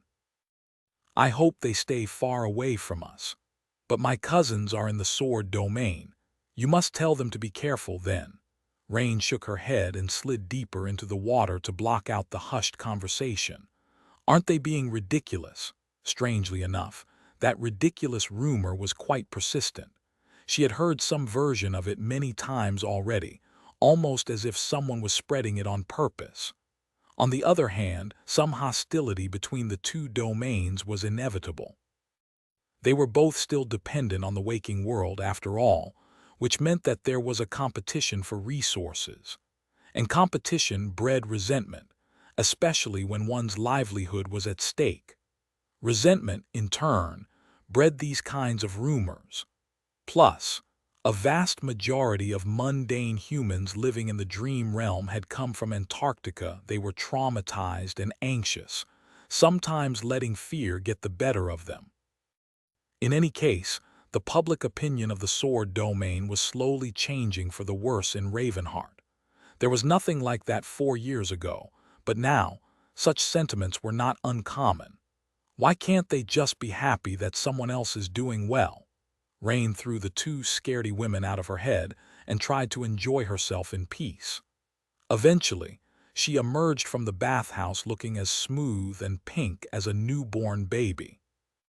The rugged leather outfit was stuffed into her pack, replaced by much more casual, neat, and tidy civilian clothes.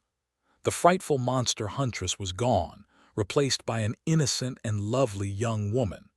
If the group of young awakened she had met at the city gate saw her, they would probably not believe their eyes. Feeling a bit strange in her simple dress, Rain put on an ash coat made from light, beautifully embroidered fabric. Pulling down its hood, she went to the dark alley, retrieved her teacher, and headed toward the upper levels of the city. She was going home.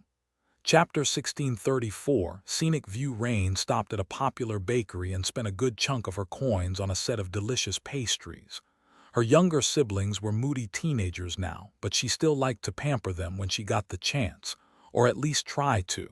Teenagers, sadly, were not easy to pamper. They're probably off to school already. Letting out a sigh, Rain walked along the steep streets of Ravenheart while enjoying the weather. It was on the colder side today, but the air was crisp and clear, not at all like the stale air of NQSC. There was no ash falling from the sky either, so the breathtaking vista of the sprawling vertical city was not obscured. Across the great stone bridge, a lonely peak pierced the sky, its slopes covered in snow. The beautiful palace of the queen was hidden by a blizzard, though, so Rain could not enjoy its dark awe and splendor. Her thoughts slowly drifted to the awakened nightmare creature she was meant to find and slay. What class would it be? How long would the preparations take her? What strategies would she employ, and what contingencies should she put in place? Would she even survive that fight? Thinking about that somberly, she ascended rather high. Now she only had to get closer to the bridge and she would be home.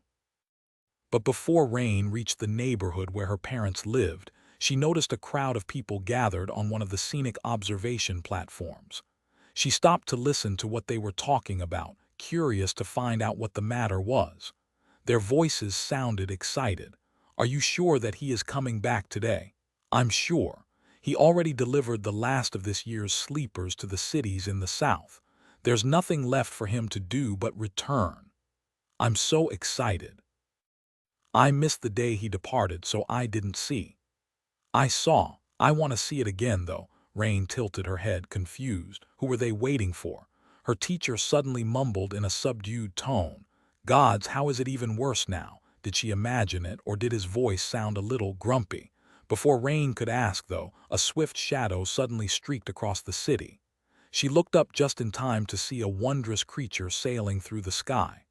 The weather was clear, so she could witness it even from a distance. It was a dragon. A beautiful dragon was flying above Ravenheart. Its somber scales were the color of the midnight sky, and with sparks of sunlight reflecting on them, the great beast was like a piece of starlit night that moved across the bright heavens. Its wings were open, casting a vast shadow, and it was that shadow that Rain had noticed. A chorus of excited voices washed over her a moment later. It's him, Night Singer, Nightingale, the Dragon Slayer. Indeed, the magnificent creature was Saint Kai, the Dragon Slayer. He had arrived a few weeks ago and then left to search for sleepers scattered across the Song domain during the winter solstice. Now it seemed the search was over. Rain watched as the beautiful dragon flew across the great bridge and landed gracefully in front of the obscured palace. Soon, its great body disappeared into the blizzard. She let out a quiet sigh, feeling a strange mix of emotions. Funnily enough, she actually knew Saint Kai. One of her tutors had some kind of relationship with the famous idol, so Saint Kai, although he wasn't even a saint back then, had graciously agreed to give her a few archery lessons. Later, when he transcended and became one of the pillars of the government forces, their paths crossed a couple of times because of her father. Rain's father had nothing to do with battling nightmare creatures, but he was one of the senior government liaisons in Ravenheart. His work was administrative and mostly had to do with logistics, but still, that meant meeting exalted figures quite often. In fact, Rain was familiar with Saint Jet that way as well. Come to think of it, wasn't it weird how many famous people she knew? Rain had even spent some time with Lady Changing Star herself.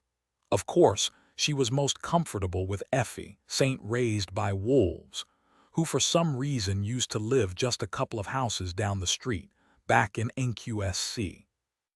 Sadly, the government saints spent most of their time in the waking world, and when they came to the dream realm, each was assigned to a specific region. Effie was far away in Bastion, so they had not seen each other in a while. The same went for Lady Nephi's and Lady Cassia, both of whom had been kind to Rain in the past. Of course, all these renowned people might have been transcendent warriors, but which one of them could claim to be a dark deity? In a sense, the weirdness of knowing her teacher toppled all her other strange acquaintances combined.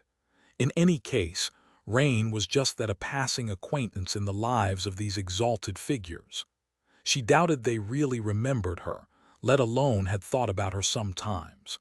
Why would they think about an insignificant, mundane girl? Her teacher, on the other hand, thought about her too much. It was hard to escape his nagging. Maybe I'll meet them again after becoming an awakened. Throwing one last glance into the distance, where the graceful figure of the black dragon had disappeared, Rain turned away and continued on her way home. Soon, she reached a pretty two-story house, opened the door and walked inside with a bright smile. "Mom, Dad, I'm home." Unknown to Rain, the figure of her teacher lingered outside, staring across the great bridge from the shadows. Just at that moment, the snowstorm subsided, and the beautiful palace of black obsidian revealed itself on the steep mountain slope. Sunny studied its breathtaking beauty for a few moments and then pursed his lips a little. His gaze was dark. Jade Palace, being that close to another of Ariel's creations, was rather uncomfortable. Of course, it was also one of the reasons he had come to Ravenheart. Chapter 1635. Message to myself. A few days before, far away from the harsh splendor of Ravenheart, Sunny was looking at Cassie while hiding his emotions behind a polite smile. "Oh, and by the way," her tone was neutral. "Happy birthday." For a split second, his mask cracked. Sunny's face did not move, but his gaze changed. For a short moment, his eyes were much deeper and darker than before. The lightless depth contained within them was much too vast, much too cold, and much too unfathomable to fit the image of a harmless shopkeeper. He froze, a storm of emotions raging in his heart. For a second, Sunny was stunned, not knowing what to say. The shadows stirred, but then he quickly composed himself. "Why, thank you, but how did you know?" An irrational but desperate hope had ignited in his chest, trying to burn away his judgment. A hope that anyone remembered him, that Cassie did. The thought of it was both blindingly sweet and ruthlessly painful, because it was impossible. The fateless attribute, as he had called it, was thorough. So Sunny discarded that futile hope and hid his rattled state. How had she known that today was his birthday, though? Maybe, just maybe, Cassie was facing him, remaining silent. Her smile slowly dimmed, replaced by a strange and solemn expression. Sunny felt uncomfortable because her eyes were hidden by the blue fabric, but he did not show it. Come to think of it, he had not noticed it immediately, but Cassie looked a little strange. How could he describe it? She seemed a little haggard. Of course, a stranger would not have noticed, blinded by the stunning beauty of the blind seer. But to Sunny, she looked out of sorts. Her clothes, which had always been neat and tidy, were a little messy. Her hair was like a waterfall of pale gold, but it did not seem properly combed. There were signs of fatigue on her delicate face. Much more importantly, there was a hint of restless intensity to her which had never been there before, as if Cassie was, not quite stable, having lost her innate state of composed balance. Sunny had seen all the other members of the cohort after returning, even if from afar, but it was his first time seeing Cassie. The blind seer seemed to have changed a lot. She finally turned away and walked a few steps, as if studying the dining hall of the brilliant emporium. It's strange. I've been delivered a note asking me to find a person named Sunless and wish him a happy birthday. On a winter solstice of all days. It happened a while ago. But the strangest part, the sender of the note, was me, and I don't remember ever writing it. Sunny remained silent, wanting her to say more. Sometimes silence was the best way to make people talk. The faint hope in his heart had been extinguished.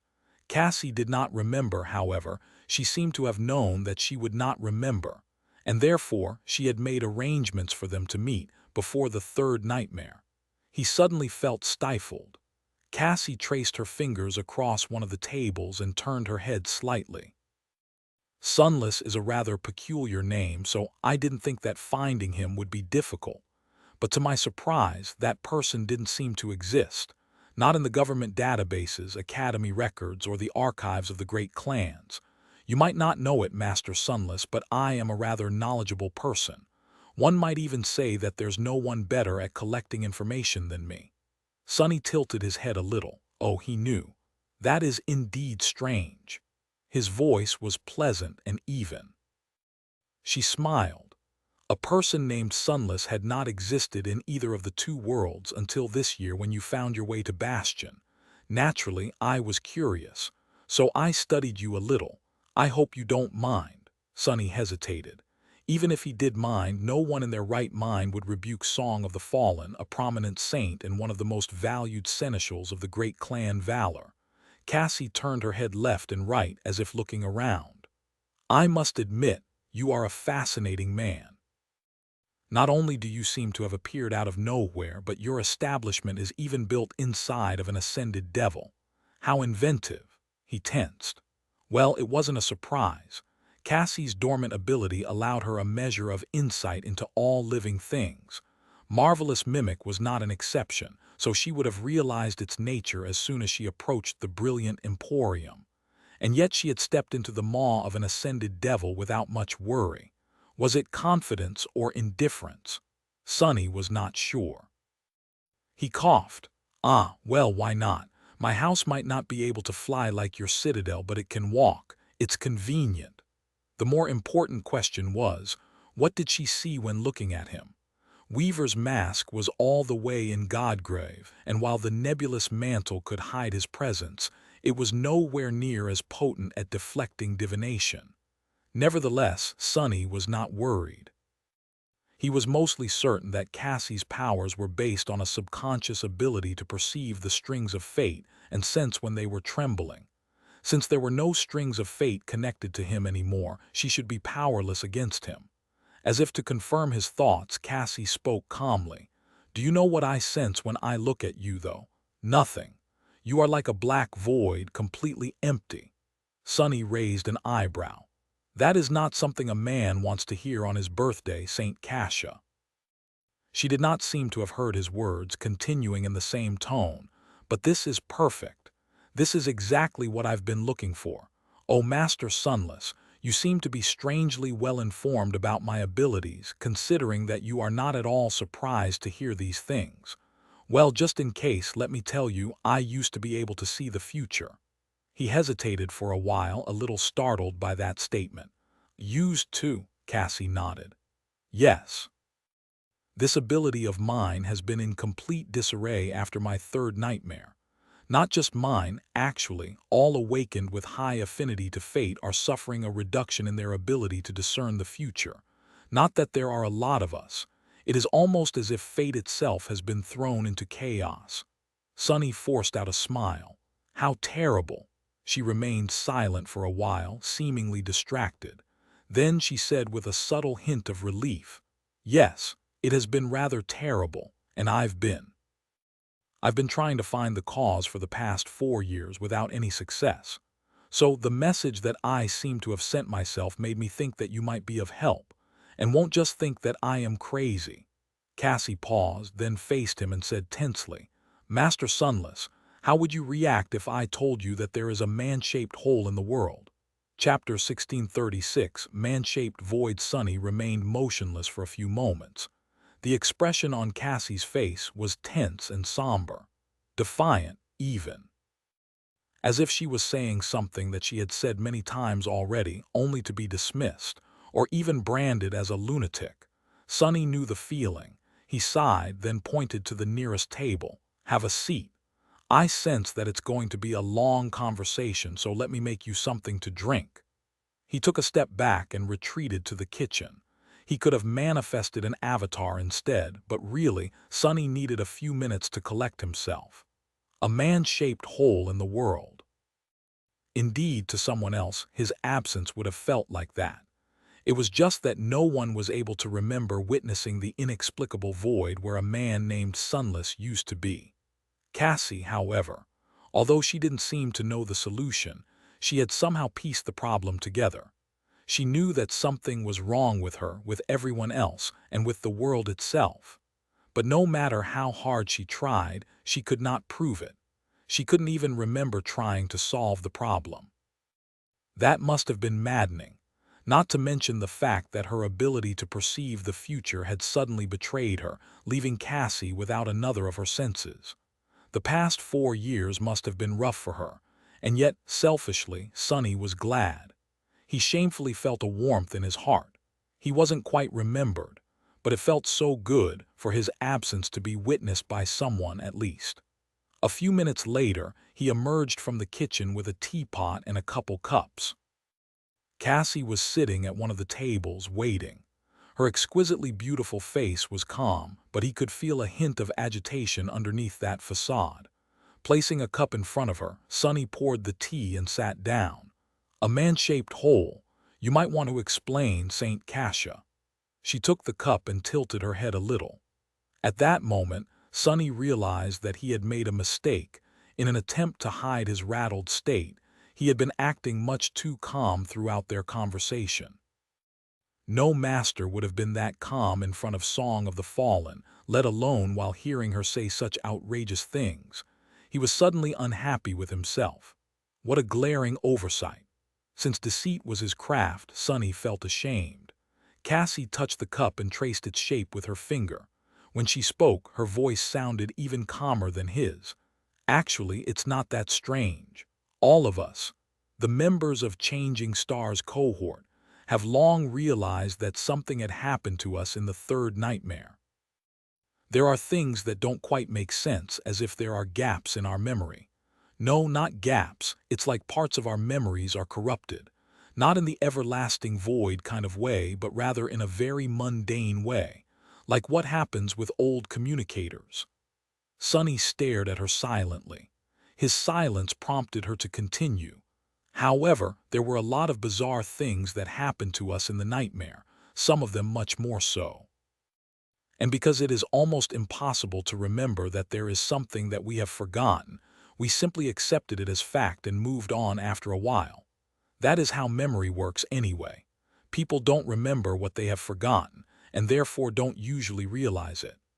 He shifted slightly, noticing something strange about her words. It was indeed impossible to keep any thoughts about his past. People had not only forgotten him, but they couldn't even remember thinking about having forgotten him. That was the insidious part of becoming fateless. And yet Cassie was perfectly capable of pinpointing the problem. How? Sunny took a breath. But you don't seem to have a problem with being aware of the missing memories. Cassie smiled faintly.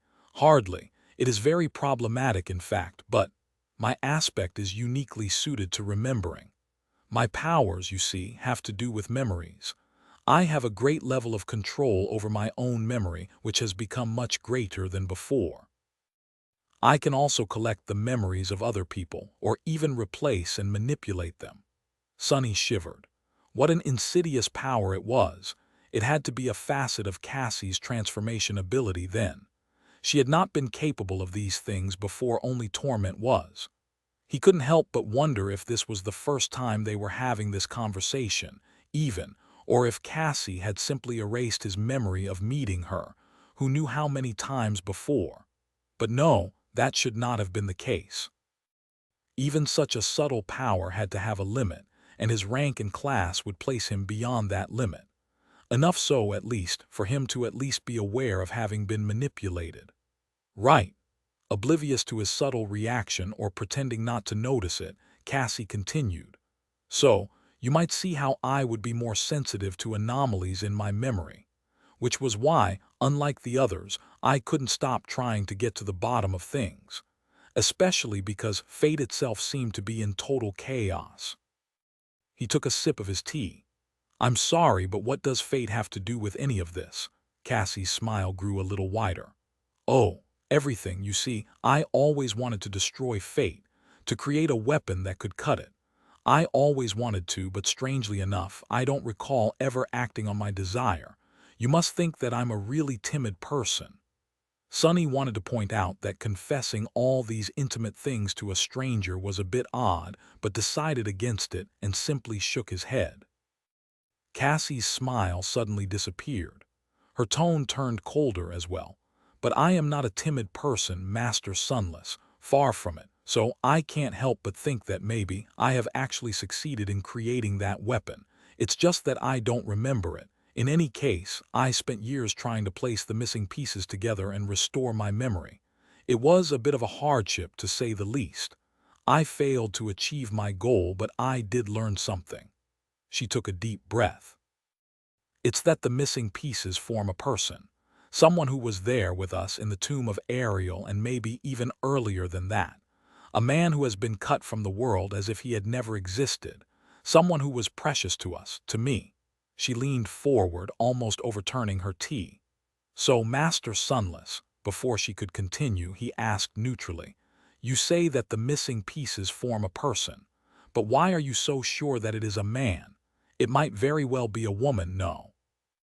Cassie remained silent for a moment, then said tensely, because I think that you are that man. Then she clenched her fists. Are you? Sunny did not answer for a while. Eventually he sighed and answered, his voice even, yes. Then he took a sip of tea and smiled bitterly. But it doesn't matter if I confirm it. You won't remember anyway. Cassie continued to lean forward. A stunned expression contorted her delicate face for a moment, then disappeared, replaced by momentary confusion and then tense anticipation. So, are you? Sunny turned away, hiding an ugly grimace. There was no point. It was not as if he had not tried to confess his existence to the people he knew before. He had, on several occasions. But just like his past, they could not retain the information about his connection to their lost memories of him. His confessions were destined to be forgotten, just like he had been. Funnily enough, he could admit to being Rain's brother because her neighbor Sunny never had, and the concept of an older brother was thus not connected to her memories of him. He sighed and answered again, yes, I am. Sunny waited for a moment. After Cassie had forgotten his answer and before she could ask the question again, he interrupted her. Instead of that, do you want to tell me more about that memory you want me to make? Is it a weapon? Chapter 1637, negative space. Sunny tried to evade the question a few more times, but it was too important to Cassie. She stubbornly returned to it no matter what he said, forgetting his answers a few moments later. Watching her lost expression was eerie and a little heartbreaking, like talking to someone suffering from dementia. "So, tell me, are you?" Sonny reminded himself to be patient. There were many suitable ways to prevent her from voicing the question. He just needed to find the correct one. "Yes, I am, but—" Cassie was stunned, then confused, then tense once more. Maybe I should distract her with a revelation or two about what is going on in Ravenheart. However, in the end, he did not have to. Somehow, Cassie did not repeat herself again. Instead, she shifted slightly, reached for her teacup and traced its shape with her finger. Her face froze and she fell quiet. After a few moments of silence, Cassie said evenly, "My tea is cold." Sonny tilted his head a little. Then his eyes gleamed in the darkness. It seemed that there was no need to guide her away from the question after all. So soon. Cassie was smart. She could not remember that which was forgotten, but she noticed the change in the temperature of her tea. Therefore, instead of remembering, she simply deduced that something had been erased from her memory. The gears of her formidable mind were spinning now, connecting the negative space in her memory with the details of the conversation they were having, observing the void and inferring its meaning. Knowing Cassie, there were countless conjectures being formed in her head. Dozens of theories were being built, scrutinized, and discarded. Only those that could not be effectively disproven remained, leading to several parallel branches of assumptions. Those assumptions were then pitted against each other, turning into conclusions. The conclusions were used to extrapolate what exactly she had forgotten. Too smart, maybe. It was a little scary. Sonny did not say anything, carefully exploring his own emotions. If he was right, then Cassie not only knew that a person was missing from the world, but also deduced that he was that person, or at least connected to them. She would not be sure, but suspected strongly. And he had come closer to being known to someone than he had ever been since leaving the nightmare. Of course, there was a vast difference between a suspicion and a memory, but it was precisely because Cassie's inference was based solely on deduction and not remembrance that she could retain it. The taste of his tea was suddenly incredibly fragrant. Sonny drank it silently. Neither of them spoke for a long time. Cassie's delicate face was full of somber intensity, but she did not rush to ask him any questions. She couldn't. Because asking him about all the things she wanted to know would only result in her forgetting the answers. It was an odd situation. Eventually, she sighed and turned away. A few moments later, Cassie asked, her voice a little strange, "Would you like to look into my eyes?" He was startled by the question. "Where did that come from?" Sonny hesitated, not knowing how to answer. "I'm honestly not sure. Why are you asking?" She touched her blindfold briefly, sighed, and said with a hint of reluctance, "My transformation ability has to do with my eyes. Few people know about it, and you are now one of them. If you look into my eyes, I'll be able to read your memories." Sonny blinked. His first reaction was to reject her vehemently. Who would want their private memories to be exposed to a stranger? Not to mention the fact that Cassie's power was not limited to that. She had already admitted that she could also erase, replace, and manipulate the memories of other people. That sounded utterly terrifying. Sonny had suspected that there were limits to her power, and now she had exposed one of these limits to him. Only those who looked Cassie in the eyes could be enthralled by her ability. So why would he expose himself to that power? She would forget everything she saw, just like she had forgotten his answers as well. Not everything. The memories of his past were forbidden, but the memories of everything that had happened to him after the third nightmare were less so. The question was, what benefit would there be if Cassie saw it all? She would probably be able to fill the empty void left by him with a few more pieces of logical reasoning at least. But then what? Sonny put his cup down and smiled politely. "You want to peek at my memories, Saint Cassia?" She simply nodded, not hiding her desire. "I do, Saint Sunless." His smile did not falter. She has already connected me to the exploration report on the tomb of Ariel and guessed that I was in the nightmare with them. Damn it, I shouldn't have published it. But he did not really regret his actions. That report was both for teacher Julius and Anink, so it was worth the trouble. Sonny chuckled, then asked with a hint of amusement in his voice, "What's in it for me?" Cassie leaned back and remained silent for a few moments. She might have guessed that he was the person she had been looking for, but she had no idea who he was. What were his motives, desires, and convictions? What was his past, and what was his vision of the future? What could she offer him to gain his cooperation? She couldn't even be sure if he was a friend or a foe. "Well, what is it that you want?" Sonny contemplated for as long as his flaw allowed him to. "Actually, there is something that you can help me with. I must warn you, though. The favor I'll ask might land you in hot water with your venerable superiors from Clan Valor," he shrugged. "Additionally, you will only access a memory of my choosing. You'll have to wait a bit too. It can only be done on a full moon." Cassie suddenly tensed. "A full moon, surely you don't mean," Sonny chuckled. "That's right, I want to sneak into Bastion." He finished his tea and added nonchalantly, "The real Bastion, of course, not this mirage we all live in." Chapter 16:38. Pretty as a picture, it did not take long to discuss the details of their agreement with Cassie.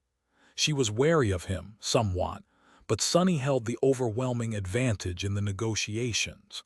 After all, he had what she wanted, and knew more than her on top of that. It wasn't hard for him to get the blind seer to agree to his conditions. She could not stay for long, either, at least not without risking her absence being noticed by someone from Clan Valor. Cassie did not want to attract their attention to Sonny yet, or maybe ever. That suited him fine as well. "What a strange birthday I'm having this year." When Cassie left, Sonny was once again left alone in the brilliant emporium. The city had grown dark, and a peaceful silence settled over the lake. He could see the magnificent castle shine with enchanted lights in the distance, the lanterns reflecting in the calm water like stars. Of course, that castle was just an illusion. Or rather, not just an illusion, but a very special one. The kind of illusion that was, for all intents and purposes, real, more real than reality itself, even. Most of the people who lived inside the castle did not know the difference, since it did not affect their lives. But Sonny knew. There was a different kind of place hidden behind the beautiful, towering edifice of Bastion. A much more somber and terrifying place than what everyone was familiar with. That was where he wanted to get to with Cassie's help. There were 6 strongholds depicted on the map Nether had left in the Ebony Tower, each connected to one of the demons. After visiting the tower once more and reading more of the forbidden runes surrounding the map, Sonny was keenly interested in exploring each of these strongholds. One could even say that the shape of his life depended on it. The Ivory Tower had once belonged to Hope. The tomb of Ariel was the burial site of Oblivion. Sonny had already visited these 2 places, but the other 4, Nether's own seat of power, was hidden in the Hollow Mountains. He had barely survived crossing over them, and was not nearly powerful enough, yet, to dare delving into the darkness that dwelled below them. True darkness was the natural enemy of shadows, after all, which left only 3 demonic strongholds for him to explore. Coincidentally, or maybe not quite so, each of them was now a great citadel ruled by one of the most powerful legacy clans. The Jade Palace, now known as Ravenheart, was connected to the Demon of Dread. Sonny had been searching for a way to infiltrate Queen Song's palace, but without much luck. It was guarded too well. The seafaring citadel of the House of Night, meanwhile, was temporarily out of reach. He did not have a spare avatar to go there. More precisely, quantity was not the problem. It was just that sustaining avatars cost him essence. The Lord of Shadows remained manifested permanently, but that guy also spent most of his time inside the fragment of the Shadow Realm. Out there, the spirit essence was rich and nourishing unless his 3rd avatar was battling powerful abominations. He was like a perpetual essence generator. The avatar accompanying Rain mostly hid in her shadow, but had to be controlled at all times. In the end, Sunny was maintaining a positive balance between expending and replenishing essence while constantly keeping these two versions of himself going, with plenty left in reserve for unexpected situations. Sending an additional avatar to Stormsea would have put a strain on that balance. So, he had decided to leave the great citadel of the House of Night, which was connected to the demon of repose, alone for the time being, which only left Bastion, which had once belonged to the demon of imagination. Sunny did not know much about that particular demon, but he or she seemed to have possessed truly fantastical powers. From what he could tell, the demon of imagination had been a master of illusions. Anything imagined by that demon was like a mirage, and those mirages could easily become reality or even replace it. Bastion had always seemed like an illustration from a fairy tale, and in a sense it was. The beautiful castle, the tranquil lake, the picturesque land surrounding it, all of it had been conjured from the imagination of the ancient demon. The demon of imagination was long dead, but the illusion that replaced reality still remained. It had even become home to millions of people. Sunny could not find what he was looking for in the pretty mirage, though. He could only find it in the harrowing reality hidden behind it. That place could only be entered during a full moon, at least by those who did not rule the illusory citadel. That was why he agreed to meet Cassie again then. There was plenty of time left before the next full moon, though, which would give both of them plenty of time to digest the situation. Cassie had a lot to think about, no doubt. And Sunny did, too. Throwing one last glance in the window, he yawned and went about closing the brilliant emporium. When everything was done, Sunny walked into his bedroom and fell on his bed. Despite the modest size of his room, the bed itself was large and opulent. It was carved from pale, polished wood, with elegant engravings decorating the columns that supported the silk canopy. It was much too comfortable for a simple piece of furniture, and looked like something that belonged in a palace instead of a cozy cottage. And it did. This was the very same bed Sunny had slept on in the ruined cathedral of the Dark City a lifetime ago. He had brought it back with the help of the marvelous mimic after being gone from civilization for 3 years, among other things. Sunny put his head on a pillow and closed his eyes. Soon enough, he fell peacefully asleep. The last thought that crossed his mind was rather bitter. Damnation! She forgot to order a memory. It was such a shame. He had hoped to get a bunch of soul shards out of Cassie. Chapter 1639. Beautiful mirage. The full moon came faster than Sunny had expected. His life in Bastion had been peaceful in the meantime.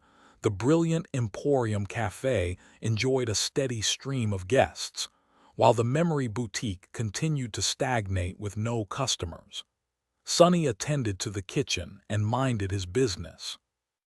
He was supposed to make a trip to the waking world to stock up on ingredients, but postponed it for now, partially out of laziness, and partially because there was a lot on his plate. His life in Godgrave, meanwhile, had undergone an earth-shattering transformation.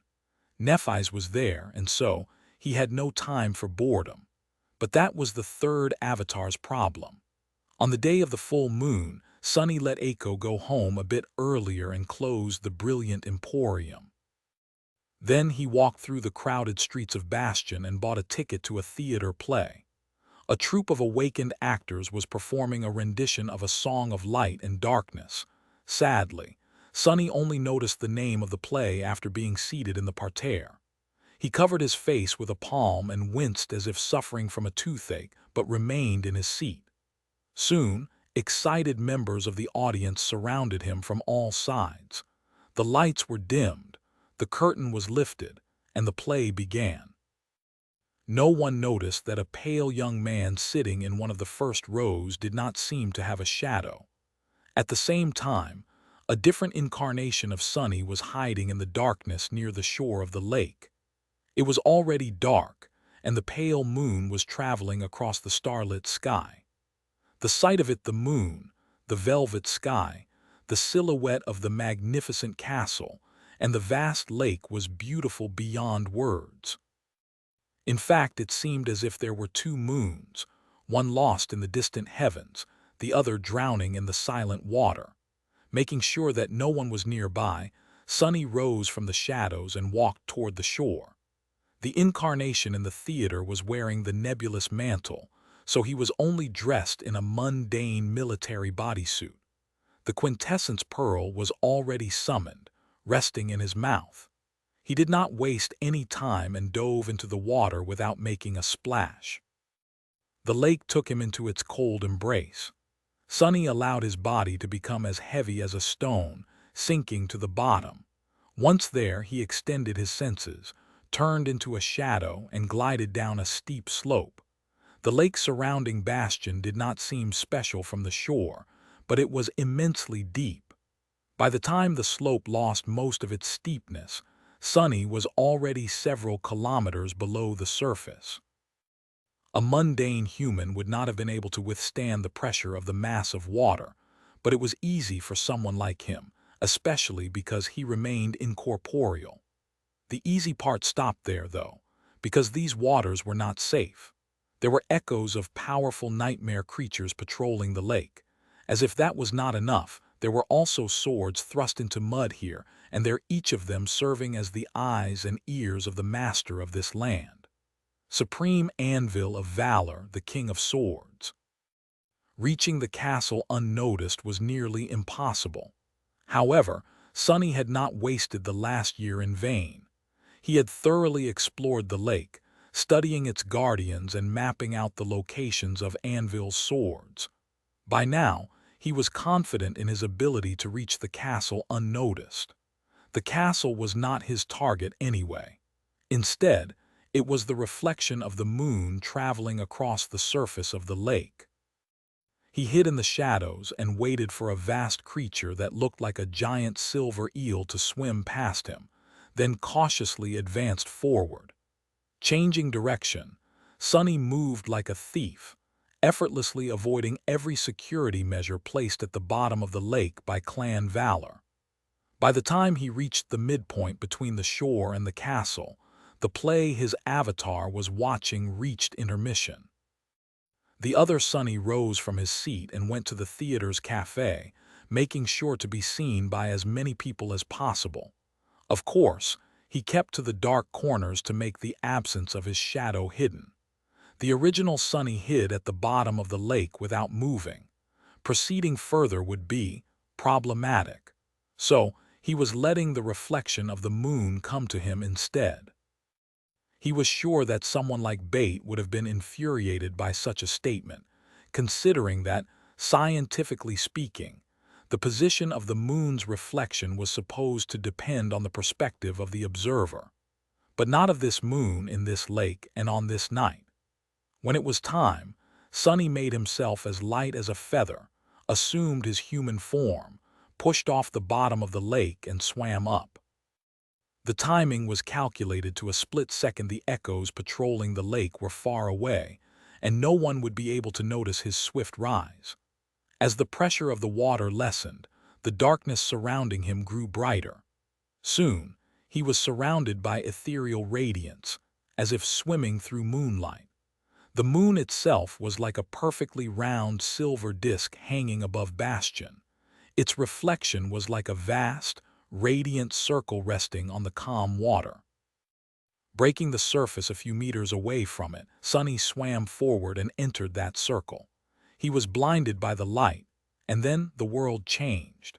Sunny had left the illusory realm behind and entered the ghost of reality hidden behind its splendor. Suddenly, it was much darker. The reflection of the moon disappeared, replaced by scattered vestiges of bleak light. The water of the lake was much colder, and its surface was restless because of the strong wind. Taking a deep breath, Sunny looked up. Above him was a broken sky. Chapter 1640 Harrowing reality. The sky was black, with pale stars shining coldly in the distance. They were much paler than the bright constellations of the illusory realm, though because there was something brighter in the night sky spanning its vast expanse. The fragments of the shattered moon. The moon was up there above him, but it was viciously broken into countless pieces. Some of them were vast, like jagged continents, floating in the forlorn darkness. Some were infinitely small, painting the sky like clouds of starlight vapor. The trail of moon shards formed a heavenly river that stretched beyond the horizon, illuminating the hidden world with ghostly light. The sight of it was both terrifying and humbling. Sunny did not know what kind of blow could have been so harrowing as to fracture even the moon, or if the moon had been broken from within, like the shell of a cosmic egg. All he knew was that seeing the broken sky filled him with a deep sense of terror. He rarely felt true fear after becoming a transcendent, but the true face of Bastion was one of the few things that could still make him shudder. Looking away from the celestial river, Sunny gazed at the distant castle. The castle existed both in the illusory world and in the terrifying reality. However, while it stood tall and proud in the former, it was a desolate ruin in the latter.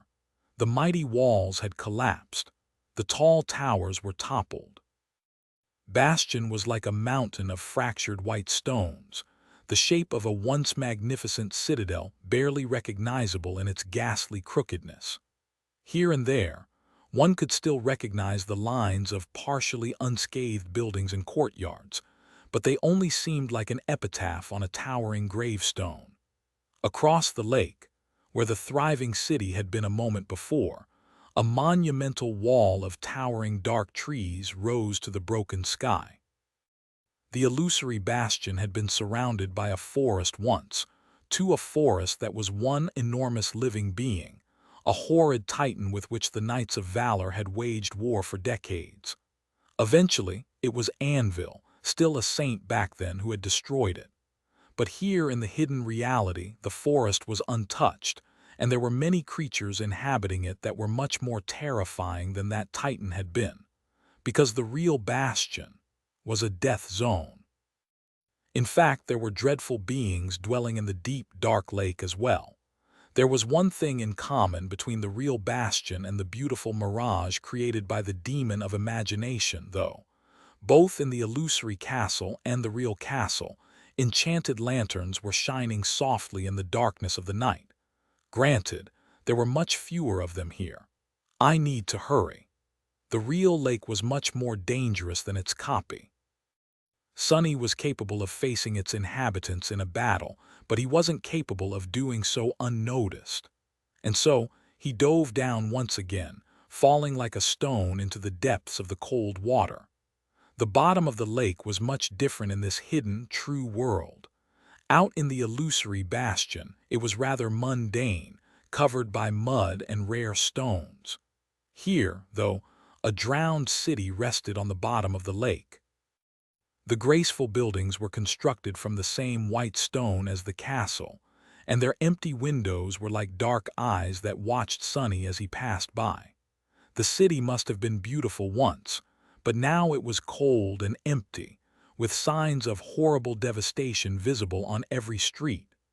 The streets themselves were littered with bones. Countless human skulls lay on the cracked cobblestones, looking like pale fungus. Sunny did not know what doom had befallen the people of the drowned city, but he made sure to lighten his body and swim instead of walking on the ancient roads. He did not want to disturb them, and knew that it was dangerous to do so. On top of that, the city was built at the foot of a tall mountain, which was now submerged in water, with only its peak rising above it. The ruins of the great castle lay on that peak. That was also where Cassie was supposed to be waiting for him, too. Sunny calmly traversed the fallen city, making sure to hide from its current inhabitants. There were plenty of harrowing nightmare creatures dwelling in the drowned ruins. He had studied their habits and hunting grounds before, but abominations of higher ranks were supremely unpredictable. Luckily, Sunny's ability to remain unseen and unsensed in the shadows had become much more potent since his days in the Dark City, so even these horrors could not easily spot him. He moved closer and closer to the mountain. From time to time, grotesque carcasses appeared from the darkness, each impaled by a single straight sword. This was Anvil's work. His domain extended into the real version of Bastion as well, and although the King of Swords did not rule the entire area, he was the master of the ruined castle. Anything that tried to crawl out of the water and challenge him ended up dead. Knights of valor were often battling nightmare creatures in the forest, too. However, they were doing so without the support of their king. That was because he used the dark forest as a crucible to forge better warriors for his army. The dreadful abominations inhabiting it were the whetstone against which valor's elites were sharpened. Sonny heard that after Antarctica, Morgan had been sent into the forest and ordered not to return until she redeemed her mistake. She eventually emerged from it 2 years later as a saint. He did not know if this was true and couldn't ask, because this information wasn't supposed to be known to any outsider to begin with. His preparations had not been in vain. Sonny followed a predetermined path and managed to reach the mountain without disturbing any of the nightmare creatures or stumbling upon any of Anvil's swords. Finally, he ascended the steep slope and cautiously surfaced near the ruins. There were lanterns burning high above, on the remnants of the broken wall, and human silhouettes patrolling its length. They were knights of valor, the best of the best, each of them at least a master.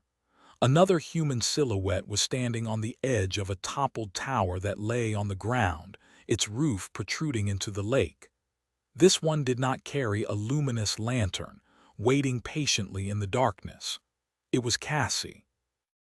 Illuminated by the pale light of the shattered moon, motionless like a statue, her delicate figure looked even more arresting. Her beauty had already been breathtaking. Here in the hidden realm of true Bastion, it seemed simply enthralling. And yet, strangely enough, Sonny felt his gaze wandering away from her. Somewhat surprised, he realized that it was her presence. Unlike most saints, it did not demand attention but instead dampened it. It was really more akin to absence than presence. Perhaps it had been for a long while, but he simply did not notice it. Forcing himself to concentrate on the slender figure, Sonny silently emerged from the water and walked over to Cassie. He made no noise whatsoever, and yet she turned her head slightly to face him. "You've come." Sonny dismissed the quintessence pearl and smiled in the darkness. "Of course. It's not polite to make a lady wait, and I am nothing if not polite, one could say." Chapter 16, 41 First Impressions. Sonny studied Cassie's face, trying to guess what she was thinking about. Having left her alone for several weeks, he did not feel particularly safe. Who knew what conclusions she had drawn in that time? What plans she had formulated? He was a stranger to her now, which meant that the blind seer would not afford him the same grace she afforded her friends. Facing Cassie as someone she might perceive as a potential enemy was a nerve-wracking experience. Sonny felt like he finally understood why Mordred was so wary of her. But then again, he was someone worthy of being feared himself. He was powerful and lethal enough to be an existential threat to anyone who would dare stand in his way. Sonny did not have to be afraid of anyone or anything. Instead, everyone had to be scared of him. If they knew who he was, of course. But no one did, which only made him more terrifying. Well, no matter. It was not like he wanted to frighten Cassie. Sonny was pretty sure that she would treat him with sincerity. He had what she wanted, after all. Still, a relationship of a transactional nature was not the most stable. It was in his best interest to build a better connection with her, and maybe even reach a point where they shared mutual trust. Sonny looked at Cassie, who was wearing a white tunic and a sea-wave cloak, her eyes hidden behind a strip of blue cloth. Then he glanced at his own black bodysuit. The two of them did not exactly look like a natural pair. Currently, they were accomplices at best, not allies. So, how do I go about building trust? One small step at a time, most likely. He looked at the shattered moon, then at the restless waters of the dark lake. Finally, he said, The ambience here is truly lovely. However, the lake is rather dreadful. Wouldn't it be better if we left before something very terrible came out of the water to spoil the mood?" Cassie remained silent for a moment, then smiled faintly. "Didn't you come from the water yourself, Saint Sunless? Are you very terrible as well?" He coughed. "Well, yes, I did, and yes, I guess I am." She tilted her head slightly. "I am surprised that you made it all the way here, actually. How did you traverse the lake without being torn apart, or alerting anyone to your presence?" That was an obviously probing question, but Sunny didn't mind. He shrugged and answered in a nonchalant tone, "By being patient and very good at hiding." She sighed lightly and turned around, walking slowly in the direction of the castle ruins. "Let's go." Sunny hesitated for a moment before following. As he did, he looked up at the figures patrolling the remnants of the toppled walls. This was the problem he had not been able to solve yet. Finding an entrance into the hidden realm had not been too hard. Avoiding the echoes patrolling the lake and finding a path through the graveyard of swords at its bottom had not been much of a problem either.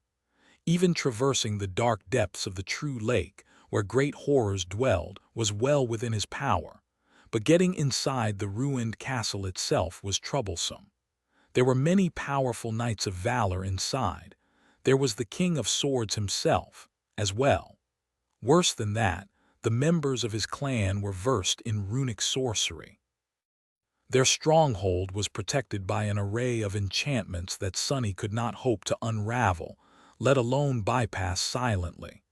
He knew a thing or two about Hope's sorcery, but not nearly enough to compete with real experts. That was why Sunny needed Cassie. Without help from inside the castle, it would take him years to infiltrate its ruins. He wasn't worried about being betrayed by her, either. At this moment, as if reading his mind, the blind seer asked him with a hint of curiosity in her voice, "Can I ask you a question, Saint Sunless?" He glanced at her back. "Sure, and please call me Sunny. Here in Bastion I am known as the master of Sunny's brilliant emporium, a humble shopkeeper and definitely not a saint." She remained silent for a moment. "Why are you so sure that I won't surrender you into the hands of my clan? After all, here in Bastion, I am known as a loyal, obedient servant of the king, a virtuous saint, and definitely not someone who would help an outsider infiltrate the very heart of our stronghold." Sunny answered calmly, his voice tinged with a hint of amusement. "It's because I know that you are actually disloyal, disobedient, and wicked." Cassie suddenly coughed. "Ah." He chuckled and added in a light tone, "Just my kind of person. I am a bit of a treacherous bastard myself, to be honest." She cleared her throat. "I see." Cassie remained silent for a while after that, jumping off the toppled tower to land softly on the ground below. Sunny followed, suppressing the desire to slap himself across the face. What kind of nonsense am I spouting? Right now, Cassie only knew that he was a saint that was somehow connected to her and Nephi's, and had undergone the third nightmare with them, which would suggest that he had been their friend, or at least an ally. If not for the fact that Mordred had also been there, in the tomb of Ariel, meaning that not everyone who had entered that nightmare was an ally. Cassie knew that Sunny had played a big role in her life, but she did not know what kind of role he had played. She had to account for the fact that he very well could have been her enemy. At the very least, she wouldn't be sure that he had been a friend. So, why the hell was he willingly admitting to being a wretched traitor? Sunny closed his eyes for a moment and then said, trying very hard to keep the embarrassment out of his voice, "What I'm trying to say is that everyone has their own interest. It is not in your self-interest to surrender me to clan valor, and I am pretty sure that you would not sacrifice yourself for their benefit. Otherwise, I would have been visited by a cohort of knights and a few paladins the very next day after your visit." Cassie inhaled slowly. "I see. That makes sense." She paused for a moment and then suddenly asked, "What is your interest then?" Sunny smiled and looked at the broken sky. "That is the question, isn't it? Chapter 1642, Selfish Reasons. Sonny contemplated his answer for a few moments, then said neutrally, "I guess it's the same as yours." Cassie seemed a little surprised. "The same as mine," he nodded and glanced at her with hidden worry. They were climbing a slope of stone debris, the surface under their feet treacherous and uneven. Cassie seemed to be doing fine, but her movements were a little stiff. No matter how well she had learned to live with her flaw, she was still blind. Sharing other people's perception or sensing a few seconds into the future could not entirely replace sight. However, Sonny could not think of a way to support her on this treacherous slope. He could offer her his hand, but he doubted that she would accept it. They were not that close. Now, in the end, he did nothing. "Indeed. You told me that you had always wanted to destroy fate, but that is not entirely true, is it? You wouldn't want to struggle against fate if it carried you to a wonderful outcome.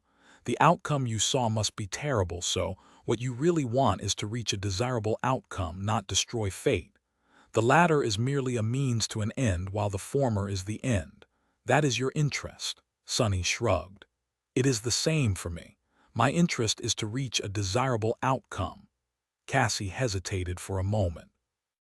"So what is the outcome you desire?" he grinned. "How can I know? It's too soon to talk about an outcome. I don't even know what will happen, let alone how I might want it to end. I merely have a few ideas. In any case, that question is better aimed at you, Saint Cassia. You are much better informed about the future than I am. So, what outcome do you desire?" Now they were on the right track. Mutual trust was the end goal, but it had to be built on the foundation of mutual benefit. To help each other benefit, they needed to know what each of them wanted. What was it that Cassie desired? Even after knowing her for so many years, Sonny was not sure. She had always kept her secrets close, which was why he did not expect to hear her honest response. "I want to save the world." Sonny almost tripped, startled. What? His eyes might have widened a little. Cassie laughed quietly. "Why are you so surprised? It's only reasonable. After all, I am a part of the world, and so are those people I care about. If the world is destroyed, everything I cherish will be destroyed with it. All right, maybe I was a little grandiose in my statement. I do want to save the world, but purely for selfish reasons. Perhaps it would be more appropriate to say that I want to save myself. It's just that one and the other are inseparable." Sonny stared at her silently for a few moments. "Should I take it as confirmation, then, that the world is doomed?" "Ah, it's a bit disconcerting. I did not expect to hear something like that from an oracle as powerful as you." He looked at the shattered moon. The background was also very ominous. Cassie shrugged. "I suspect that you know perfectly well what fate awaits our world. It is obvious that the world is doomed. What most people don't realize is how little time we have left. Those who pay careful attention to the nightmare spell, though, do." Sonny frowned. Was she talking about the fact that their world would eventually be devoured by the dream realm? It would be natural to assume that Sonny knew, considering that she suspected that he had been on Alethia's island with them.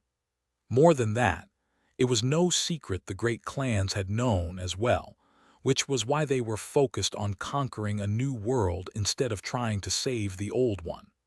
Or was she talking about the forgotten god and his inevitable awakening?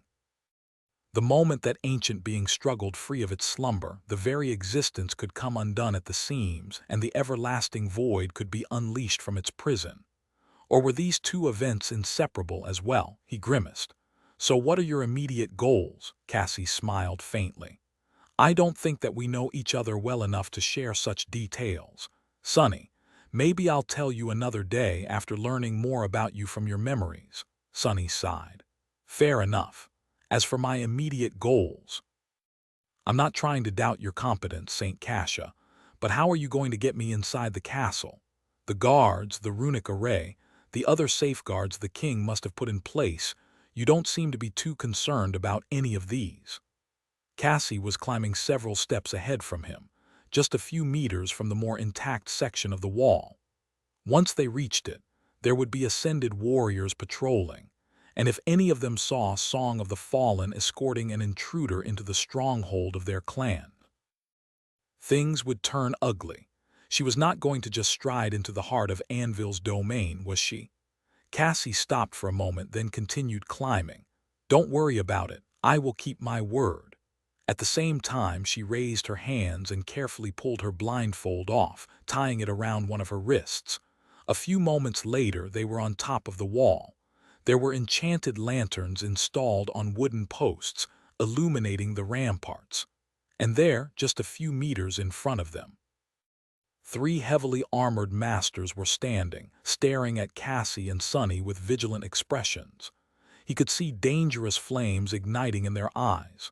One of them placed his hand on the hilt of his sword and asked, his voice a mix of confusion and wariness, "Saint Cassia, who? Damn it!" Sunny did not move. And in the next moment, the three knights of valor underwent an eerie change. Their eyes suddenly grew unfocused, drifting away from Cassie's delicate figure. The tense expressions on their faces disappeared. They remained motionless for a few moments, then continued on their patrol without ever looking back. One walked right past the blind seer, brushing against her sea-wave cloak. Cassie calmly moved in the opposite direction, leaving the patrol behind. A moment later, she said over her shoulder, "Don't worry, they won't remember seeing us." Sunny hurriedly followed her, quietly impressed and more than a little bit disturbed. What an insidious power indeed. Chapter 16:43. Unseen, Sunny had contemplated the ways Cassie could get him inside the castle. From using a secret passage through the ruins, to using her intricate knowledge of runic sorcery to interfere with the defensive array, there were many potential methods for someone as resourceful as her to choose from. What he had not expected was that she would, indeed, simply stride inside without paying the elite forces of valor any heed. Cassie simply walked forward at a mild pace, poised and elegant. Her calm steps were unhurried. She did not try to avoid the light of the enchanted lanterns or hide from the patrolling knights, acting like nothing was the matter. And yet, despite Sunny's presence, no one paid her any attention or barred her path. The powerful ascended guarding the castle shivered slightly when her gaze fell on them, their expressions turning slack for a moment. Then they stepped aside and silently continued on their way, as if both Cassie and Sunny had somehow turned invisible. Not invisible, impossible to focus on or remember.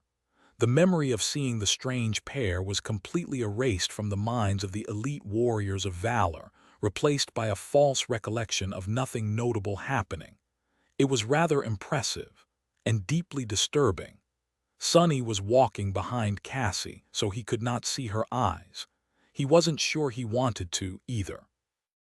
Looking at her delicate back, he could not help but remember the suffocating despair and cold dread of Low 49. The sinister powers of the transcendent terror that had consumed the station were eerily similar to what Cassie was now capable of. There were differences, of course, but the resemblance was there as well. Ah, I hate mental attacks. From the forgotten shore to the desolate expanse of Antarctica, these were the kinds of powers he was wary of the most. There had been creatures who left him broken and bleeding, barely clinging to life, but it were the insidious beings who influenced the mind that had given him the deepest scars. Luckily, Sunny's resistance to mental attacks was now incomparably high. Still, he wondered what Cassie would be capable of if she went all out and fully unleashed her power. Another scene surfaced in his mind. The scene of the battle in the drowned temple of Fallen Grace, where they had fought against the defiled Sibyl and her enthralled guardians. Back then, he had seen the echo of torment fight against the drowned, of course. Sunny had not known her true identity yet. There had been a moment when the echo raised one of the demons above the shallow water, and gazed into its eyes. The abomination's body convulsed. An indescribable sound escaped from its mouth, and its lifeless body was tossed aside like a rag doll. In that short moment, had the echo burned all of the demon's memories away, turning the drowned warrior into a mindless shell of a living being. Speaking of, where was that echo now? That was not the most sinister aspect of Cassie's power either. Having your memory wiped clean was frightening, true, but having it changed without your knowledge was much more terrifying. Could she enthrall people into becoming her marionettes? Turn loyal soldiers into zealous traitors? Create witnesses to non-existent crimes who sincerely believed in the truthfulness of their testimonies, so that no telepathic aspect could disprove them? The loss of one's identity was somehow more frightening than the loss of one's life. Her aspect was simply too insidious. In hindsight, perhaps the Knights of Valor were lucky to only have their memories manipulated a little. I know that there are limits and conditions to her power, but still. She must have hidden it really well, to not be included in the highest tier of saints. Sunny looked around, studying the ruins of True Bastion. It was hard to say because of how damaged and dilapidated the castle was, but it seemed somewhat different from the illusory version. Currently, they were still on the remains of the outer wall. Below it was an ancient scene of devastation, with a few relatively intact sections of the ruin towering above. At that moment, Cassie spoke in a calm tone. The true castle is hidden in the reflection of its illusory counterpart. If one knows how to look, they might glimpse the truth when looking at the lake. The false bastion is a relatively safe place now that the Knights of Valor have eradicated most abominations around it. The true bastion, however, is fraught with peril. She paused for a moment. Whatever you do, do not drink the water from the lake. Do not look at reflections, and if a reflection moves strangely, walk away immediately. Above all else, do not answer if a reflection speaks to you. It will perceive it as an invitation. Sunny raised an eyebrow. Good thing I am always wary of mirrors thanks to Mordred. Does it have something to do with that guy? Cassie understood who he was talking about without having to hear a name. She shook her head lightly. No, it is simply the nature of this place. The creatures in the lake are deadly, and so are those in the forest. However, the things that come from reflections are the most dangerous, because they are too strange and we know too little about them. We call them the others. She took a few more steps and continued calmly. We must be wary of the others, but we also must be wary of the king. I can shelter you from the gazes of his servants because their swords are sheathed and slumbering. But if you see a sword that is drawn, hide immediately. You must possess some ability to hide yourself, otherwise you wouldn't have been able to traverse the lake. Sunny nodded, prompting Cassie to add, You did well to come unarmed. Do not summon a sword of your own while you are here, even if it wasn't forged by valor. Oh, and take this. She handed him a smooth pebble without turning around. Sunny took it and noticed a complicated weave of elegant runes carved into its surface. The pebble felt slightly warm to the touch. Cassie explained, This is a token that will allow you to pass most of the defensive enchantments. A counterfeit one, I made it myself, so don't lose it. She took a deep breath and then added, a hint of tension finally finding its way into her voice. If you do, the two of us will end up being invited to an audience with the king. One that we will remember for the rest of our lives, our short and painful lives, that is. Sunny smiled darkly, remembering the sight of Anvil facing that great titan in Antarctica. He knew that the two of them would meet eventually, but it was too soon to meet the King of Swords for now. Is he really here? Before Cassie could answer, a loud sound rolled across the ruins, disturbing the silence of the night. It was deep and melodious, ringing across the dark lake like thunder, the sound of a hammer falling on an anvil. Chapter 1644. Royal Forge. The ringing of steel was still echoing across the desolate ruin when Sunny shifted slightly and looked in the direction where the sound had come from. There was a tall tower rising into the broken sky some distance away. Its walls were covered by a net of deep cracks, but the crumbling tower still stood straight and proud, much higher than any other structure in the vast ruin. Outlined against the pale radiance of the shattered moon, its dark shape was like a battered sword thrust into the ground by the hand of a celestial giant. The tower was dark, but at the very top of it, a fiery glow escaped from the arching windows. It was as if a sea of vermilion flame was burning inside. That was where the ringing sound had come from. A moment later, another strike resounded, and then another. They rolled across the restless lake, forceful and methodical, filling the night with the sound of clashing metal. Suddenly, Sonny felt as if he was on a battlefield and his heart started to beat faster. He froze for a moment, looking at the dark tower with a somber expression. "What is that?" Cassie turned to face the tower as well. She remained silent for a few moments, then said evenly, "It's the king. He is forging." Sonny couldn't help but frown. He had just asked about Anvil's whereabouts, and a moment later, the King of Sword announced his presence. Sonny did not really fear him, but that was not because the Steel Sovereign was not worthy of being feared. It was simply because Sonny had developed an unwise tolerance for fear after a decade of being constantly exposed to all kinds of unimaginable horror. Still, it would be a lie to say that he wasn't apprehensive. Spooky bastard. He hesitated for a moment, then asked quietly, "What is he forging?" Cassie smiled. "What else? He is forging a sword. The king must have created 1,000,000 of them already, but he never stops for long. The swords that the Knights of Valor wield are merely some that he discarded. The ones paladins wield are as well." Then the storm of swords Anvil had commanded in Antarctica were all forged by him. Then, probably. Sonny could not really imagine how a human being could have created so many of them. He sighed, and here I was thinking myself an accomplished weaponsmith. Cassie tilted her head a little. "Oh, right, you create memories." A faint smile appeared on her lips. "Sorry, with everything else, I almost forgot." Sonny studied the pebble she had given him. The weave of runes was elegant and intricate. He could not quite decipher it because the runes did not inscribe a functional enchantment.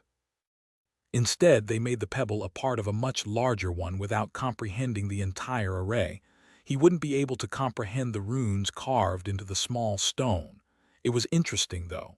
The pebble must have let the defensive array know that Sonny was allowed into the castle. It was warm to the touch. But where did the essence that nourished the pebble come from? He didn't feel it consuming his own, and there was no nexus inside to store some. "You are a skilled sorceress yourself, it seems." Cassie nodded lightly. "My skill is sufficient, I guess. I've been taught a little by a man named Noctes in my second nightmare. After that, I learned from the enchanters of valor and on my own. What about you?" Sonny lingered for a while, then answered simply, "I am self-taught." His only teachers were the nightmare spell and necessity. Neither could take credit for his accomplishments. She made a turn, heading for a more damaged section of the wall, and said, "I am curious, though. Creating a memory is not a question of skill. No matter how good I am at runic sorcery, it's not something I can do. The same goes for enchanters of valor. They are only capable of forging memories because of the kind of aspects the members of the main family and its branches tend to awaken, not because of sorcery. So, Sonny, are you, perchance, a bastard son of King Anvil?" Sonny stared at her silently for a while, making sure that she was serious. She was. "Well, I guess it might look that way. A mysterious man who can create memories, lives in Bastion, and is somehow a saint on top of it all." Sonny barely prevented himself from exploding with laughter. If he hadn't covered his mouth with both hands, sentries all across the wall would have been alerted to their presence. "Me? Anvil's son? Gods, no. Although I must admit it would have been very funny if there was yet another estranged son of his wandering around the dream realm." He shook his head. "No. And before you ask, I'm not a son of Madoc or any other member of their family either. Do I look like a legacy to you?" Cassie was silent for a moment. "You do not look like anything to me. I'm blind." Sonny coughed awkwardly, prompting her to smile. "And the last time we met, we were alone, So I could only borrow your sight, which meant staring at myself for the entire conversation. Well, I won't lie. I did steal a peek through the eyes of the knights we've met today. I was curious to see what the famous owner of the IC of the Brilliant Emporium Cafe looks like. She shrugged. Actually, you do look like a legacy, but maybe it's just because of the confidence that comes with being a saint. Sonny shook his head with a crooked smile, not letting her off. I'm sure that you observed me carefully and for a while before paying a visit to the Brilliant Emporium. And by observed, I mean spied on. Thank you for the compliment in any case.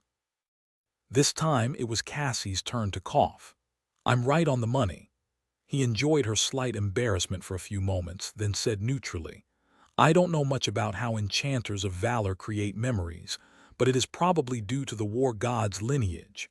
After all, she is also the goddess of progress, technology, and craft. Plus, family members are known to awaken aspects of a similar nature, perhaps due to sharing a similar upbringing and fate. I assure you, my upbringing was quite different from that of a member of Clan Valor. Sonny hesitated before adding, the way I create memories is different from theirs. Cassie tilted her head a little and asked curiously, I've been told that the memories you make are not very potent, but have the benefit of being perfectly suited for their wielder. You must be hiding the true extent of your abilities to avoid attention, though. How good are you, exactly? Sonny briefly glanced at Cassie's delicate neck, noticing a thin string hanging around it. Would she be able to remember if he said that the charm she wore had been made supreme by him? Probably not. He smiled. I doubt that any person in the world can create a better memory than me. It wasn't an empty boast. Forge masters of valor could create potent memories, but their craft was the result of unique aspect abilities and runic sorcery, which was alien to the concept of memories. Sonny, meanwhile, was a true weaver, the only master of weaver's sorcery in existence. Therefore, his abilities were broader and infinitely more flexible. So really, there was just one entity better than him at creating memories. The nightmare spell. But he wasn't going to compete with that. He glanced at Cassie and asked, Why? Are you going to order a memory after all? Let me tell you, Saint Cassia, I'll give you an exclusive discount. Our service is top-notch and we can handle all kinds of orders. Combat memories, utility memories, even cosmetic memories are not out of the question. Also, I don't usually do this, but just for you I'll disclose a big secret. We can even make a custom name and description for your memory. There's no better memento or one-of-a-kind gift for a loved one. Cassie touched her hair nervously, then added in a dubious tone, Really? Well, I might indeed commission a custom memory from you then. Chapter 1645. Found nothing. Cassie guided Sonny deeper into the ruins. She showed more caution after descending from the outer wall. To his relief, the young woman remained calm and composed, but he noticed that she chose roundabout paths, keeping to the less populated areas of the ancient castle. From time to time, ghostly runes ignited on the weathered stones as they passed. The pebbles Sonny held in his hands grew a little warmer in those moments. After a while, Cassie spoke again. We are staying in the desolate parts of True Bastion to avoid running into someone powerful. I can handle the nights without too much problem, but if we meet a saint, especially one from the direct bloodline, a complication might arise. Sonny nodded, strangely relieved. It was nice to have confirmation that Cassie's power was not limitless, even if she was on his side. The blind seer lingered for a few moments, then asked, You only told me that you needed to get inside the castle. Where exactly do you want me to lead you? He shrugged. As close to the main keep as possible. I'll know where I need to go once I get there. In fact, Sonny did not know the precise location of what he was looking for. He just knew that there was something hidden here in Bastion, and that the members of Clan Valor must not have found it yet. Well, maybe they had. But he was willing to bet that they hadn't. That was because the timeline did not make sense. The citadel that the founder of valor had conquered was the illusory bastion, not the real one. Otherwise, it would not have been conquered at all. No member of the first generation had been powerful enough to survive in a death zone, after all, let alone claim it. It was only after Broken Sword, Anvil, Kai Song, and Asterion had become transcendent that this hidden place was disturbed by humans. Even then, Sunny doubted that valor had truly occupied the true bastion before the sovereigns emerged, which meant that they had not had a lot of time to explore the vast ruin, especially considering how dangerous it was, and how few people had access to it. The best warriors of valor had also spent more than a decade conquering distant regions of the Dream Realm to expand the king's domain. Perhaps Anvil and his knights had discovered a few of the more easily accessible secrets of the fallen castle, but Sunny doubted that they would have found them all, or at least he hoped so. His hope was based on the fact that there was only one person in the world who possessed a demon's lineage, and that person was him. So, Sunny cautiously extended his senses outward, communicating with the ancient shadows populating the ruin. He could feel the dark hollows hiding under the rubble. Some of them were simply the result of stone blocks falling on each other. Some were halls and chambers that had been buried and forgotten in the devastation. However, none of them were what he was looking for. Cassie led him deeper into the ruin, choosing the most deserted paths. Neither of them needed a source of light to walk, so their passage was quiet and unseen, illuminated only by the pale radiance of the shattered moon. They walked across crumbling parapets and half-buried pathways, the ancient stones hanging dangerously above their heads.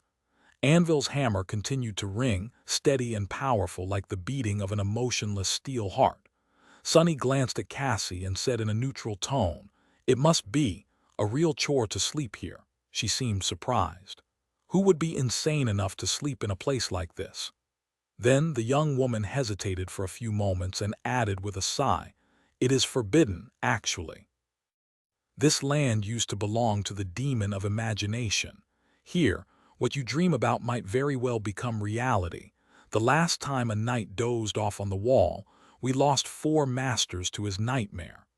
Sunny fell silent with an appalled expression on his face. That was a little bit too much. A death zone is a death zone, I guess. If Nightmare wasn't busy performing an important task in Godgrave, he would have summoned him immediately. As they drew closer to the inner area of the ruined castle, Sunny sent his shadow sense down into the mass of the drowned mountain below. He was cautious, limiting its reach to a narrow beam of sorts. Something like that had not been possible before, but after becoming a saint, he learned how to control his senses better. The mass of stone beneath his feet seemed solid enough. Sunny followed Cassie while concentrating on the ancient ruins. He even closed his eyes to feel the surroundings better. However, he felt nothing. The longer they spent among the ruins, the less of anything he felt. "I'm sure there is something." If it had been before, Sunny would have probably been drawn to a fateful location by his intuition, or simply stumbled upon it due to being fated. But now, he was the opposite of that, and his intuition remained silent. Cassie did not show it, but she must have grown uneasy about their aimless wandering by now. Indeed, he would seem like a complete lunatic if his search did not produce a result. Who infiltrates the secret stronghold of a sovereign for nothing? Nothing, Sunny smiled. Found it. There was absolutely nothing below them. But that was exactly what gave away the hidden sanctum. Even if the mountain was made from solid stone, there would be cracks and crevasses inside it, and those would be populated by ancient shadows. With how potent Sunny's shadow sense was, he would have felt their presence. But he felt nothing, which meant that something was blocking his senses. Deep below, Sunny opened his eyes and took a deep breath. Noticing that he had stopped, Cassie halted and turned to face him. Her eyes were blue and clear, devoid of any abnormality. He still chose to look away. "What is the matter?" Sunny smiled subtly and shrugged. I found what I was looking for. She tilted her head a little. What now then? He hesitated for a bit, then sighed. Now. Please excuse me for a moment, Saint Cassia. Taking a step forward, he placed his hands on her delicate shoulders, and then he pulled her into the shadows, teleporting both of them into the depth of the mountain.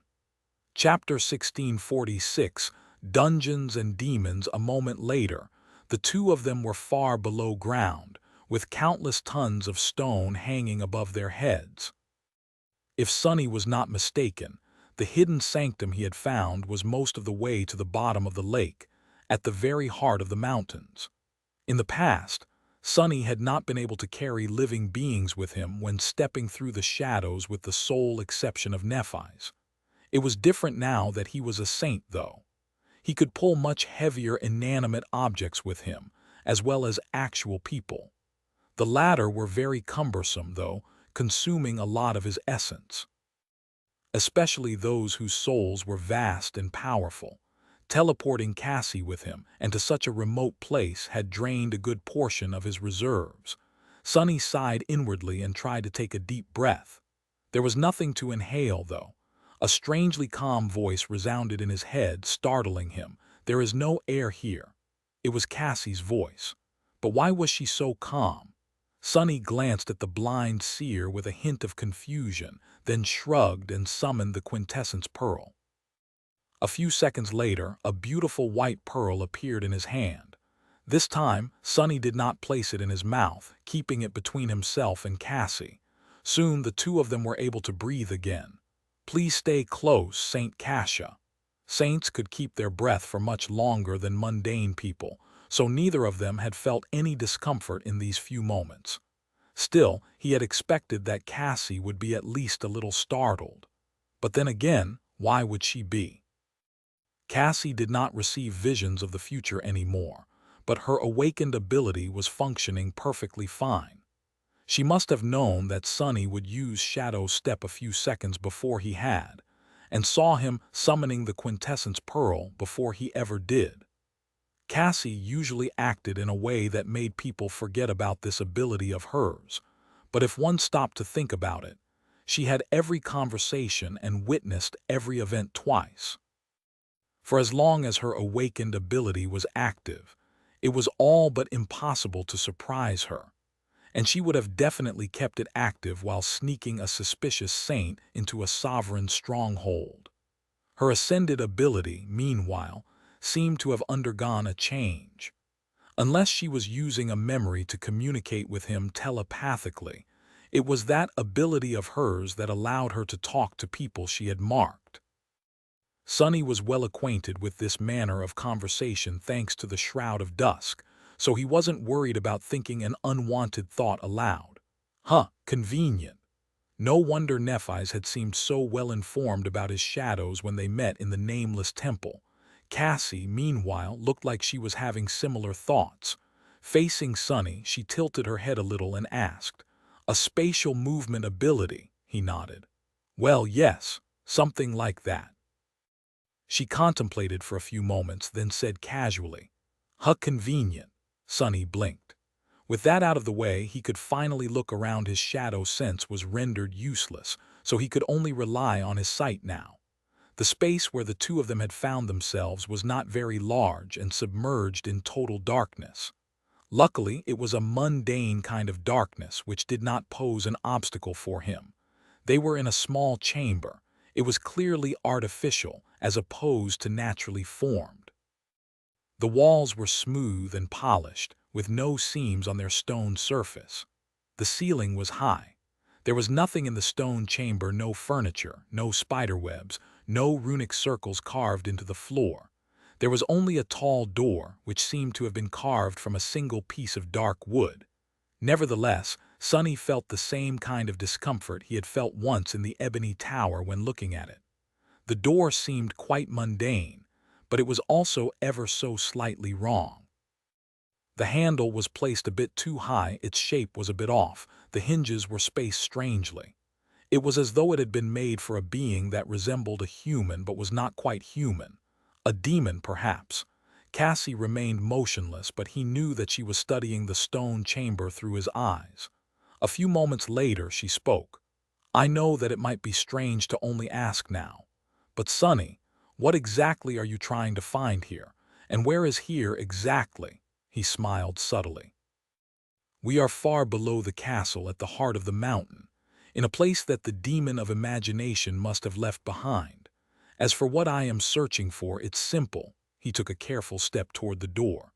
It's power. Cassie seemed surprised. Power, Sonny nodded.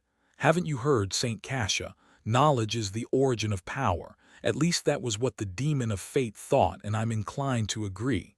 Ah, but it is also the heaviest thing in the world. So not everyone is strong enough to hold it. She turned her head sharply, but Sonny simply continued in a carefree tone. So what I am trying to find here is lost knowledge, and if I am lucky, something just as forbidden. With that, Sonny grabbed the handle, turned it, and pushed the door open, or at least he tried to. The door didn't budge. Scowling slightly, Sonny put more strength into it. He had a lot of strength as a transcendent terror, and yet the door didn't move. Is it locked? But there is no lock. Have the hinges rusted through? Oh, wait. You should try pulling. Sonny coughed awkwardly, then pulled instead of pushing. The door opened easily and the hinges produced no noise. I was just going to, yeah. Cassie did not say anything and walked over, stopping just behind him. Sonny tensed slightly. Why is she standing so close? Oh, right, I told her to because of the quintessence pearl. So what kind of knowledge do you hope to find? He walked out of the stone chamber and stopped, studying the long corridor beyond. Oh, you know. Nothing too unexpected.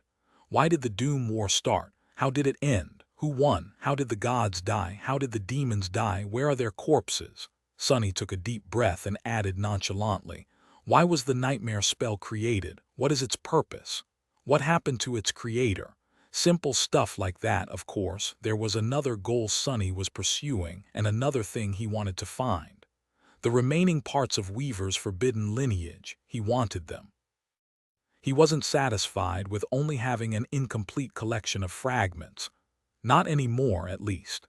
Chapter 1647, Infinity Mirror. Now, this is going to be a problem. Standing on the threshold, Sonny studied the long corridor. It stretched in both directions as far as he could see, bending slightly. The stone floor was smooth and even, while the tall ceiling was illuminated by a scattering of softly glowing gemstones. The turquoise gems were embedded into it, dimly drowning the corridor in pale light. The problem was with the walls. Both of them were perfectly smooth and seamless, as if the corridor had been formed inside the mountain by some unknown means instead of being constructed. Much worse, their glossy surface was reflective. The walls of the corridor were like two endless mirrors. Remembering what Cassie had said, Sonny frowned. The blind seer inhaled deeply behind him. Oh my! Her voice was somber. Sonny hesitated for a few moments, then asked neutrally, left or right? Cassie answered with a hint of confusion. Why are you asking me? He scratched the back of his head and shrugged. Why not? My luck is pretty much non-existent, so I'll trust your intuition. She tilted her head a little. Really? Because my intuition tells me to get out of here as soon as possible. Yeah, I should have expected that answer. Sonny closed his eyes for a second, then cleared his throat. On second thought, why don't we just go left? The moment the two of them stepped into the corridor, their reflections appeared on the polished walls.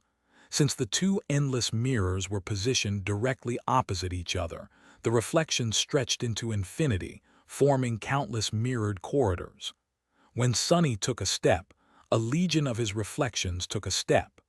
When Cassie followed, a legion of her reflections followed too.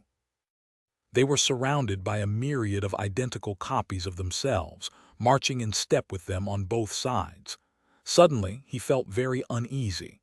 You said not to answer if a reflection speaks to me, right? Cassie nodded, and a myriad of her reflections nodded at him at the same time. Sonny's reflections were pale and somber. Cassie's reflections were beautiful and moved with elegant grace. It's better not to look at them at all. See no evil and all that. He grimaced. and my shadow sense just happens to be gone. What a convenient coincidence. Frowning, he lowered his head and looked at the floor. As Sonny walked forward, he concentrated on his feet. Nevertheless, he could still glimpse the reflections at the periphery of his vision, all walking forward while looking down. Only, did he imagine it, or was one of the countless reflections completely still and staring directly at him instead? Sonny had to use all of his willpower to keep looking down instead of turning to confirm it. A moment later, there was nothing out of the ordinary in his peripheral vision once again. How powerful are these others exactly? He spoke in his mind instead of aloud, believing that Cassie would hear him. Indeed, her response came a few moments later. Nobody knows. From the reports I've seen, they are sometimes as powerful as the person they reflect. Sometimes they are strangely brittle. But don't rely on my information too much. It's misleading, because reports are only left by those who survived. As for those who didn't, there is no way to tell what they faced. Sonny frowned. Cassie lingered for a bit, then added, "What makes them so dangerous is not their power, but rather their strangeness. We don't know what they are, where they come from, what motivates them, how they think, or if they think at all. When you fight a human or a nightmare creature, you can usually predict what will happen, even if only in broad strokes, because you know what drives your enemy. It's different with the others." He nodded quietly. What people feared the most was the unknown, and what was not known posed the most danger. But if the reflections do come to life, we should be fine as long as we don't look to them and don't speak to them. Right. Cassie remained silent longer this time. "I don't know." Sonny grimaced. All around him, a myriad of reflections grimaced as well. How long is this damned corridor? They had been walking for a while already. However, there was no sign of other doors and no end in sight. The mirror tunnel was empty and silent, the dark, dim light of turquoise gemstones washing it in ghostly light. The only sound that broke the silence was the soft rustle of Cassie's clothes. Sonny's steps, meanwhile, were completely noiseless, but then another sound broke the silence, making him stop in his tracks.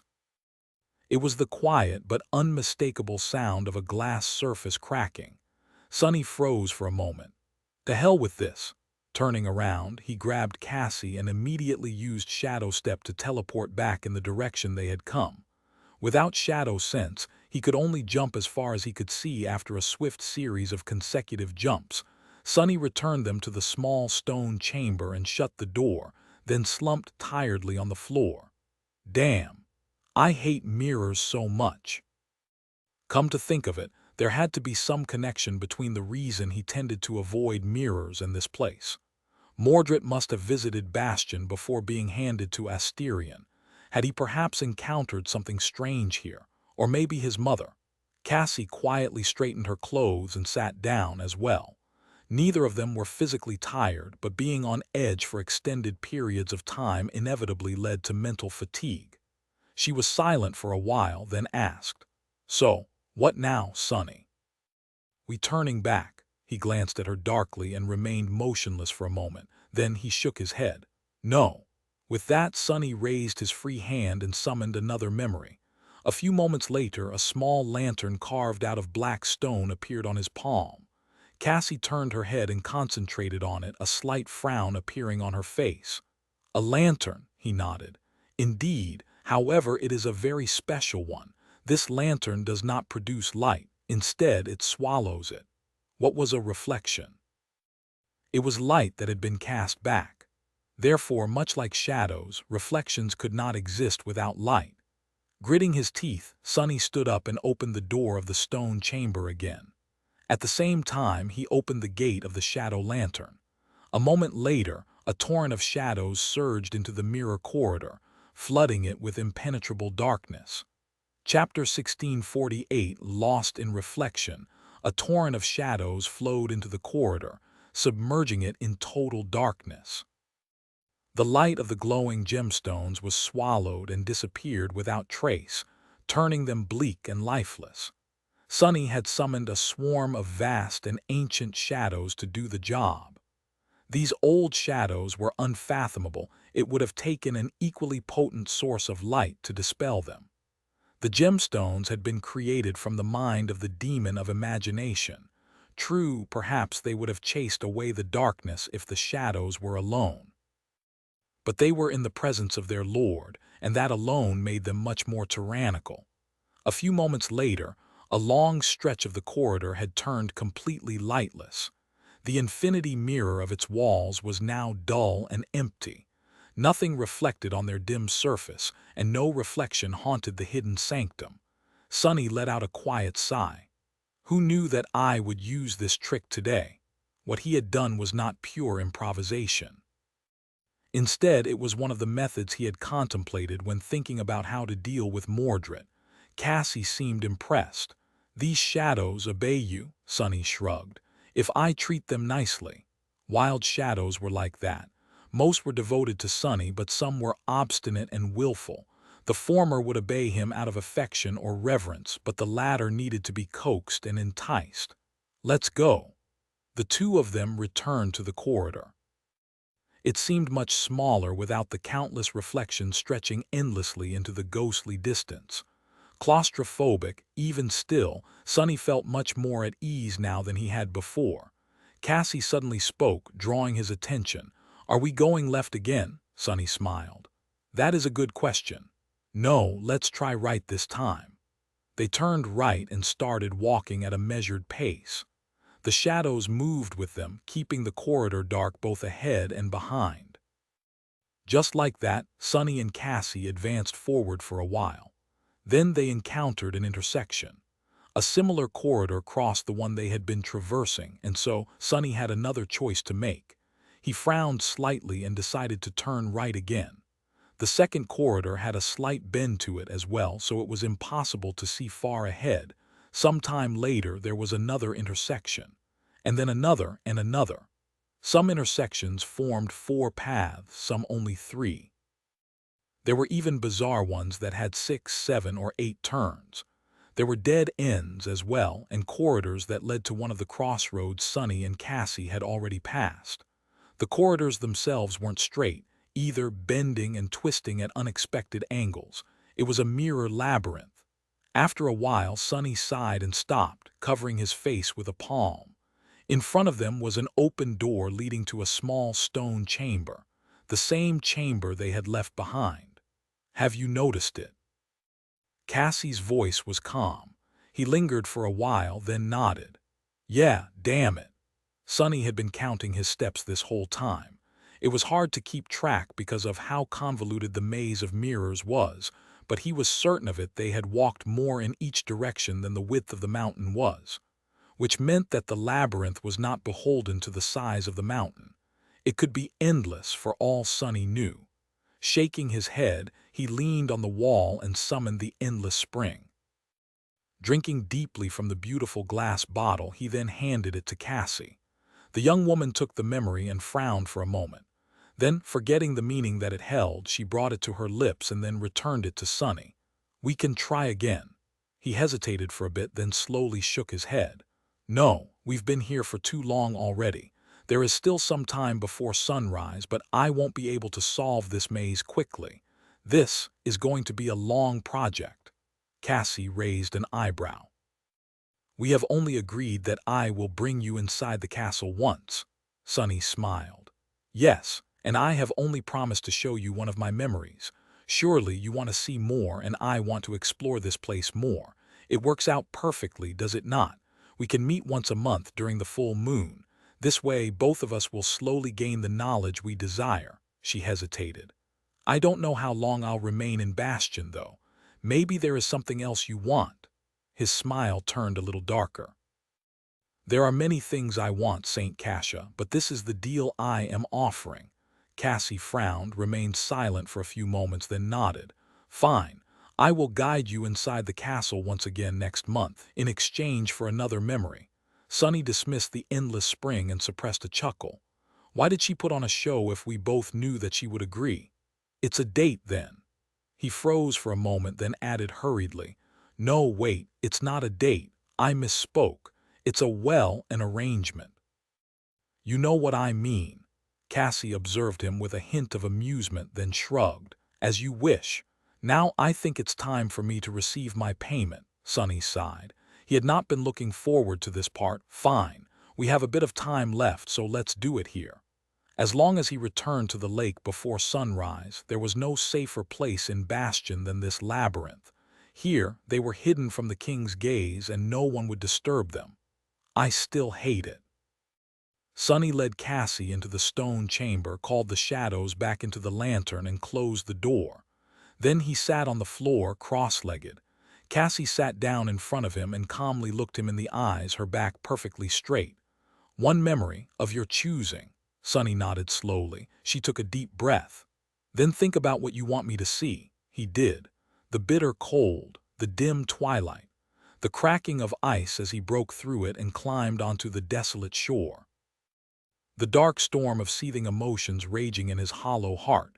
Cassie's beautiful blue eyes suddenly glistened, pulling him into their depths, changing, and in the next moment Sonny gasped. Chapter 1649. Memory of Ice.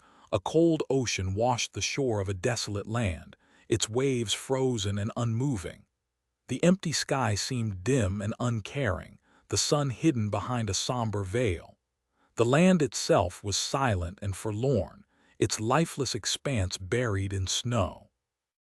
Not far from the shore, the layer of ice shackling of the ocean suddenly fractured and exploded, revealing the restless surface of the dark water. A pale hand rose above the edge and dug into the ice with crushing force. A moment later, a gaunt young man climbed from the cold water, stepping on the frozen waves with a chilling expression on his sunken, alabaster face. His appearance was both tantalizing and frightening. The young man only wore the tattered remains of a military bodysuit, which was mostly gone. His fair skin was as white as snow, marred by countless gruesome but eerily bloodless wounds. His eyes, on the contrary, were as dark as the depths of a lightless abyss. The black silk of his wet hair moved slightly in the frigid wind. He looked like the wretched corpse of a drowned deity that had crawled out of a frozen hell. His slender torso was mostly bare, revealing an intricate tattoo of a coiling serpent that covered most of his arms, chest, and back. The dark serpent was so lifelike that it almost seemed like its onyx scales were moving under the young man's skin. Sonny remained motionless for a while, looking at the desolate landscape in front of him. Then he took a step forward. Finally, after so much time had passed, he was back at the Antarctic Center. He had returned to Falcon Scott. When he took the second step, his gruesomely torn skin was already healing. When he took the third, the intricate plates of a battered onyx armor covered his mangled body, shielding it from the cold and wind. It looks the same. After the third nightmare, when all was said and done, Sonny had returned to the northern quadrant among the refugees. He spent some time there, taking care of unfinished business, not that there was a lot for him to do after being erased from the world. Meeting Rain was the very last thing he did. Then, untethered from everything and everyone, he set his sights back on Antarctica. Crossing the ocean alone had not been easy. Turning into the onyx serpent, Sonny dove into the lightless depths, where the darkness nurtured his soul and was rich in spirit essence. Sadly, even empowered by soul weave, he could not maintain such an enormous shell constantly. But luckily, there was no shortage of unimaginable horrors populating the oceans of the waking world. Sonny used the serpentine steel, ability of the soul serpent, to augment his fangs, and fought the harrowing depth dwellers to replenish his essence through its soul reaver ability, which allowed serpent to absorb and transfer a portion of soul essence of all beings slain by it in the soul weapon or the soul beast forms. Staying in the shell for such a long time was potentially dangerous now that Sonny did not possess a true name, but the onyx serpent form was one of the few that he could assume without the risk of losing himself. Perhaps it was because he knew it so well, or perhaps it was because he shared a kinship with serpentine creatures as an inheritor of Shadow God. It had taken Sunny weeks to reach Antarctica, and those weeks had been a cold and dreadful nightmare. Out there in the dark depths of the ocean, he had faced horrors so hideous and dire that no words were enough to describe them. He killed some and escaped from others. His body had been torn and broken, but in the end he survived. The very idea of crossing the ocean alone had seemed preposterous before, but now that Sunny was a transcendent terror, he somehow made it a reality. The cold darkness currently reigning over his soul was much more terrible than the ocean anyway. Now that Sunny had left everything behind, his mental state was far from ideal. The pain and anguish had turned into dark anger, and the anger was seething and boiling, refusing to be contained or controlled. In this world, there was no place for Sunny anymore, and nothing left for him to do, except to pay his debts, and the first score he needed to settle was with the winter beast. Walking across the frozen waves, Sunny reached the shore of the Antarctic center and looked around without expression. His eyes were like two pools of darkness, full of cold, ruthless killing intent and murderous resentment. Some distance away, the port fortress of Falcon Scott lay in ruins, half buried in snow. The city itself was frozen above it, standing silently on the tall cliffs. The buildings were encased in ice, and so were the remains of the millions of people that had been killed by the winter beast just before the end of the long, dreadful night. Sunny stared at the cliffs for some time, then turned his gaze away. He wasn't quite ready to enter the city yet. He spent several hours roaming the shore aimlessly as if looking for something. The frigid cold was absolutely lethal, but Sunny paid it no attention. His shadow scent spread far and wide, enveloping a vast area of the desolate land. Where is it? Where is it? In the end, he stopped and stared at the ground silently. Finally, there was a hint of emotion on his face. Sunny raised a trembling hand and covered his eyes, a brittle smile twisting his lips. He couldn't find it.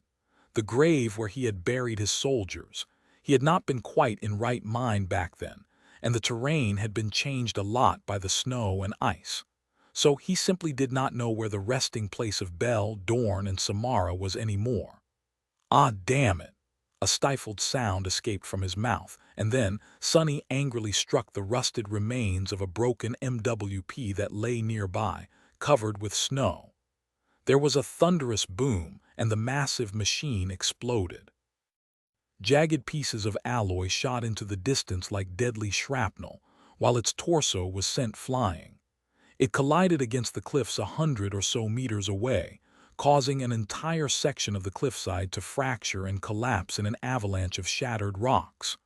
Unfazed, Sunny raised his head to the sky and let out a distorted scream, then looked down, his eyes boiling with dark fury. "Kill it! I will rip that thing apart." Gritting his teeth, he breathed in the cold air of Antarctica and headed for the ruins of the city. Chapter 1650. Frozen City. Sunny did not know what he expected to see in Falcon Scott. He didn't even know why he felt compelled to enter it. And yet, he did enter it, walking along the silent streets with a distant expression on his pale face. He came here precisely because he didn't want to, reluctant to see the monument to his failure. He owed to himself, and to those people whom he had failed to protect, to witness their final resting place in all its horrid glory. Perhaps it was simply because now that no one remembered him, Sunny wanted to at least remember himself. Even the things he would have wanted to forget. The city was pretty much exactly like he had imagined. It was a frozen graveyard. The fatal cold of the winter beast's blizzard had killed everyone in what seemed like mere moments. The corpses were hidden inside the buildings or buried under snow, so the city seemed utterly empty. They had not suffered, at least. Some buildings had collapsed in the past months under the weight of the ice. Others stood like colossal gravestones, or frigid mausoleums, maybe, for those who had perished inside. Strangely enough, no nightmare creatures seemed to have entered the city to feast on the corpses. It was as though the winter beast had marked this place as its territory. Sonny passed a few familiar structures: the barracks where the irregulars had been stationed, the government compound, the dormitory tower where Bate and Professor Obel had lived. His mind was flooded with memories, which only made his mental state deteriorate further.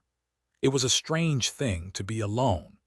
Now that Sonny was alone, erased from existence, he felt no compulsion to control his emotions or maintain the illusion of normalcy. There was no one to witness him fall apart, anyway, and nobody to get the wrong impression of him. There were no tethers connecting him to the world, yes, but as it turned out, those same tethers had been like supports that held his mind together. He must have looked quite disturbing from the side. Only now that Sonny was truly and utterly alone did he realize how much of his habits and behavior had been dictated by the need to blend in with his environment, with human society. Now he didn't have to bother with maintaining acceptable expressions, keeping improper feelings from his gaze and saying the right words, or saying anything at all, really. Maybe I should do all these things anyway. He suspected that giving in to this utter freedom would make him slip into some sort of derangement eventually, but couldn't bother to care. Finally, he reached the crumbled remains of the city wall and spent some time gazing at the snowy field beyond. Climbing over the wreckage, Sonny jumped down, turned his body light enough to walk on the snow, and left the ghost of Falcon Scott behind. This was probably the last time he would ever see it, but that was fine. It was for the best, really. Sometime later, he reached the place where the last soldiers of the first evacuation army had died, killed by the deathly cold of the unnatural snowstorm. Their frozen figures were still there, those closest laying on the ground, those who had endured longer frozen like ice sculptures. His motionless face seemed frozen, too. He spent a while among them, looking at the horizon. The winter beast had retreated into the heart of the landmass, but the signs of its passage remained. Today, Antarctica looked much more like it had once, frigid and encased in ice. It was darkly fitting. Sonny was still consumed by his thoughts when something moved under the snow, and a hideous creature lunged at him from below. He did not move, but shadows around him stirred and shot forward with incredible speed, catching the abomination in the air. A moment later it was gruesomely torn apart, a rain of hot blood falling on Sonny like crimson dew. His expression didn't change, but his eyes gleamed darkly. Strange.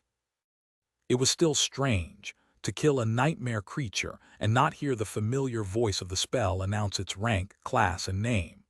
The snow all around him moved and exploded, dozens of grotesque bodies rushing to rip him to shreds. There was a whole swarm of abominations here. Sonny finally moved, a sinister smile contorting his face. He was so fast that it almost seemed as if he simply disappeared in one place and appeared in the other. There was no weapon in his hand, and no need for one, either. The gauntlets of the onyx mantle were more than enough. Falling into the savage battle style of the Barrow Wraiths, Sonny crushed the skull of one of the abominations with his bare fist. A split second later, he was near another, piercing its chest with his hand and crushing its heart.